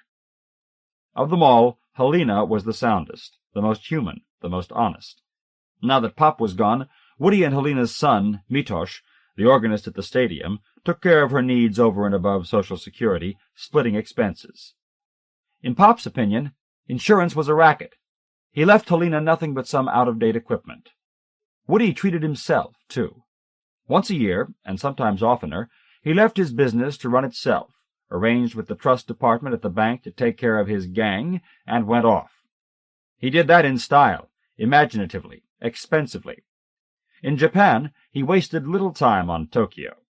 He spent 3 weeks in Kyoto and stayed at the Tawaraya Inn, dating from the 17th century or so. There he slept on the floor, the Japanese way, and bathed in scalding water. He saw the dirtiest strip show on earth, as well as the holy places and the temple gardens. He also visited Istanbul, Jerusalem, Delphi, and went to Burma and Uganda and Kenya on safari, on democratic terms with drivers, Bedouins, bazaar merchants. Open, lavish, familiar, fleshier and fleshier, but he jogged, he lifted weights, still muscular, in his naked person beginning to resemble a Renaissance courtier in full costume, becoming ruddier every year, an outdoor type with freckles on his back and spots across the flaming forehead and the honest nose. In Addis Ababa, he took an Ethiopian beauty to his room from the street and washed her, getting into the shower with her to soap her with his broad, kindly hands. In Kenya, he taught certain American obscenities to a black woman so that she could shout them out during the act. On the Nile, below Murchison Falls, those fever trees rose huge from the mud, and hippos on the sandbars belched at the passing launch, hostile. One of them danced on his spit of sand, springing from the ground and coming down heavy on all fours. There Woody saw the buffalo calf disappear, snatched by the crocodile. Mother, soon to follow Pop, was being light-headed these days. In company she spoke of Woody as her boy. "What do you think of my sonny?" as though he was 10 years old. She was silly with him. Her behavior was frivolous, almost flirtatious. She just didn't seem to know the facts. And behind her all the others, like kids at the playground, were waiting their turn to go down the slide, one on each step, and moving toward the top. Over Woody's residence and place of business there had gathered a pool of silence of the same perimeter as the church bells while they were ringing, and he mourned under it, this melancholy morning of sun and autumn. Doing a life survey, taking a deliberate look at the gross side of his case, of the other side as well, what there was of it. But if this heartache continued, he'd go out and run it off. A 3-mile jog, 5 if necessary. And you'd think that this jogging was an entirely physical activity, wouldn't you? But there was something else in it, because, when he was a seminarian, between the shafts of his World's Fair rickshaw, he used to receive, pulling along, capable and stable, his religious experiences while he trotted. Maybe it was all a single experience repeated. He felt truth coming to him from the sun. He received a communication that was also light and warmth. It made him very remote from his horny Wisconsin passengers, those farmers whose whoops and hoar cries he could hardly hear when he was in one of his states. And again out of the flaming of the sun would come to him a secret certainty that the goal set for this earth was that it should be filled with good, saturated with it. After everything preposterous, after dog had eaten dog, after the crocodile death had pulled everyone into his mud. It wouldn't conclude as Mrs. Skoglund, bribing him to round up the Jews and hasten the second coming, imagined it, but in another way. This was his clumsy intuition. It went no further. Subsequently, he proceeded through life as life seemed to want him to do it. There remained one thing more this morning, which was explicitly physical, occurring first as a sensation in his arms and against his breast, and from the pressure passing into him and going into his breast. It was like this. When he came into the hospital room and saw Pop with the sides of his bed raised like a crib, and Pop so very feeble and writhing and toothless like a baby, and the dirt already cast into his face, into the wrinkles, Pop wanted to pluck out the intravenous needles, and he was piping his weak death noise. The gauze patches taped over the needles were soiled with dark blood.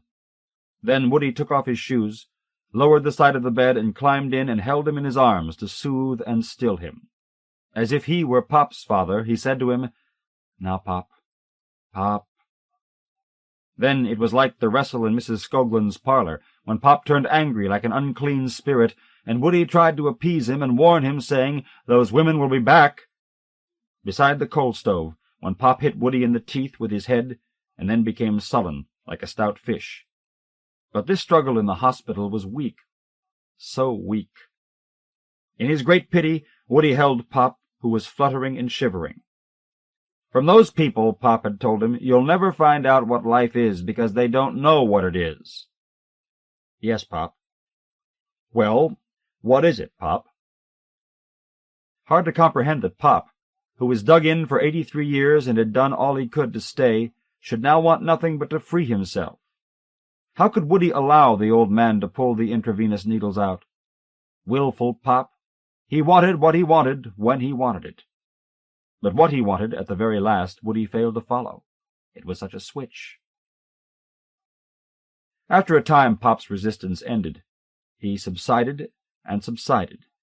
He rested against his son, his small body curled there. Nurses came and looked. They disapproved, but Woody, who couldn't spare a hand to wave them out, motioned with his head toward the door. Pop, whom Woody thought he had stilled, only had found a better way to get around him. Loss of heat was the way he did it. His heat was leaving him. As can happen with small animals, when you hold them in your hand, Woody presently felt him cooling. Then, as Woody did his best to restrain him, and thought he was succeeding, Pop divided himself. And when he was separated from his warmth, he slipped into death. And there was his elderly, large, muscular son still holding and pressing him, when there was nothing any more to press. You could never pin down that self-willed man. When he was ready to make his move, he made it. Always on his own terms.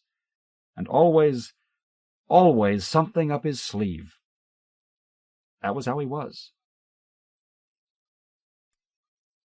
End of Prize Stories of the 70s from the O. Henry Awards, selected and with an introduction by William Abrams. Narrated by Jack Hrkach, in the studios of the National Library Service for the Blind and Physically Handicapped for the Library of Congress, October 1981. For special distribution, as authorized by Act of Congress under Public Law 89-522, with the permission of the copyright holder and the publisher, Doubleday and Company, Incorporated. End of book.